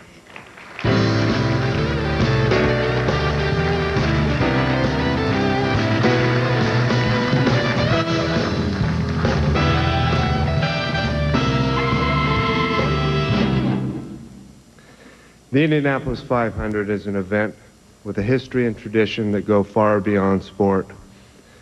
The Indianapolis Motor Speedway is a cherished landmark that holds many memories for the fans, competitors, and families that have gathered here since the first race in 1911. Through the years, this event has continued to grow because of the countless friendships nurtured within the Speedway gates. There's an atmosphere at the Speedway that seems to draw people together. It might be the spirit of Carl Fisher or Wilbur Shaw. It could be the recollection of the voice of Sid Collins or Tom Carnegie. Or it could be the command to start engines by my grandfather.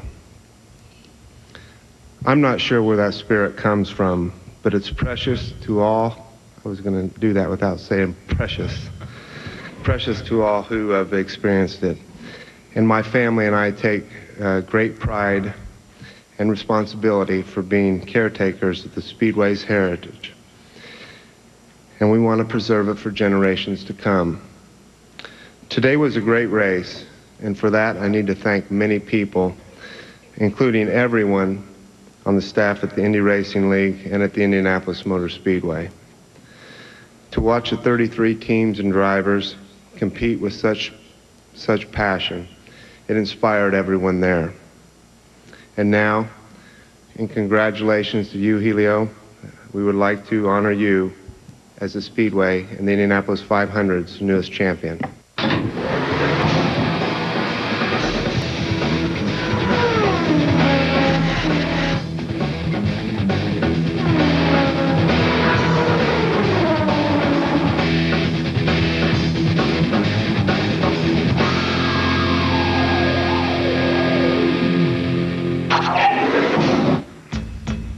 We didn't come prepared. I got two of the world's greatest drivers sitting on my right and left. They gave everything they could give for the last 2 weeks. Unfortunately, we didn't have the ability to put these two cars in the race for the 1995 Indy 500. Those were words we never thought we'd ever hear from Indy's winningest car owner. Roger Penske said his walk back to Gasoline Alley in 1995 was the loneliest of his life. For a while it appeared he may never return to redeem himself. Then a new day of IndyCar racing, and the captain returned to the Brickyard with two established drivers in his stable, one of them being a competent rookie named Helio Castroneves. The likable Brazilian is not a rookie to the world of open-wheel racing. In fact, he has 4 career wins and a unique way of celebrating his victories. Today he started in the middle of row 5 in his Team Penske Dallara Aurora. Despite attrition, inclement weather, and the unknown that Indy brings, Castroneves was able to run with the leaders during the first half of the race. With the help of his crew, he took the lead with just over 50 laps to go, and right before the red flag due to rain. His closest challenge was the top spot from his teammate on the restart, but once again he methodically pulled away. The Borg-Warner Trophy displays many faces of former Penske drivers like the Unsers, Donahue, Fittipaldi, Sullivan, and Mears. Could Castroneves be added to that impressive roll call? Absolutely. In convincing fashion, he gave the captain not only his 11th Indy 500 win, but redemption at auto racing's most unforgiving yet glorious speedway.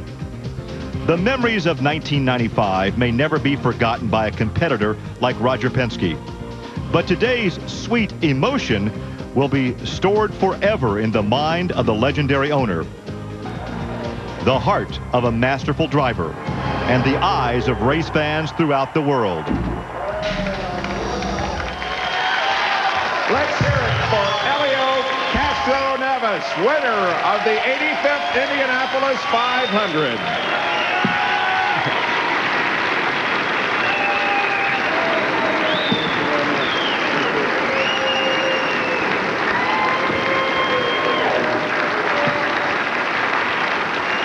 And before I start reading off all the awards, let me just say personally, I commented on the air today that I have never seen this individual without a smile on his face. All during the month of May, I don't care what happened, the guy was smiling. And also to see the celebrations that he does after a race is infectious, and it really means a lot to me as a race fan to see you enjoy winning so much. Now, I'm going to read a long list of awards to you. First of all, a 2002 Oldsmobile Bravada, the official pace vehicle of the 2001 Indy 500, valued at $40,000.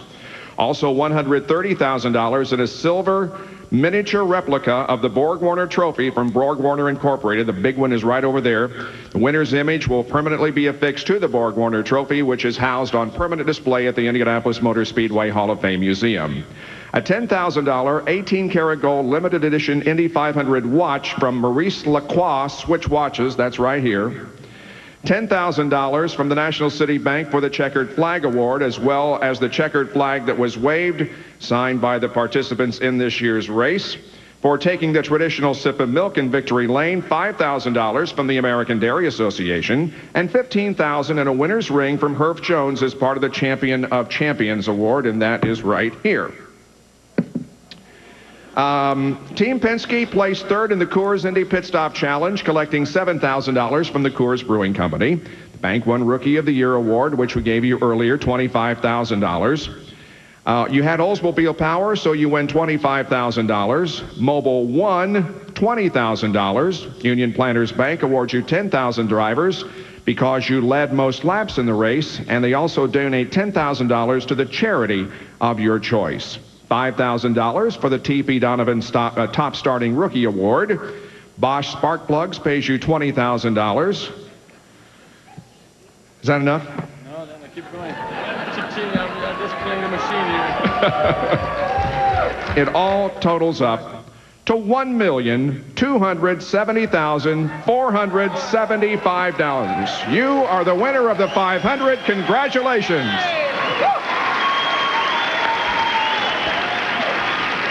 Wow.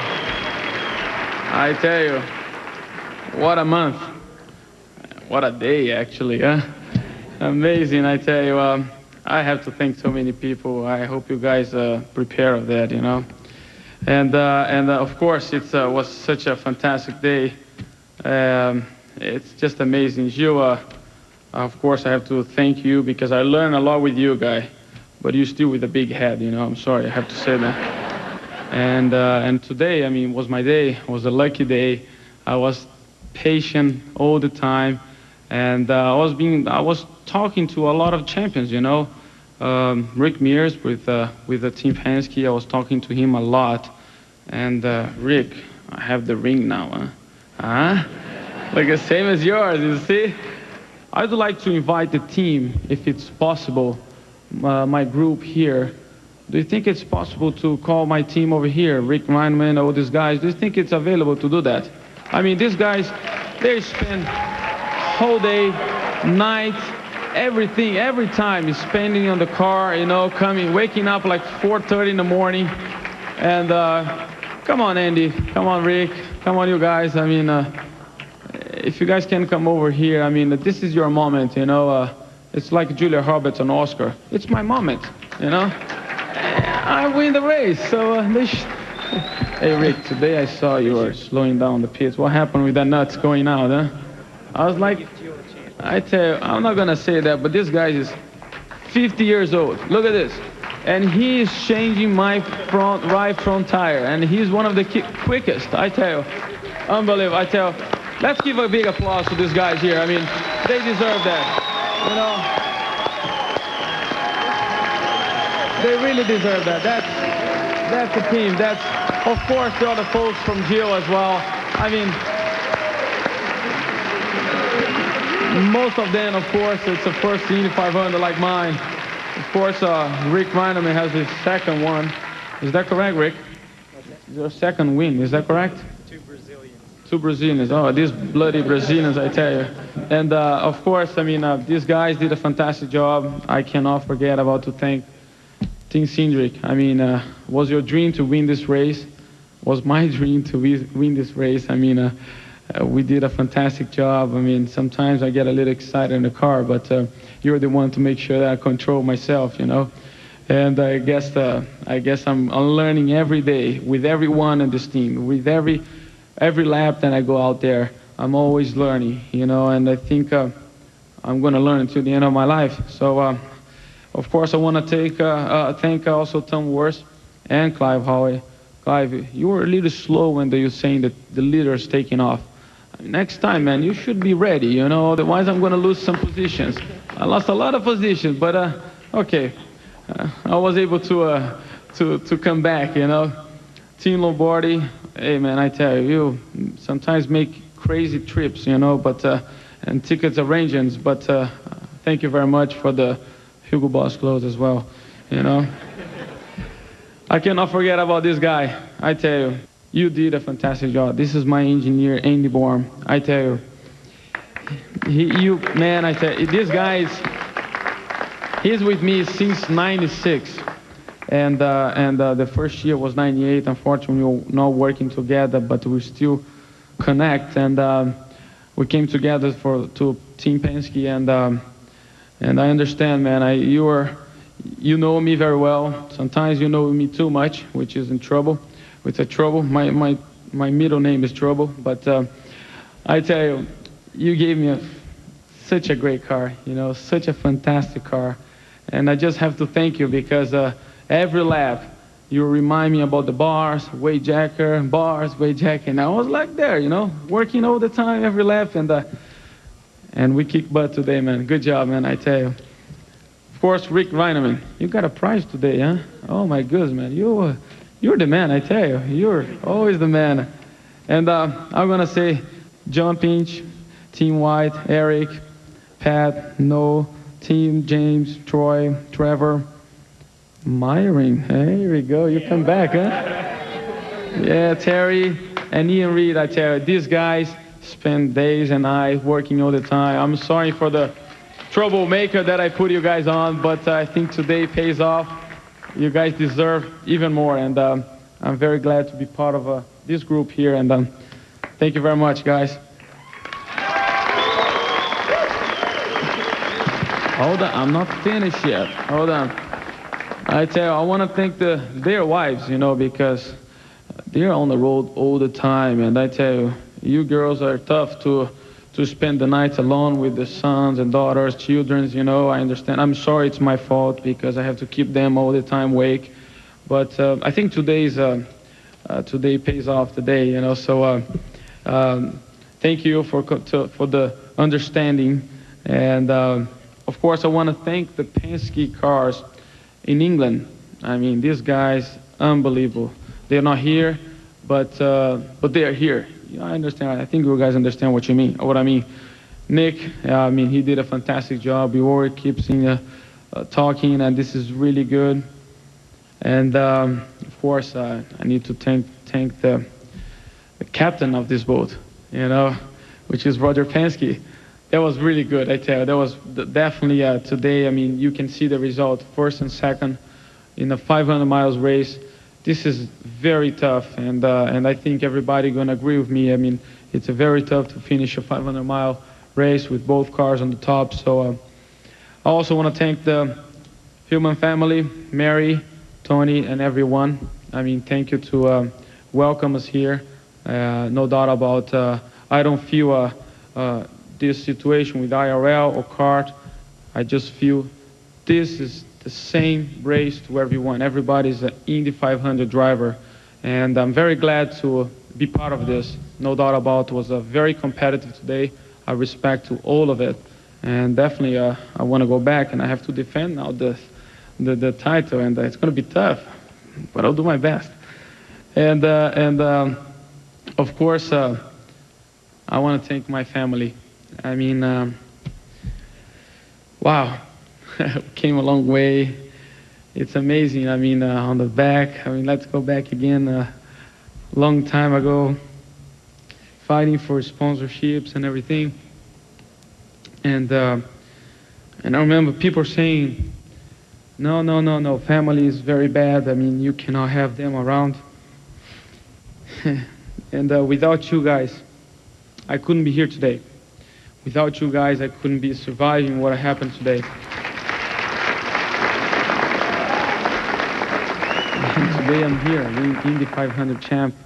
It's you have to believe. That guy upstairs, I mean, God, if you just have a little faith and believe, He definitely make dreams come true. and he realized my dream today. So I want to thank everyone. I'm sorry if I was boring, but I have to, today is my moment, so I have to say everything. So I want to thank everyone. You guys deserve today. And, well, I'm going to still celebrate until Wednesday, and then I have to go back on work again. But till Wednesday, I'm still going to celebrate. Thank you very much. Thank you. What a guy. Helio Castroneves, the winner of the 500. Now, before we go to break, I want to mention that the total purse paid out this year by the Indianapolis Motor Speedway is $9,615,325, thanks to Mary, Tony, and everyone at the Speedway. The 2001 Indianapolis 500 Victory Celebration has been brought to you by Red Lobster. You love seafood, we love seafood. Let's meet at our place tonight and go overboard. Red Lobster, go overboard. Here with our final tribute, please welcome once again, Kenny Rankin.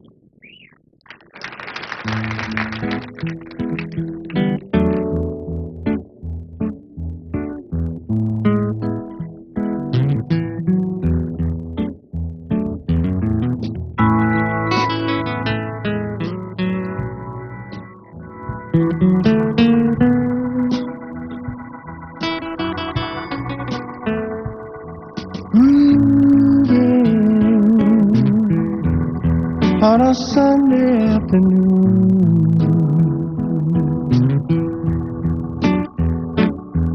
really couldn't get away too soon.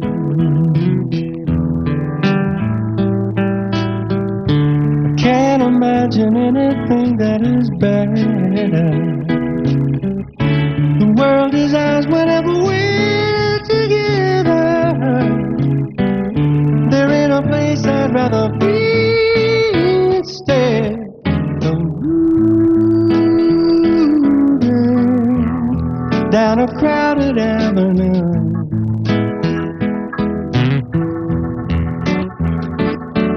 Doing anything we'd like to do.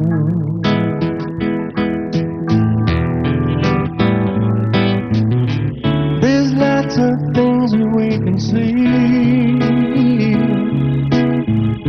We can be anyone we like to be, and all those happy people we would meet. Just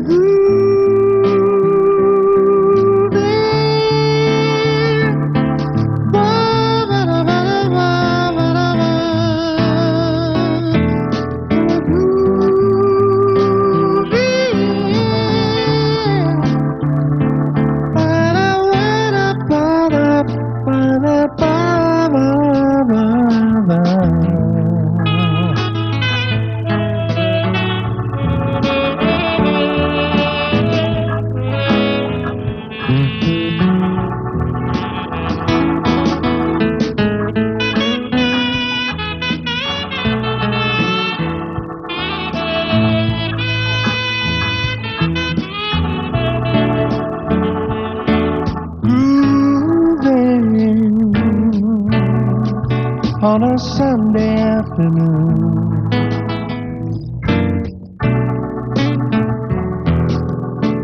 Really, really, really, yeah, couldn't get away too soon.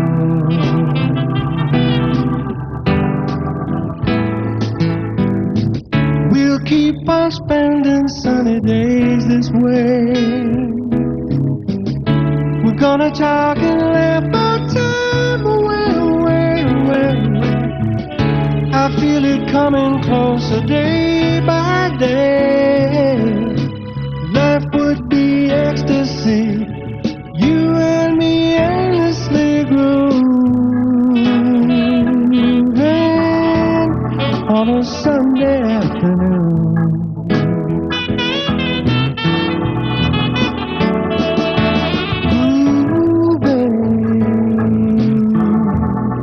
On a Sunday afternoon.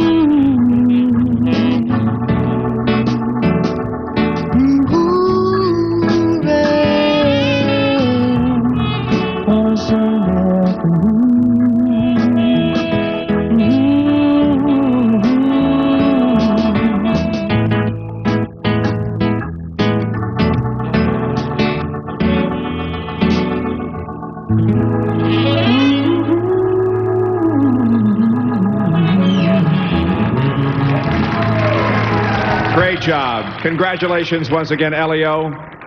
Thanks to all who contributed in any way to making the 85th Indianapolis 500 once again the greatest spectacle in racing. Thanks for joining us here tonight. We'll see you next year.